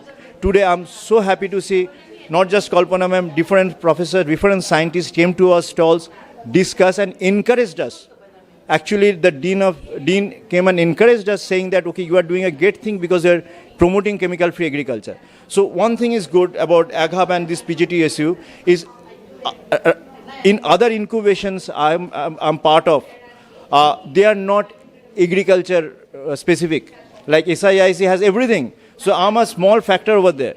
Here is only agriculture. All we see around is other friends were like me with a lot of passion doing something related to agriculture. So even today in the session, I expressed my wish that, some of our startups can do a combined project together in PGTSU so that it becomes an ideal model. Like TraceX, Madhur Drones. TraceX identifies, use our solution, Madhur Drones implements. I'm just giving you an example. Okay, Seva markets. Just imagine. If we can create an ecosystem and a model, even in AgHub with PGTSU's land, next event you have like that, you take the dignitaries to one plot where 4 or 5 startups have collaborated. So this is possible in AgHub because with Kalpana ma'am and Vijay, they are both very dynamic people. They are very open people. And they're very focused on agriculture. They both know the realities, ground realities, academia very well.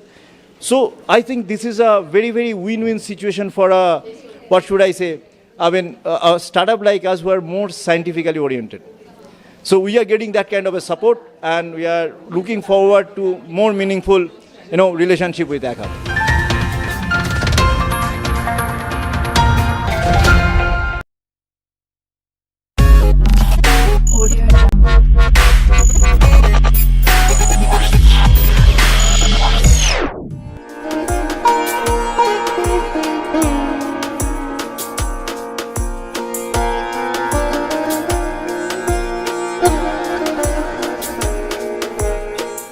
We are the manufacturing of biofertilizers and biofungicides and bionemaicides and all other sustainable agri inputs.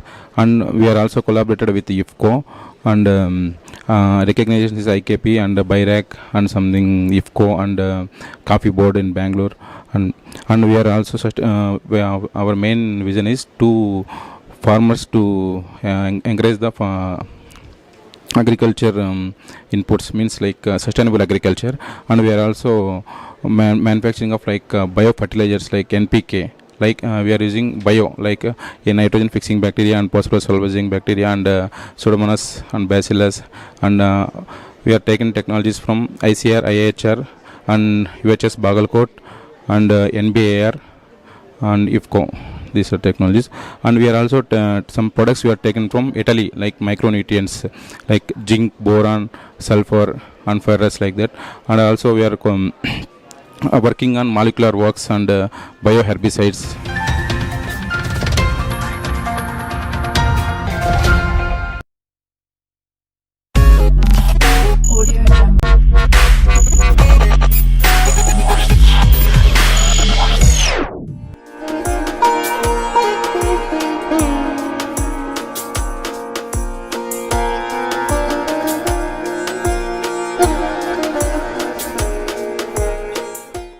Sadhanaran Reddy. I'm a product training manager in Country Chicken Co. So Country Chicken is India lone first retail outdoor store in Hyderabad start chesam annamata. So present Hyderabad lo 4 stores unnai. So one is Pragati Nagar and KPHP Colony and Dilshik Nagar Kottapet and Manikonda 4 stores. So we are as soon as possible remaining within 2 months lo 8 stores plan chestunnam city lo. So city lo total వచ్చి 12 stores plan చేస్తున్నాము. So దాంతో పాటు మాకు entire south ఇండియాలో 15,000 plus మాకు farmers type ఉన్నారనమాట. So ఫార్మర్స్కి ఏమంటే chicks ఇస్తాం, మేము ఇంటిగ్రేటింగ్ చేపిస్తాం అండ్ మళ్ళీ బైబ్యాక్ చేస్తాం.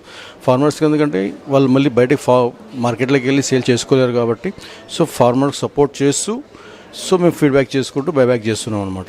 So at the same time మా స్టోర్స్లో అన్నీ వచ్చేమంటే జీరో ఫుల్ స్మెల్లింగ్ ఉంటుంది. స్టోర్స్లో స్మెల్ అనేది ఉండదు. మా దగ్గర only country chicken eggs, country chicken brown eggs, country chicken eggs and country chicken pickles మట్టుకే సేల్ చేస్తాం అనమాట. ఐహబ్ మాకు బాగా సపోర్ట్ చేస్తుంది. ఐహబ్ మాకు సపోర్ట్ చేస్తుంది, ఐకార్ ఒకటి సపోర్ట్ మాతో చేస్తుంది, ఎన్ఆర్సీఎం మాకు సపోర్ట్ చేస్తుంది, గవర్నమెంట్ ఆఫ్ తెలంగాణ మాకు సపోర్ట్ చేస్తుంది. సో మేము as soon as possible with in February మంత్లో విత్ మే ఎండింగ్ లోపల we're planning to the pan India. So go for first Bengaluru మేము ప్లాన్ చేస్తున్నాము. After that entire in pan ఇండియాలో మేము స్టోర్స్ అన్ని ఓపెన్ చేయాలని, ప్రీమియం స్టోర్స్ అని ఓపెన్ చేయాలని చేస్తున్నాము.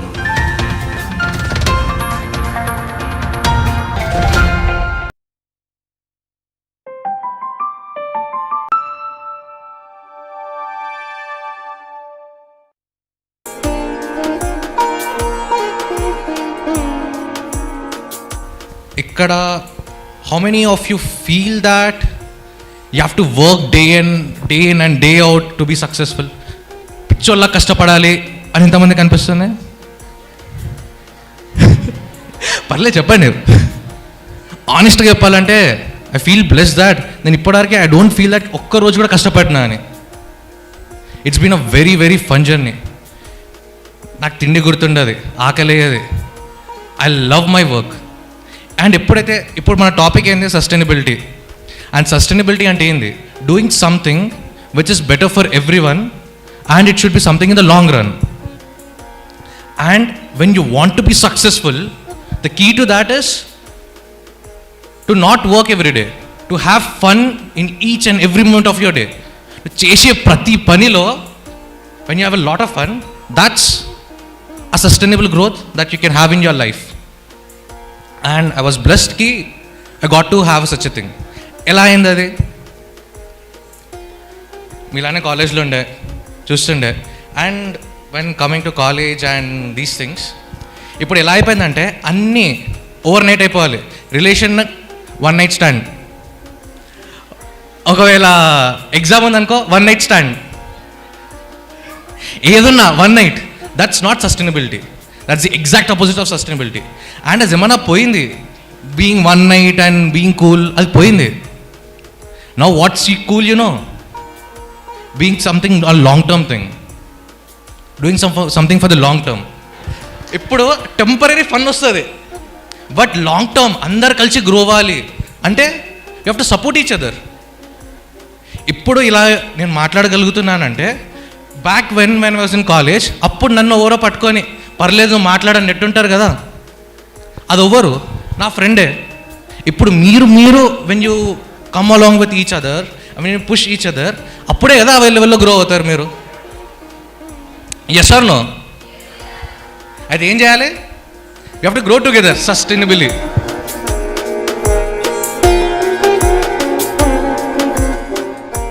And now in 2020s, we are realizing the importance of eating organic. And organic తినడానికి చూస్తున్నాము. బట్ వెజిటబుల్స్ గురించి అంత ఆలోచిస్తున్నాం. ఇక్కడ ఎంతమంది నాన్ వెజ్ తింటారు? ఓ వావ్, పక్కా హైదరాబాద్ అనిపిస్తుంది ఇప్పుడు. ఎంతమంది నాటుకోడి తింటారు? awesome. So back when ఇన్ని ఒక 40-50 yearsగా we understood the importance of organic and we are eating organic. But మన చికెన్ తింటున్నాము, రైట్? చాలా ఇష్టంగా తింటాము, KFC కానీ ఏదైనా ఇలా తింటాము.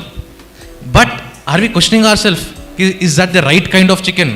అది ఆర్గానిక్కా కాదా అని. ఎలా పెరిగింది, ఎందుకు పెరిగింది? నార్మల్ ఒక నాటుకోడి పెరగడానికి 120 days పడుతుంది, రైట్? ఇప్పుడు మనం తినే వైట్ కోడి, it's being grown in just a span of 30 days. 120 ఎక్కడ, 30 ఎక్కడ? The huge difference, right? So that's what we are trying to revolutionise over here. Many things that we do today are not headed in a sustainable direction. ఎప్పుడైతే I understood the importance of it, ఏదైతే benefits కనిపించాయో, when I saw all those things, I was really taken a back. And the a వేలో అయితే మనం ఇప్పుడు chicken consume చేస్తున్నామో and what's happening, when I thoroughly understood that, I decided to do something about this. And that's when we started revolutionizing the chicken consumption of India. And here we have taken few initial steps and we are growing further. If we see, ivala manam sustainable growth gurinchi maatladutunnam, and here it's sustainable growth versus profitability anetidi, I've saw it somewhere. But the reality is, sustainable growth and profitability, it's not reverse. Everything business antene profitability, yes or no? And sustainable growth and profitability, sustainable growth lo ekko profitability undi.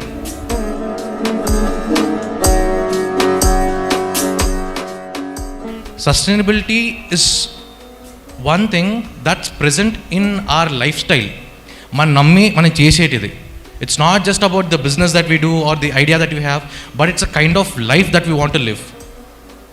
And when we have that thought process, whatever we touch, whatever we do, it will translate into the same thing.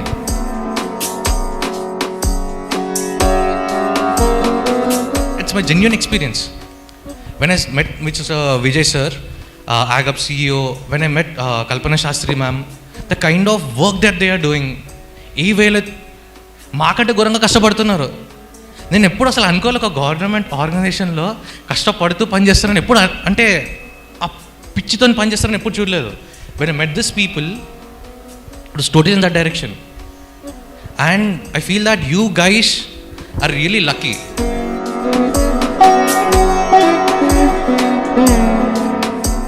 If you really want to have fun every day of your life, I strongly suggest you to pursue your entrepreneurial spirit. ఏదైతే మీకు start చేయాలందో, when you have to do something of your own, you have to channelize your energy in that direction. And ఇక్కడ మీకు channelize చేసుకోవడానికి you have the best of best resources available. After starting my journey, ఒక 1 year తర్వాత I'm at AGAP. But you have that opportunity even before starting. మీరు just ఒక step ఇలా ముందటికి ఇస్తున్నా అంటే they are present with you. That's the kind of advantage that you have, and that can totally change the outcome of your of whatever you like to do.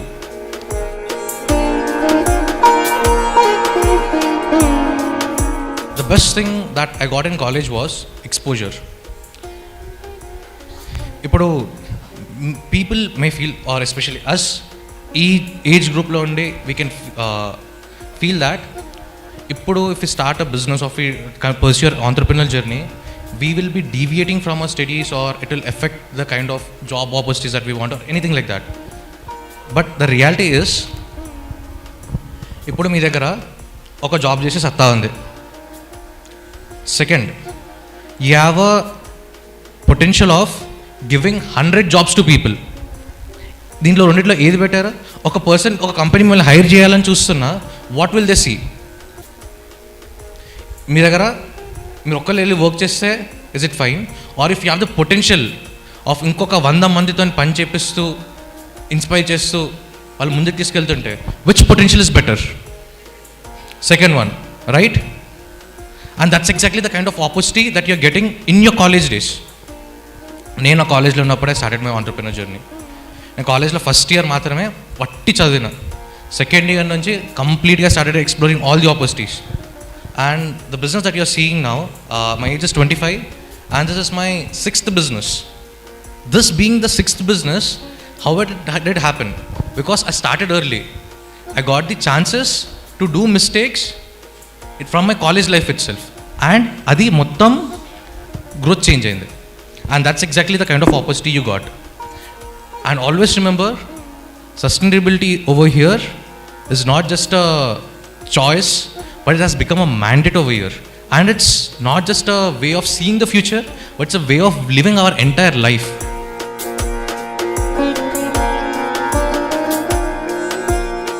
Okay, so I want you all who are present over here to not just listen and gurtupatti marchipovam kaadu. I also want you to inspire others. Share the things that you received from here, share it on social media.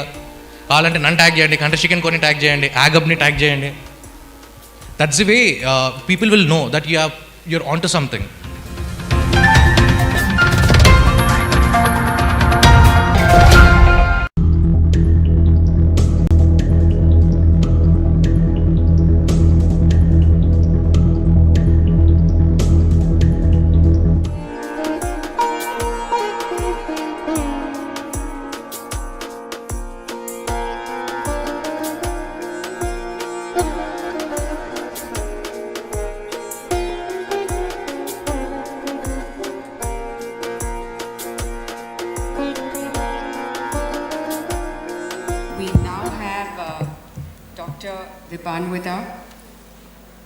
She is the chairman and the CEO of IKP Knowledge Park, and she's developed the first life science research park in India in Hyderabad, and she's pioneered a hardware product incubator and makerspace IKP Eden in Bangalore, and she works with Indian and global partners to nurture and fund over 700 innovation projects and early startups. Such a pleasure to have you here, ma'am. You've been my favorite for a really long time, along with Dr. Kalpana, of course. And she's actually always been a woman achiever for me. And she has also got this recognition in 2017 by Asia One Business magazine, and Woman of the Decade in Life Sciences, well deserved. And after brief stints as an engineering faculty at BITS Pilani, she took over the freelance science writer for children, but I think it's her passion towards research and looking at innovation and getting innovation to the market space is something that drives her presence and her work throughout. She's just returned from a sojourn in Sikkim. So over to you. Thank you so much, ma'am. And while we have her here today, she's going to be talking about navigating innovation, maze in life sciences, and agri-food technology basket. Over to you, Dr. Dipanita. Think 20 platform, and Dr. Tadas is here. I don't see Kalpana, but I'm sure we can discuss this with Kalpana. what would be that communique at the end of our presidency, and what does agriculture, the task force 6 of Think 20 would talk about? Is there anything through this sideline event that can go into building that communique? I thought if we have to talk of agri-food systems, 5 or 6 things come to my mind. One is the dichotomy between the aspiration of producers versus needs of consumers. Consumers need good quality food and agri-products at affordable prices. Producers, farmers, they want their products to be profitable. So there is this inherent dichotomy that can startups and innovation solve a problem like this. The second thing that strikes me is demographics. You know, I was reading a paper and I see that in UK, for every farmer of 40 years age, there are 3 farmers that are of age 65, which means, and there are other data, I'm not going to get into those data. I don't have the Indian data though. And that basically says that is agriculture on the whole an aging industry. When I say aging industry, I mean that are young people interested in agriculture or not? Is there a way through innovation we can actually get more younger people into agriculture? In India, of course, we know probably that's still not true. There are a lot of people in agriculture, but is it by choice or because there are no other opportunities available to them? Can we actually create opportunities through new innovations? The third thing that strikes me is that the environmental concerns, huge climate change concerns and so on and so forth, and the economics and profit that drives agriculture and livestock farming and so on and so forth. Where is the balance? Can innovation bring in that balance? Through technology, through new ways of looking into it, can we actually bring about a balance? And I was seeing that in industrial farm pollution is a large issue and a large problem. When I say industrial farm pollution, I can give you an example, and I'm not only talking of India because this is a G20 sideline event, I'll talk of the member states also. Spain, there's data that the pig manure that comes from all industries actually contributes to 50% of their land and water pollution. That is huge. So how do we deal with industrial farm pollution? I saw technology that there is this for poultry, there's a raking system that they've made, I don't remember the name of the startup, which basically is churning the soil so that, and it's done every day, so that the excreta gets mixed, and after 45 days, he said, they'll change the soil. So I think we need to think of new technologies that actually can work with small farmers and mid-sized farms. Environmental concerns, of course, everyone has talked about. I'm not going to deal with that. But the other thing that really bothers me or when I was reading, it's bothering me, because we deal with innovations. And when we deal with innovations, we very well know the position of India in the Global Innovation Index. And Mr. Ragnekar referred to it. We are 40. In 2022, we are ranked 40. A startup Blink index for startup, as a startup index, India is ranked 19th.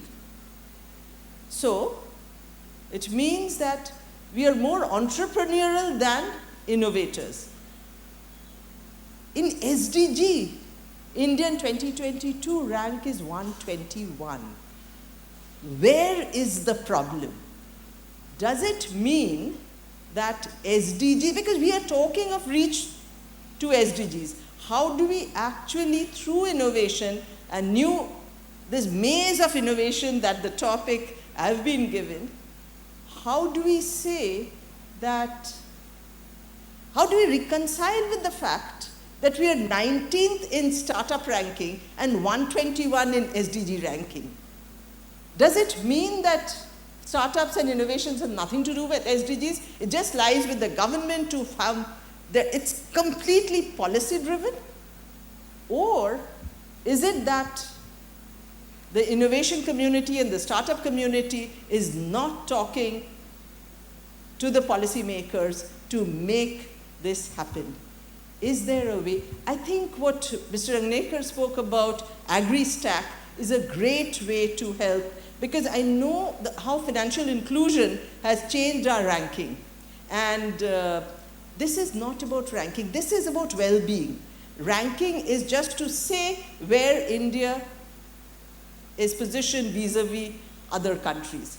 And if you look at, again, our G20 nations,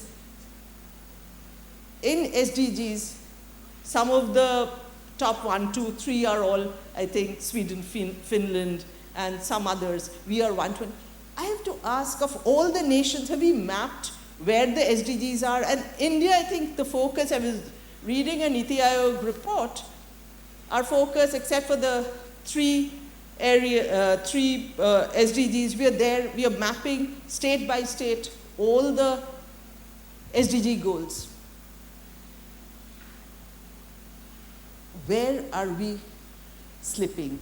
Where are we not able to cope up? Is there a concerted effort to bring startups and innovations through, because agriculture is a focus area here, so agriculture and sustainability, can we actually see how we can impact SDG through innovations in agri-food systems and sustainability?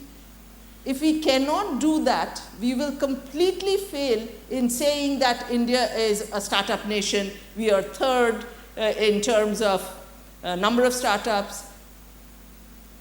What are these startups doing if you cannot impact life? Because SDG is one of the acknowledged ways of measuring how we are doing as a nation in terms of providing all citizens the benefits of development.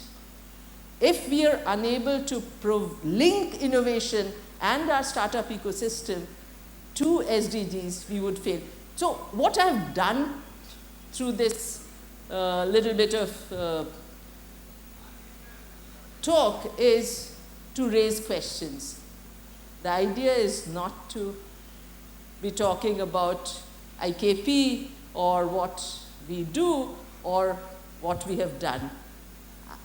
The purpose for me today is to raise questions about what we can do to work with our innovation ecosystem to make agri-food systems, sustainability, and SDGs, these three things that have been the topic of our conversation today.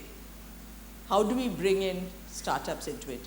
I am aware of at least 30 or 40 startups working in these areas. Is that a good number? We spoke of 3,000 startups in the agri-food systems in India. And Dr. Chintala mentioned 50 of them are doing good. The rest of them are 1 to 2 crores of revenue. It's not about revenue.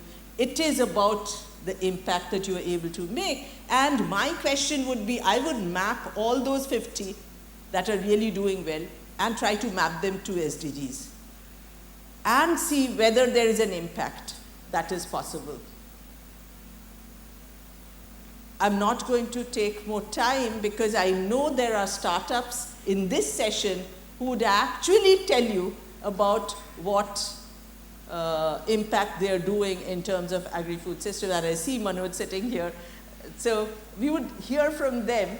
Absolute is here, Shivam. But it's important to understand that the link between innovators in the agri-food system and SDGs. And if we can do a good mapping before our maybe the September communique or when we hand over the presidency, if there is a way to bring out a report on this, I'm not saying it's about where India stands and what we can do as kind of policy references for all the G20 member states. It varies a lot, but I think we need to talk about innovation and agri-food systems and what are the best practices. My attention the most, being a part of the startup ecosystem, was looking at measuring the impact of startups to the SDG goals, especially when they have managed to come to a stage of being able to sustain themselves. How are they really impacting? I think that would be a great metric. So for all the ecosystem enablers out here, probably that could be another parameter that we add. Thank you so much, Dr. Dipanvita. Could I share a token of my affection for you?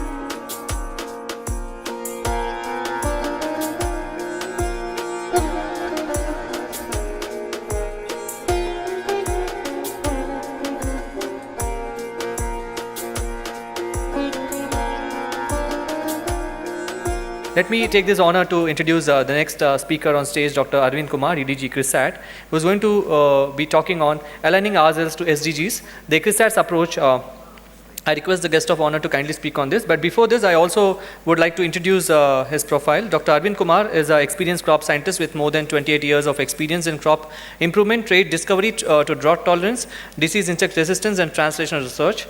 His area of expertise includes climate resilience, nutrition, crop improvement, genomics, trait development, disease management, policy, agribusiness, market linkages, and capacity development of ICRISAT mandated crops. So I would request you to kindly enlighten the audience with your insights. Over to you, sir. Bringing ICRISAT to this discussion. And I am certainly benefited from the talk that Dr. Chintala just delivered. But now let's move on to ascertain where we are. These are the SDGs goals, 17 SDGs goals on which we monitor how we are doing well with our efforts to ensure that everybody has a food, everybody has good nutrition, our climate change adverse effect is reducing, how we are doing. We said this in 2015, we said that we achieve it by 2030, where we are. And we have only probably 7 more years to left that we should say that we have achieved this, and I don't think that we are there. So that's what I feel, that that genuinely we have to make more efforts than what we have put in over years to achieve these SDGs goals. Now, as an institute, ICRISAT keeps on working towards improving poverty and hunger, reducing poverty and hunger, reducing malnutrition, also reducing environmental degradation, and also we work towards the women empowerment. And in fact, but still, we have a long way to go. And what the statement that I made with the previous slide itself shows that there are still 71 million people who get into the extreme poverty because of the COVID-19, and also a large part of them are in Southern Asia, 32 million, and in fact also in the sub-Saharan Africa. The same is our scenario with the malnutrition. 381 million malnourished people in Asia and 250 million malnourished people in the Africa. Now the effect of climate change, everybody talks, and we know what's happening. We felt it last week. Untimely rains devastated our crops, and those things will keep on happening. And so the climate change, the increase in temperature, the change in the pattern of the precipitation, the frequency of the drought and flood, and in fact, I never realized till I had discussion with the soil people that climate change is also affecting the soil structure, the soil properties. And so I don't know where we are going, and unless we start taking some remedial measures, I think we will have a lot of problems. ICRISAT do work towards the women empowerment, reduce gender inequality, and also empower them. We talk of equity, just not equality, but we talk of equity, provide equal opportunity to everybody, and that's where we work. Very quickly, so where we are now, if we talk of these two goals, SDGs goals, the no poverty and zero hunger, ICRISAT approach is we develop improved varieties, the high-yielding varieties. And many of you know that we work for the dryland, so our crops are the legumes and the millets. And in fact, we promote sustainable intensification, and also we build agri-businesses and integration of the social dimensions. And in fact, there are several examples. Examples are in the legumes, where we have developed somewhere around 239 varieties, improved varieties.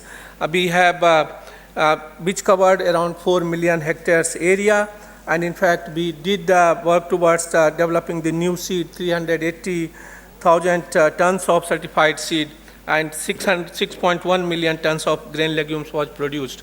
Now similar efforts have been made towards the millet also, and since we are celebrating the International Year of Millet in 2023, I do want to say a few things about the millet. Everybody says millets are climate resilient. Millets can be grown in the drought-prone environment. And I always argue then by saying that we are pushing millets to that corner, that you are there suitable for that area where nothing can be grown. And then when we push millet there, and when we say that, okay, we should be producing more millet, then we talk about that millet is not profitable. Now you push some crops in the corner, and when it comes to comparing the profitability, you compare it with rice and wheat, where you provide 4,000 liters of water for each kg of the rice that is produced. You provide nitrogen, phosphorus, potash, and then you compare it with the millet. So my request would be that give millet the place, the exact place, the appropriate place, if we have to have better health. Not for the millet, but for our own health. If we have to diversify our diet, if we have to bring better health for the future. Now, we do work towards the water management, and in fact, we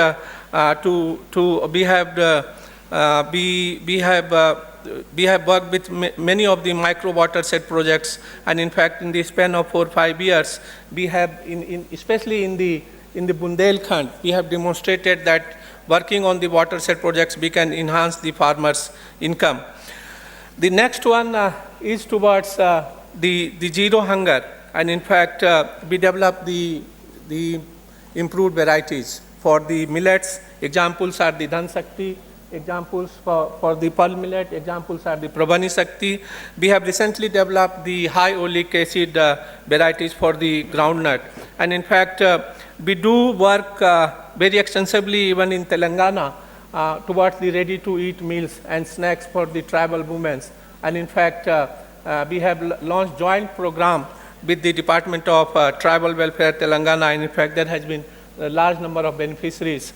And in fact, we do also address the hidden hunger in Africa, and in fact we have worked in that part of the world also with the women. Now very quickly moving to the climate change. We all know what is happening with the climate change, especially with the environmental degradation. I don't know how many of us have realized that our soil's organic matter and organic carbon is drastically decreasing.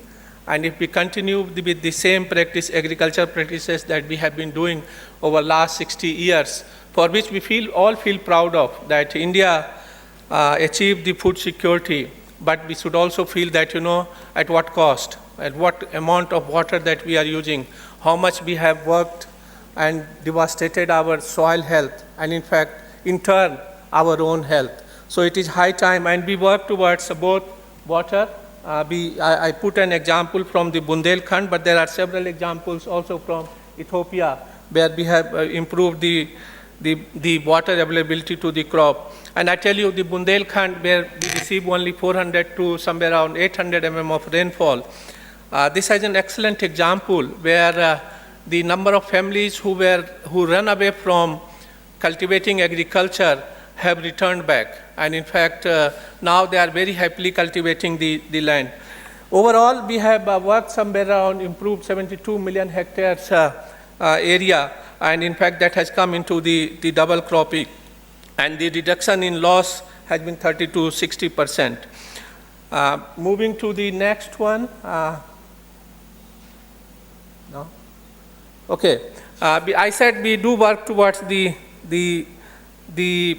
gender equality, in fact, also, and in fact we have reclaimed lands in the Niger, and in fact this has been done very nicely by the women.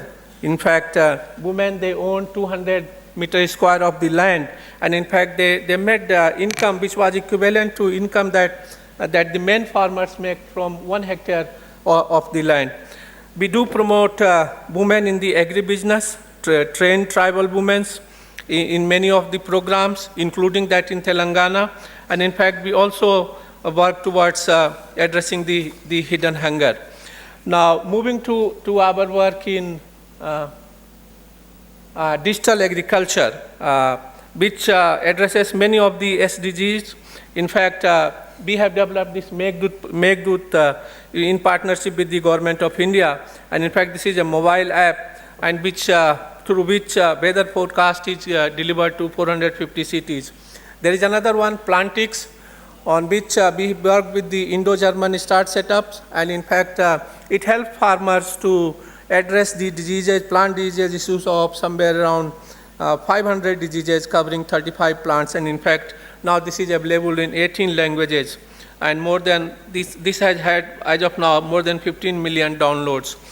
We do use GIS and remote sensing in addressing the problem of agriculture. In fact, whether this is moving towards the insurance, whether this is moving towards identifying that, which are the areas where the second crop could be achieved.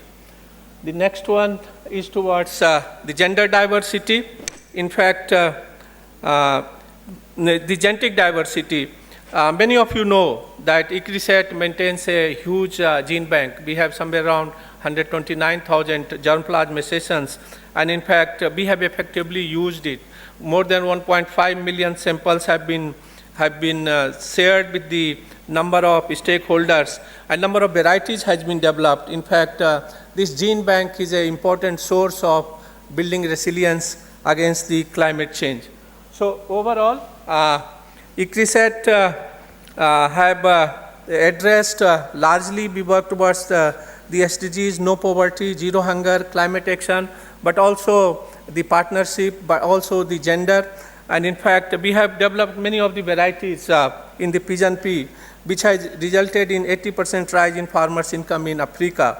And also, there has been one Malawi seed industry development project, which resulted in 5.7 million annually from seed and grain sales. And in fact, also examples are the watershed project in Karnataka that benefited somewhere around 4.7 million farmers. There is one technology that we introduced in Africa, which is microdosing, that help farmers to get 30% increase in yield.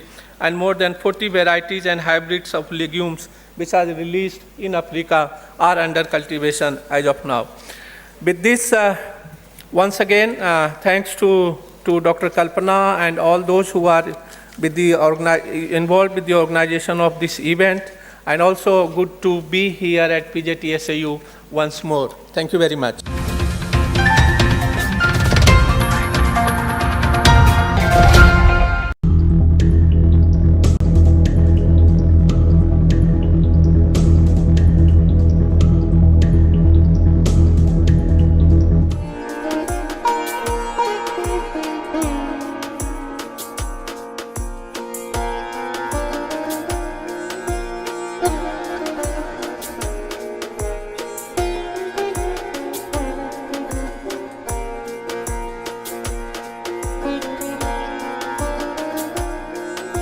May I have this opportunity to introduce the next key speaker, Dr. G.R. Chintala, who is going to deliver the keynote address on investing in sustainable tomorrow. So honestly, I have no words to describe you, given your professional endeavors and also your personality. Thanks to all your support to AgHub, you've always been there. But as a formality, I would deliver. Dr. G.R. Chintala was the former chairman of NABARD. He has a vast experience of 35 plus years. His initiatives include digitization of world's largest microfinance program under Project E-Shakti, roadmap for amalgamation of regional rural banks, promoting and nurturing FPOs, livelihood enterprise development programs, area development schemes, and alternative energy models. Over to you, sir. I request you to kindly come over and deliver the speech to the audience. Thank you. There is quite a lot of things that are happening in the entire agri scenario, and it's time for us to relook into what exactly is happening in the ecosystem and how the ecosystem can be nurtured.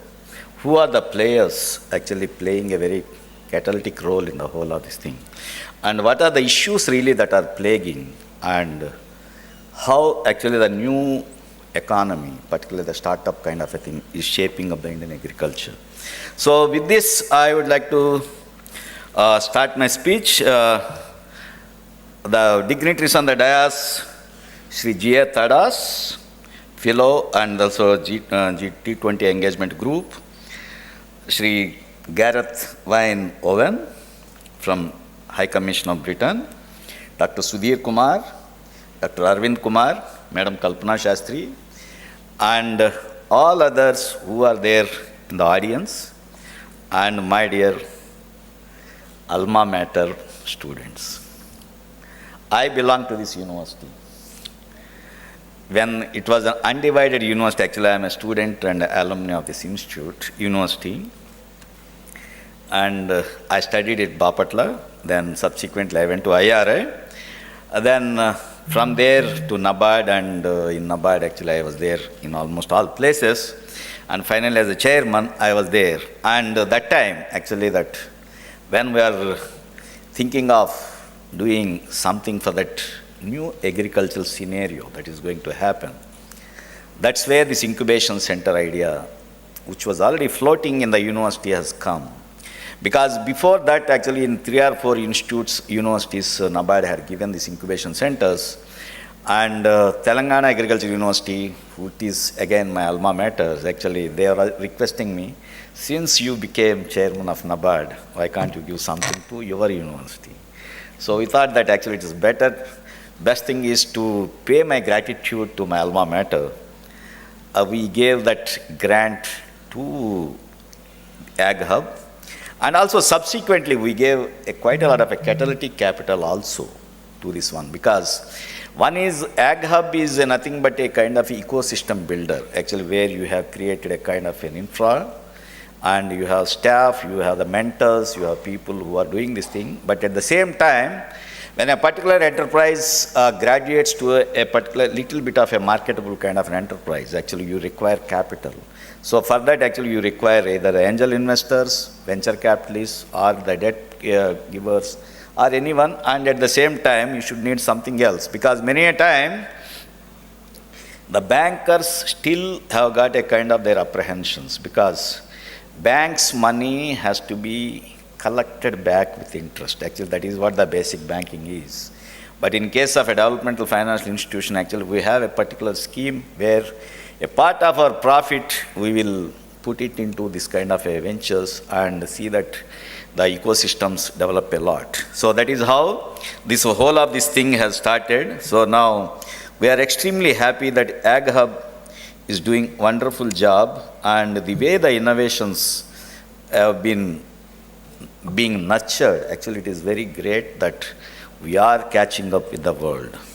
Now here I just want to see, because my topic is investing in a sustainable tomorrow. Actually now the topic is very, very innovative, because unless you invest today, you just can't live in tomorrow, because you can't graduate to the tomorrow. So that's why that investing in a sustainable tomorrow is a very, very important topic. So here I just made, actually that I thought that I may have to deliver a lecture of 1 or 2 hours.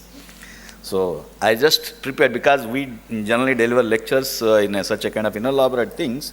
So first I just thought that, okay, I will try to do a thing as to how this entire ecosystem is getting nurtured. That is, the investments are happening for a sustainable tomorrow.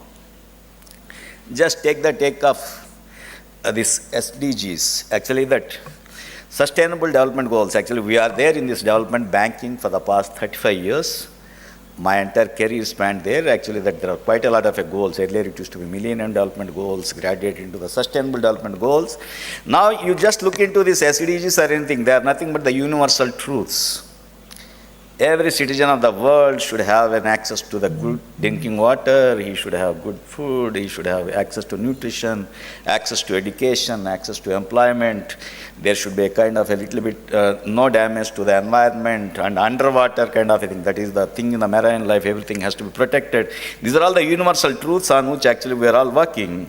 But really how far we are able to do this kind of a thing.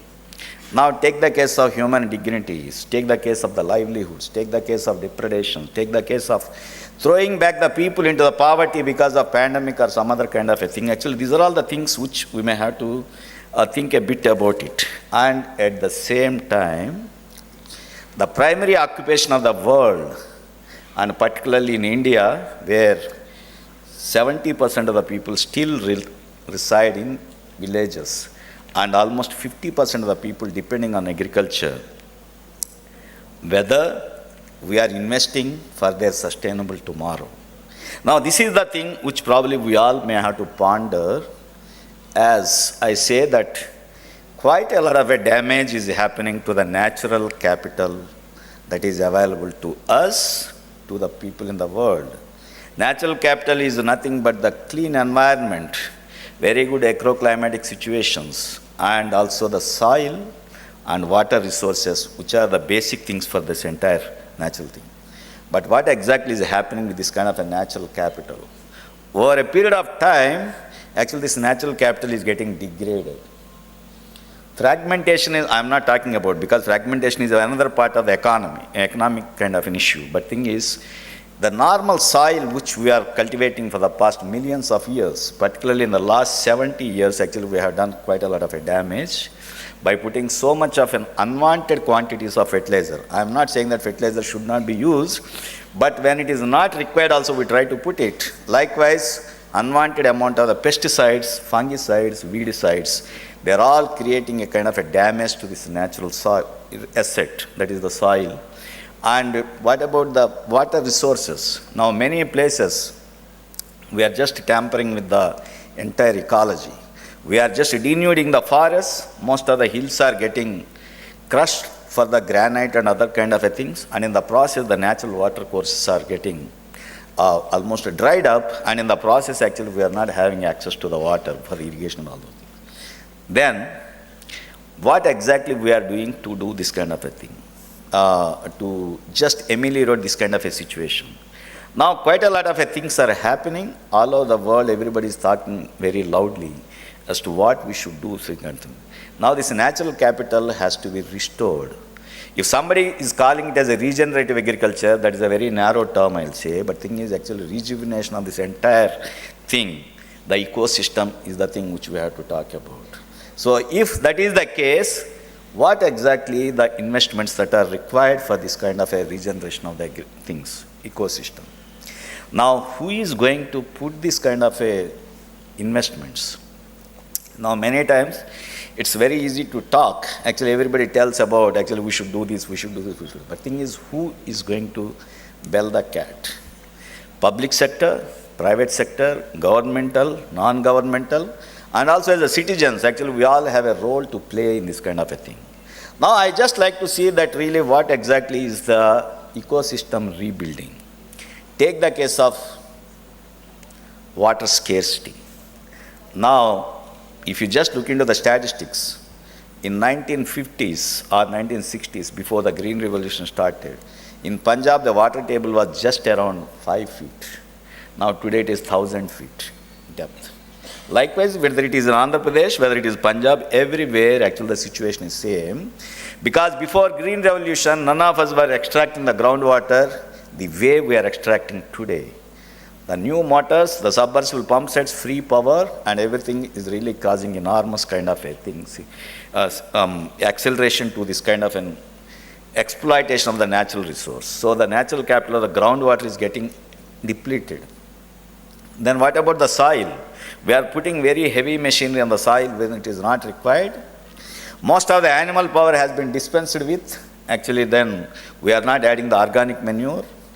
And at the same time, we have done away with all the kinds of good agricultural practices.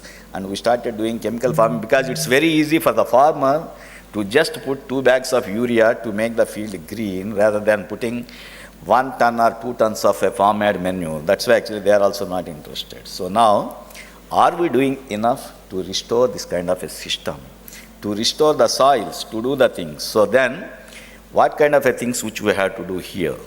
Then the next one is, is there any kind of a resilience thinking on our part? Now actually that resilient agriculture, resilient ecosystem is a very common thing which we talk about. But thing is, what is the resilience thinking which we are all thinking about? Because today everywhere you just take any document, whether it is in the banking, United Nations, or for that matter any kind of a documents which you take, everybody talks very loudly actually that ESG, ESG, ESG. What exactly ESG and how many are adapting to this kind of ESG? Environmental, social and governance kind of a standards have become a kind of a norm. That's what everybody says that people have to adopt it, though it is voluntary. Now many times people are writing that kind of we are adopting the ESG, but thing is what kind of a compliances which we are having and really what kind of a cost actually people are incurring on this kind of ESG compliances.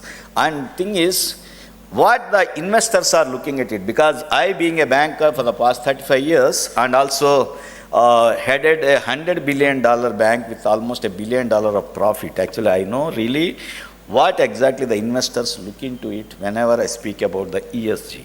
Now actually that when I look into that investing for this sustainable tomorrow, most of the investors actually whenever somebody is going for that raising money from abroad, they say that actually what are your ESG norms? Because now nobody wants to have a very short-term kind of a returns. Everybody says that the enterprise which you are creating should be a very, very long-term and it should deliver goods to the people without damaging the environment on a sustainable basis. So if that is the case, that ESG norms have become almost mandatory, though actually it is voluntary for the time being. So now, are we really looking into the ESG norms very sincerely and also in a very deep kind of a thing? That also which we have to do it. Then the next one is that what exactly, that is who is going to make this entire thing viable, because maybe Act 2, that is the system, that is the ecosystem. Because ultimately say that the money is the one which makes man move. Likewise, the money is the one which makes everything to work. So if that is the case, somebody has to invest in making this entire system very sustainable. So then actually who is this somebody? And what kind of a systems actually have been created? and what measures the government of India and also state governments are taking, and what systems actually the institutions like NABARD and others have put in place to do this kind of a thing. Now, I just like to look into it. Probably many of you, though you may be students, you may not be looking into that credit part of agriculture.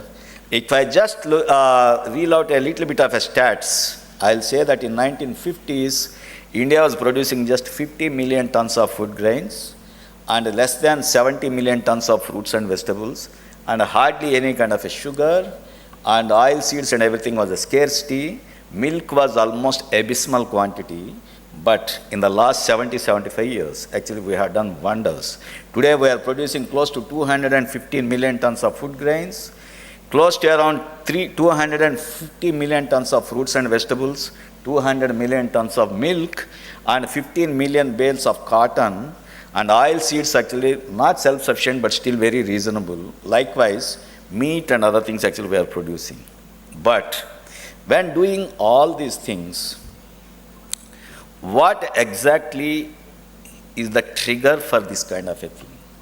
Actually, if you look into it, in 1950s, 60s, and even 70s also, early 70s, the credit from the institutions was almost nil. Only the cooperative banks used to be the sole kind of a credit purveyors to the agriculture, and they had a very limited resources. And in 2000, if I take the statistics, in 2000 to 2022, if I really look into the statistics, in 2001, entire credit given to the agriculture, including allied sector, was just 56,000 crores, which is equivalent to close to around $7 billion as on date. But right now, we are giving $200 billion as the agricultural credit. That is close to around 18 lakh crores. So now, when I look into it, really how this 18 lakh crores is going to the farmers, because Government of India has come out with a system of subventing the interest rates. Actually now, any farmer in the country is getting loan at 4% up to 3 lakh rupees. So that is the biggest thing. Actually somebody is investing. I told that actually who has to invest? This is the government, which is doing quite a lot, but at the same time the beneficiaries are everyone in this country. Then the next one is with regard to the various schemes the Government of India has come out with regard to the food processing, with regard to the Rural Infrastructure Development Fund, with regard to the Dairy Infrastructure Development Fund, Fisheries Infrastructure. Then as a kind of a safety net, we have a PMFSBY, and we have so many other kinds of things. So everything is being invested by the government and the public sector. And at the same time, there are so many institutions, including institutions like NABARD, who are the agents for the United Nations Fund for the Climate Change. Actually, we have done quite a lot of work in initiating these climate change projects. Today, whether we like or not, climate change is real. Now we have reached a 1.5 degrees centigrade, and by 2040 it is going to be a norm, and the moment it is going to be the norm, actually your entire cropping system is undergoing a change. Now take the case of hailstorm and rains during this period of time, which is unexpected and which is damaging the entire orchard crops, likewise the normal crops. Likewise, actually we are having droughts, we are having very incessant rains when it is not required, and there's a lot of runoff, and all these things are happening. We need to tackle this climate change in a very big way. The other thing that is happening, actually, when we are looking into the climate change projects and actually financing it, we found that excessive drawing of groundwater, particularly in the coastal areas, because we are having very long coastline in the entire country, actually there is an incursion of seawater into the entire soil. And that again making the soil, water is saline. So now these are all the issues which we have to look into it. So when I am looking into these things, actually that what kind of investments actually we require to do in this kind of a thing, because for investing for a sustainable tomorrow, actually that we have to invest quite a lot. Some of the areas which I will say that where the investments have to flow, first thing is with regard to the soil and water conservation, whether it is the watersheds, whether it is creating a kind of a sustainable infrastructure, And the next one is the clean energy. Actually, without going into that kind of a fossil fuel energy, we should go into the solar, wind and other things. And there also investments are happening. And beyond that, actually what more which we can do is increasing the water use efficiency, increasing the crop productivity, creating the new seeds, new genetic kind of a systems. All those things are also required. So there also the investments have to happen. Now, this is one part. Actually, now these are the things happening and some other things. But thing is, what is the latest buzz on the whole of this thing? It's the startups. Earlier, maybe some 7 or 8 years back, actually startups was a very new word. Actually, nobody was aware what exactly meant by startups. But today, in the country as a whole, we are having 80,000 startups. We are world's number 3 after United States, China. Then India is the world's number 3. With regard to agriculture startups, we have around 3,000 startups in the country. And when I go into, because every time, many times actually many people ask me to be their mentor and also to be on their board. But now actually I look into various startups, actually really how they are doing. Actually I found that out of these 3,000, at least some 100 are very, very promising. And they attained a scale and also they are doing quite well. Actually if you really look into it, actually how the startups, actually entire thing has been arranged. Some of them are into agronomical issues because they are going to the crop production, giving the precision farming tools, then the advisory, equipment, everything is one part. Then the next one is with regard to improving the biological kind of a thing, that is the genetics, recombinant DNA techniques, and also creating the new kind of a varieties, and also the microbial structures, doing so many things with regard to this thing. Then the third one with regard to the mechanization, because now that mechanization is the one which is really gaining quite a lot of an importance because of reduced manpower to do this kind of a work, and also the intricacies involved with regard to the wages and everything. So that's why many people are opting for the mechanization. Now actually I could see one of the machines here, which is an electric robo, and there are many such kind of a versions are there, Farm Sathi, Electric Bull, X machines or such kind of a things. Now these are the things where farmers are going to rely upon in future. Now if that is the case, are we really doing anything to support them and also integrate them into the kind of an agricultural systems which we are trying to look into it.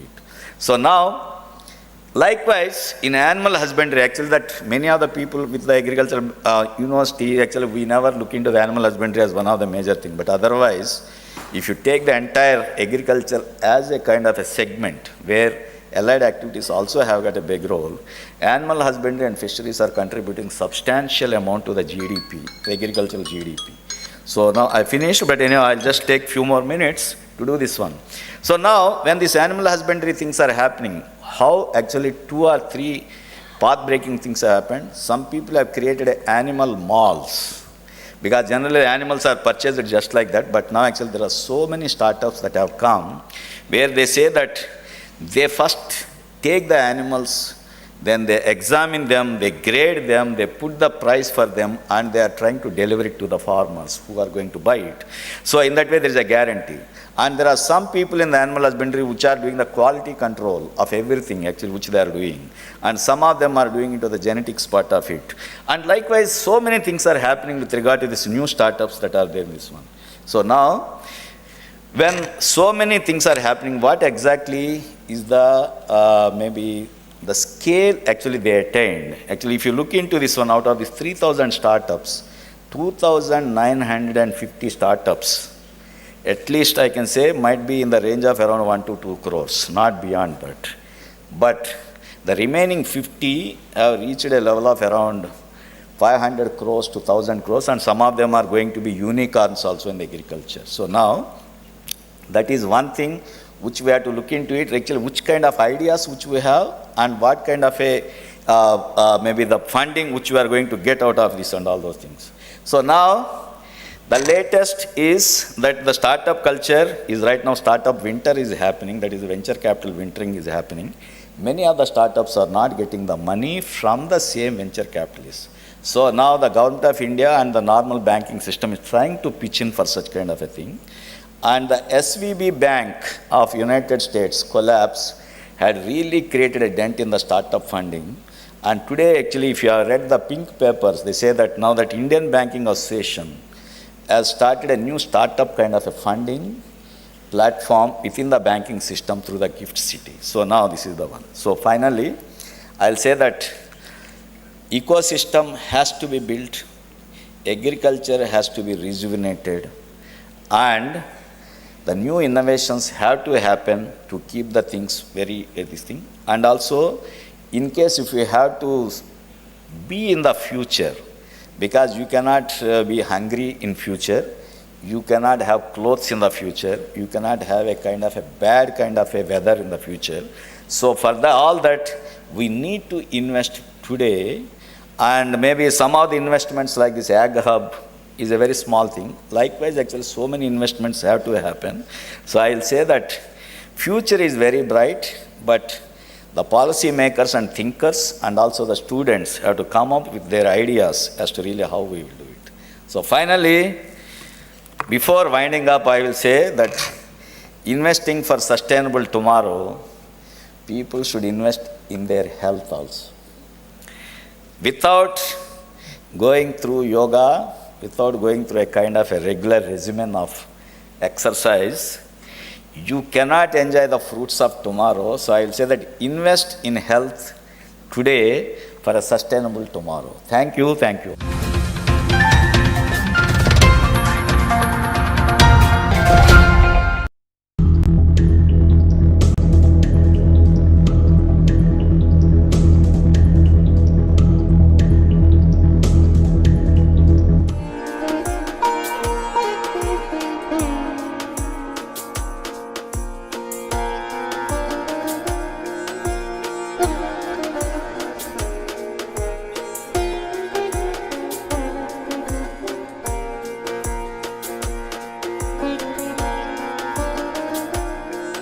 I would also like to request Dr. Sudhir Kumar Garu, Registrar and Director of Ag Hub, to kindly come on stage and give his insights. It's my pleasure to be here for this inaugural session on the workshop Building Innovation-Led Entrepreneurial Pathways for Accelerating the Sustainable Developmental Goals.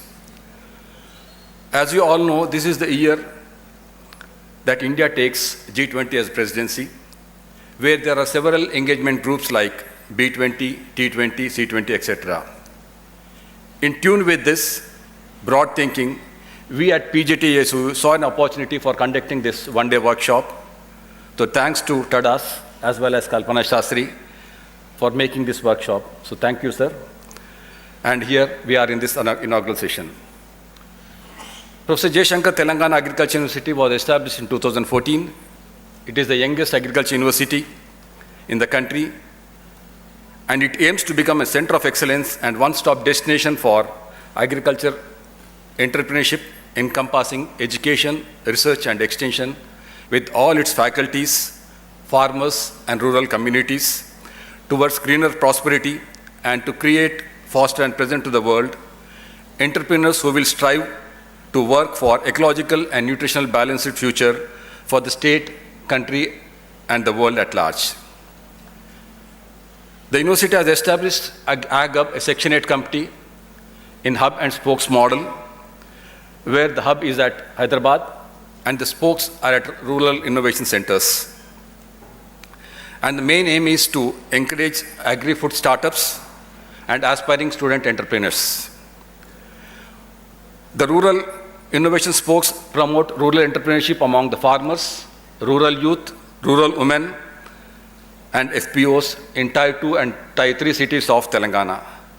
So we are very much thankful to Dr. Chintala Garu for your financial support for this establishing the Ag Hub at the university. So till date, Ag Hub has nurtured more than 45 plus food and agri startups, more than 1,500 decision thinkers, 500 plus ideas, more than 10 rural enterprises, 20 grantees, more than 2 seed funded startups, and impacting the lives of more than 5,000 farmers in the state. This workshop provides platform to propose process, pathways, and interventions needed to unlock the potential of innovation in agriculture and scaling up with inclusiveness. The shareholders present here today would bring meaning to this event by sharing their rich experience and knowledge about different types of agricultural innovations with examples, case studies, criteria for success, the enabling environment, and associated factors. These solutions would resolve the common challenges of all the G20 countries, such as food insecurity, gaps in global value chain, crop productivity due to climate change, and employment generation. This workshop, engaging with all the stakeholders, policymakers, academia, innovators, incubator fraternity in this region, and farmer is the ideal platform for understanding the needs, blocks, challenges, and the balanced economic growth and sustainable development. What we needed is the major 4 efforts, that is sustainable environment, sustainable production, sustainable nutrition, and sustainable livelihood. The government, private sector, and all the stakeholders need to collaborate and maintain harmony with nature, address inequality, create resilient, sustainable global value chains. The collaborating of this ecosystem players is perhaps the first step in this direction. Research Innovation System for Developing Countries and its Global Development Center and IKP Knowledge Park is a clear sign of putting it into right practice. Sir, we warmly acknowledge the presence of Gareth Owens for his interest and sparing his time to be with us today. We would be happy to explore more linkages in future, especially with research and academic programs of this university. Having Dr. Chintala as a keynote speaker in today's session sets the tone for the theme of this workshop. Sir, truly your support, guidance, especially in the area of innovation-led pathways and building agri-entrepreneurs in this part of the country has been path-breaking, and university truly acknowledges your inspiring and leadership role. We are also thankful to Dr. Arvind Kumar, our friend and supporter of PJTSAU.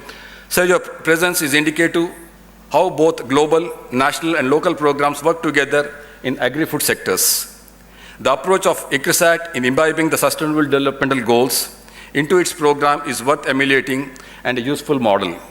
We look forward to hear you from this about your experiences. So with these few words, I once again take this opportunity to welcome you all to all this green campus and look forward for fruitful deliberations in this one-day workshop. So thank you one and all.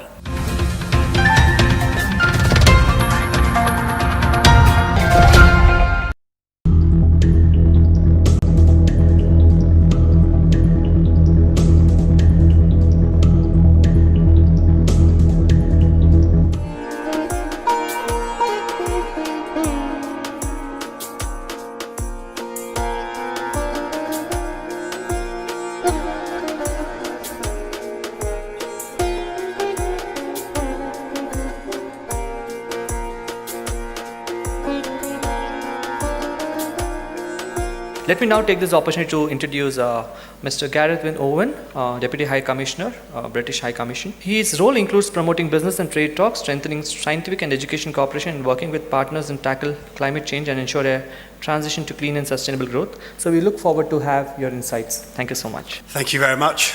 I'm really pleased to be here today, and I'm really pleased that we, the UK government, can support such an important day's discussion. Thank you all. Thank you to all our partners. There are many of you. We really appreciate your support bringing together this day of discussion, and we're really pleased to be working with you all on some of these key development and SDG priorities, especially in the area of agriculture. I think we'll all agree delivering on the SDGs are the most important to-do list that is facing mankind at this moment in time. And it's really important that we all work together on a number of key issues. Key issues such as sustainable agricultural production, global food supply, to ensure everyone around the world, everyone, all of us, have access to nutritious meals. We also need to look at the underlying drivers of food insecurity. how do we tackle such an important issue? And I certainly believe we also need to look at issues such as how do we utilize research, innovation, and new ways of working to ensure food reaches the most vulnerable across our globe. I think we can all agree there's enough food out there. How do we ensure everyone enjoys what most of us in this room do? And I certainly believe what's important is collaboration. Governments, businesses, civil society, universities. So it's great that today, across the discussions and in this room right now, we have agricultural professionals, we have innovators, we have people representing businesses, investments, students, and policymakers, to name a few. And I believe that is vital if we really want to accelerate how we are going to tackle the SDGs going forward.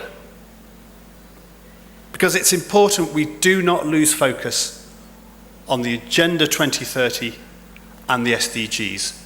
Together, we all must tackle and deliver on the SDGs. It is vital for us all, whether you live in the richest country in the world or the poorest. Because for the SDGs, it's important because our planet needs us to deliver on the SDGs. The population of the world needs us to deliver on the SDGs. And I certainly hope from the discussions today will come out an actionable framework which will help accelerate delivery towards the SDGs and sustainable agriculture and tackling global food insecurity.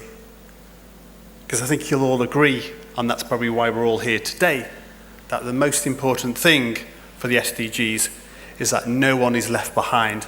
And I certainly believe, and I certainly know, that we have it in us to achieve that, but we all must work together to do that. So thank you very much for organising this day.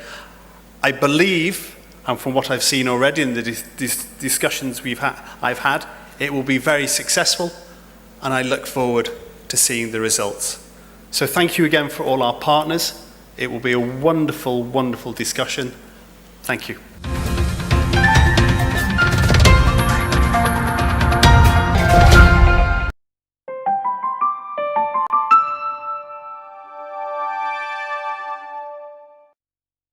I work in an NGO called Seva Bharat. It's a larger umbrella that is supporting entrepreneurs and micro entrepreneurs that are basically women in 18 states of India currently. So we have right now entrepreneurs from 3 states of India. We have from Bihar, then Ladakh, and then Gujarat. My role, I work as a business associate. I help micro entrepreneurs to plan their business, make a business plan. And I am closely associated with the farmer producer company in Bihar. So currently we have all farmers with us. All of these women are farmers.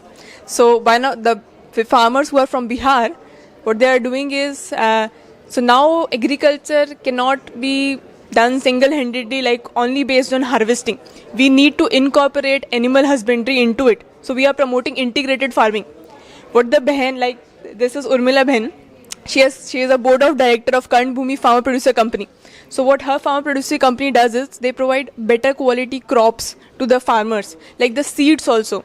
And then they do cultivation in groups, like the same variety of seed is cultivated by a group of people so that they can sell the harvest together. So that's what they are doing. So we have all, like her company has already done the paddy sale last year of up to 70 metric ton, like all women organization. And they have earned the revenue of up to 8 lakh from that sale. Also, they are working in perishable products like sponge guard and have done a sale of up to 2 lakh in sponge guard. So that is her work mainly. This one is Sadhana. She is working in a goat rearing center. So what they are doing is they are promoting farmers to have goats, to adopt goats and then rear them, do the farming of goats. So firstly, they made a group of farmers and then taught them what are the benefits of having a goat. Then they are also research based. They are supported by the research organization, which help them provide the medicines also. So, Bakri ke doctor, they are making goat doctors. They have a group of women who are treating goats by going to the homes of the farmer. They are providing vaccines, injection, and everything that reduce the mortality rate. They have they have shareholders, members of to 16,000 in Bihar. So that many women. So you can imagine the scale they are working on. Yes, so they have made this new product. This is called the goat milk soap, Gotique, they have named it. And we have already, this has just started 6 months before, and we have already sold 5,000 soaps. And we are out of stock currently. People are asking for it. Yeah. We can move further to the Behan. She is from Ladakh. So she is a apricot farmer herself, and she's making different products from apricot, like apricot oil, juice, and different sorts of products. So this is she's bringing farm products to table directly. There is no middleman involved in the process. So she is getting the margin, or the farmer who's producing it is getting the margin out of the product. So that is something that Seva is promoting, eliminating the middleman, and the producer is getting the right price for the harvest. And then this Ben is from Rudy, from Gujarat. So Rudy is a well-known enterprise of Gujarat. They are making everything you can find in a kitchen. Anything you will say, they are making it, they are packaging it, and they are selling it. So their business is a little developed than the others.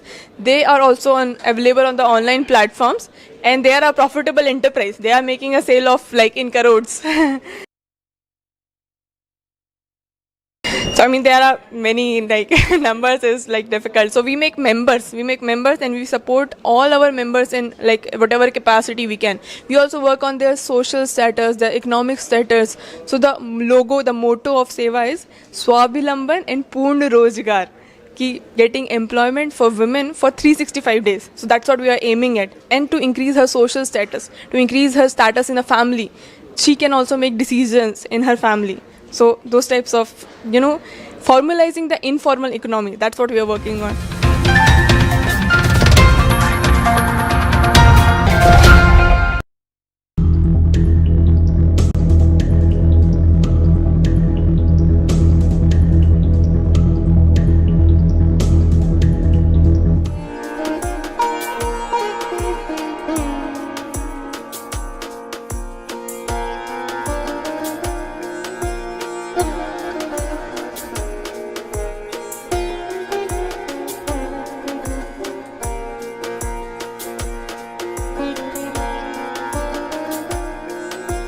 The discussions are indeed very crucial for the TF6 as they form important pointers as we are engaged in developing a policy document for the T20 and G20. Particularly, we could voice the models emerging in this geography of the country. With this brief introduction, I request Mr. G.A. Tardas, the chair of TF6, to come and brief on what is the task force. In this August gathering, discuss on the sustainable solutions in agriculture. And I'm indeed thankful to collaborate with the Global Development Center RIS, of which I am also a part RIS, and the Professor Jai Shankar, Telangana State University Agriculture, then FCDO UK government, Ag Hub. In fact, we were going through the some innovation stalls which are put up when we were entering. It was indeed a good learning experience for me. We were thinking of how we should have a sustainable agriculture, and then I could see that we are indeed progressing towards that path. I did not know much about what sustainable solutions are available. We keep talking, in academic and research that we should be doing this or that, but today I could see that it is happening on the ground. That is indeed a very heartening development. As you know that G20 Task Force 6 is one of the very critical task forces dealing with the pathways to the Agenda 2030, where we are discussing the progress in the Sustainable Development Goals. Under that, there are very important sub-themes which are defined, and one of the sub-themes is on the sustainable agriculture, climate smart agriculture.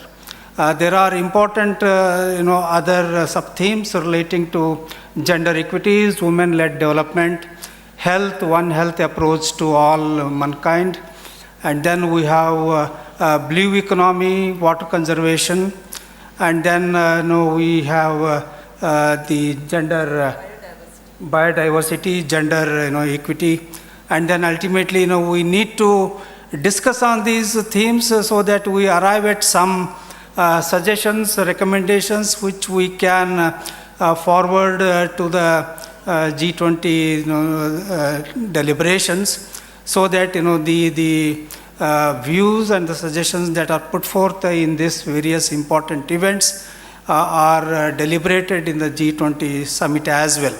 And hopefully that we'll be able to make some recommendations in the final declaration that may come at the end of the India G20 presidency in November. I don't think, because we are already running late, I understand, I will not take much of your time. We have a full day long to go through various important topics, and I am sure that we will be able to come out with important suggestions and policy recommendations. We have galaxy of experts who will be addressing all of us, and we look forward to a very fruitful discussions day long. And thank you once again, all of you. And I thank again the collaborators for this very important event. Thank you.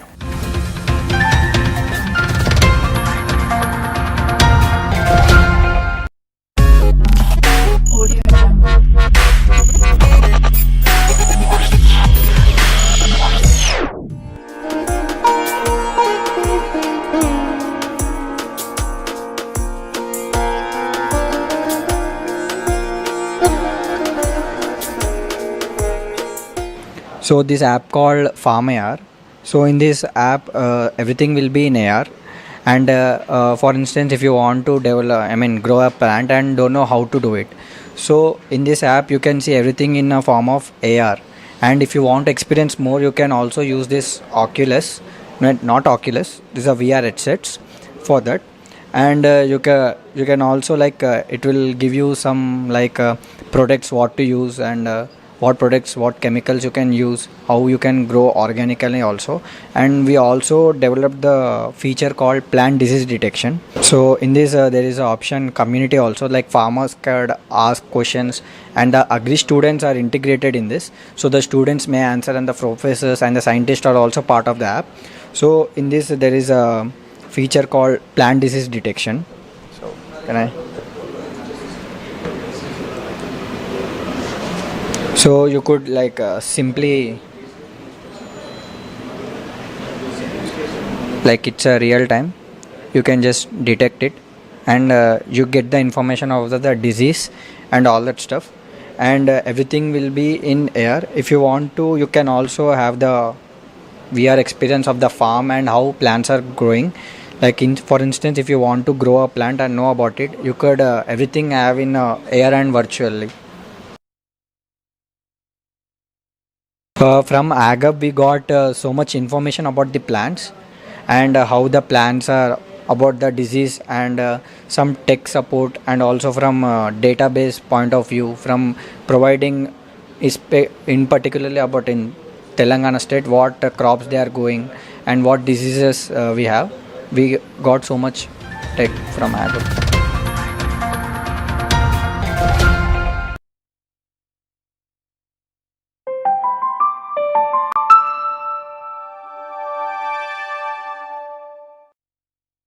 మేము రైతులకు సంబంధించినటువంటి ఒక innovation తయారు చేశాము. ప్రస్తుతం రైతులు వాడుతున్నటువంటి manual starter వలన వాళ్ళకి తరచూ విద్యుత్ ప్రమాదాలు జరిగి మరణిస్తున్నారు. అలాగే వర్షాకాలం సీజన్లో అక్కడికి పొలం దగ్గరికి వెళ్ళినప్పుడు కొంచెం బురద సమయాలలో పదును ఉండటం వల్ల, తేమ ఏర్పడటం వల్ల ఎన్నో విద్యుత్ ప్రమాదాలు జరుగుతున్నాయి. అలాగే వాళ్ళు ప్రతిసారి మోటార్ దగ్గరికి వెళ్ళి ఆన్ ఆఫ్ చేసే క్రమంలో ఎంతో శ్రమకు గురవుతున్నారు. ఇవన్నీ నేను గుర్తించి ఈ ప్రాబ్లమ్స్ ఎంతో కొంత తగ్గించాలనే ఉద్దేశంతో నేను ఒక చిన్న రిమోట్ కంట్రోలర్ ద్వారా ఒక డివైస్ని తయారు చేశాను. ఇది ఆల్రెడీ రైతులు వాడుతున్నటువంటి మాన్యువల్ స్టార్టర్కి ఇన్స్టాల్ చేసుకుంటే సరిపోతుంది. దీని నుంచి మనము 1 కిలోమీటర్ దూరం నుంచి ఆపరేట్ చేసుకోవచ్చు. దీనివల్ల రైతులకి ఎలక్ట్రిక్ ప్రమాదాలు జరిగే అవకాశాలు ఉండవు.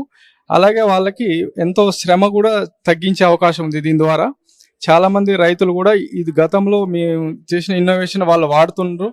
ఎంతో హ్యాపీగా వాళ్ళు సంతోషంగా ఫీల్ అవుతున్నారు. ఇప్పుడు ప్రజెంట్ ఈ ప్రోడక్ట్ని మేము అందరి రైతులకు ఇవ్వడం కోసం నేను గవర్నమెంట్ సహకారం కనుక ఉంటే అందరి రైతులకు ఇవ్వడానికి నేను సిద్ధంగా ఉన్నాను.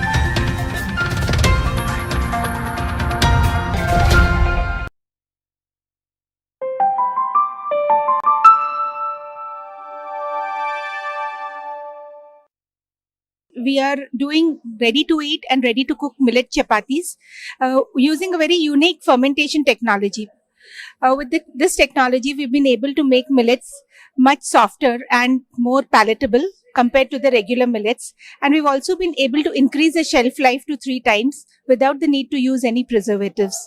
So we have jowar, bajra, ragi, chapatis, the parathas as well as the fulkas. And we also have a very unique product that is the jowar methi paratha. The cost of each product is the fulkas are for a pack of 10 is for rupees 120 and the paratha pack of 10 is rupees 150. And these have a shelf life of 25 days in the refrigerator. Currently, it is available. We take orders over the phone and Google Forms, and we will supply it directly to your house. We are incubated in AgHub. We had come up with a product that was developed in the kitchen. When we came to AgHub, we were introduced to the food scientists here in the Agricultural University, and with the help of the food scientists, we standardized and validated the product. Also did the testing for shelf life, testing for other, the nutritional parameters. AgHub has helped us get a space inside the Agricultural University to start the pilot production, and that is where we are currently producing our chapatis. We also got a bootstrap grant from AgHub to do the initial, to start with the initial production and initial costing of the business. This is a biotechnology. So currently we are done with production. We just need to do a bit of package development and other things, and we are ready to go to the market.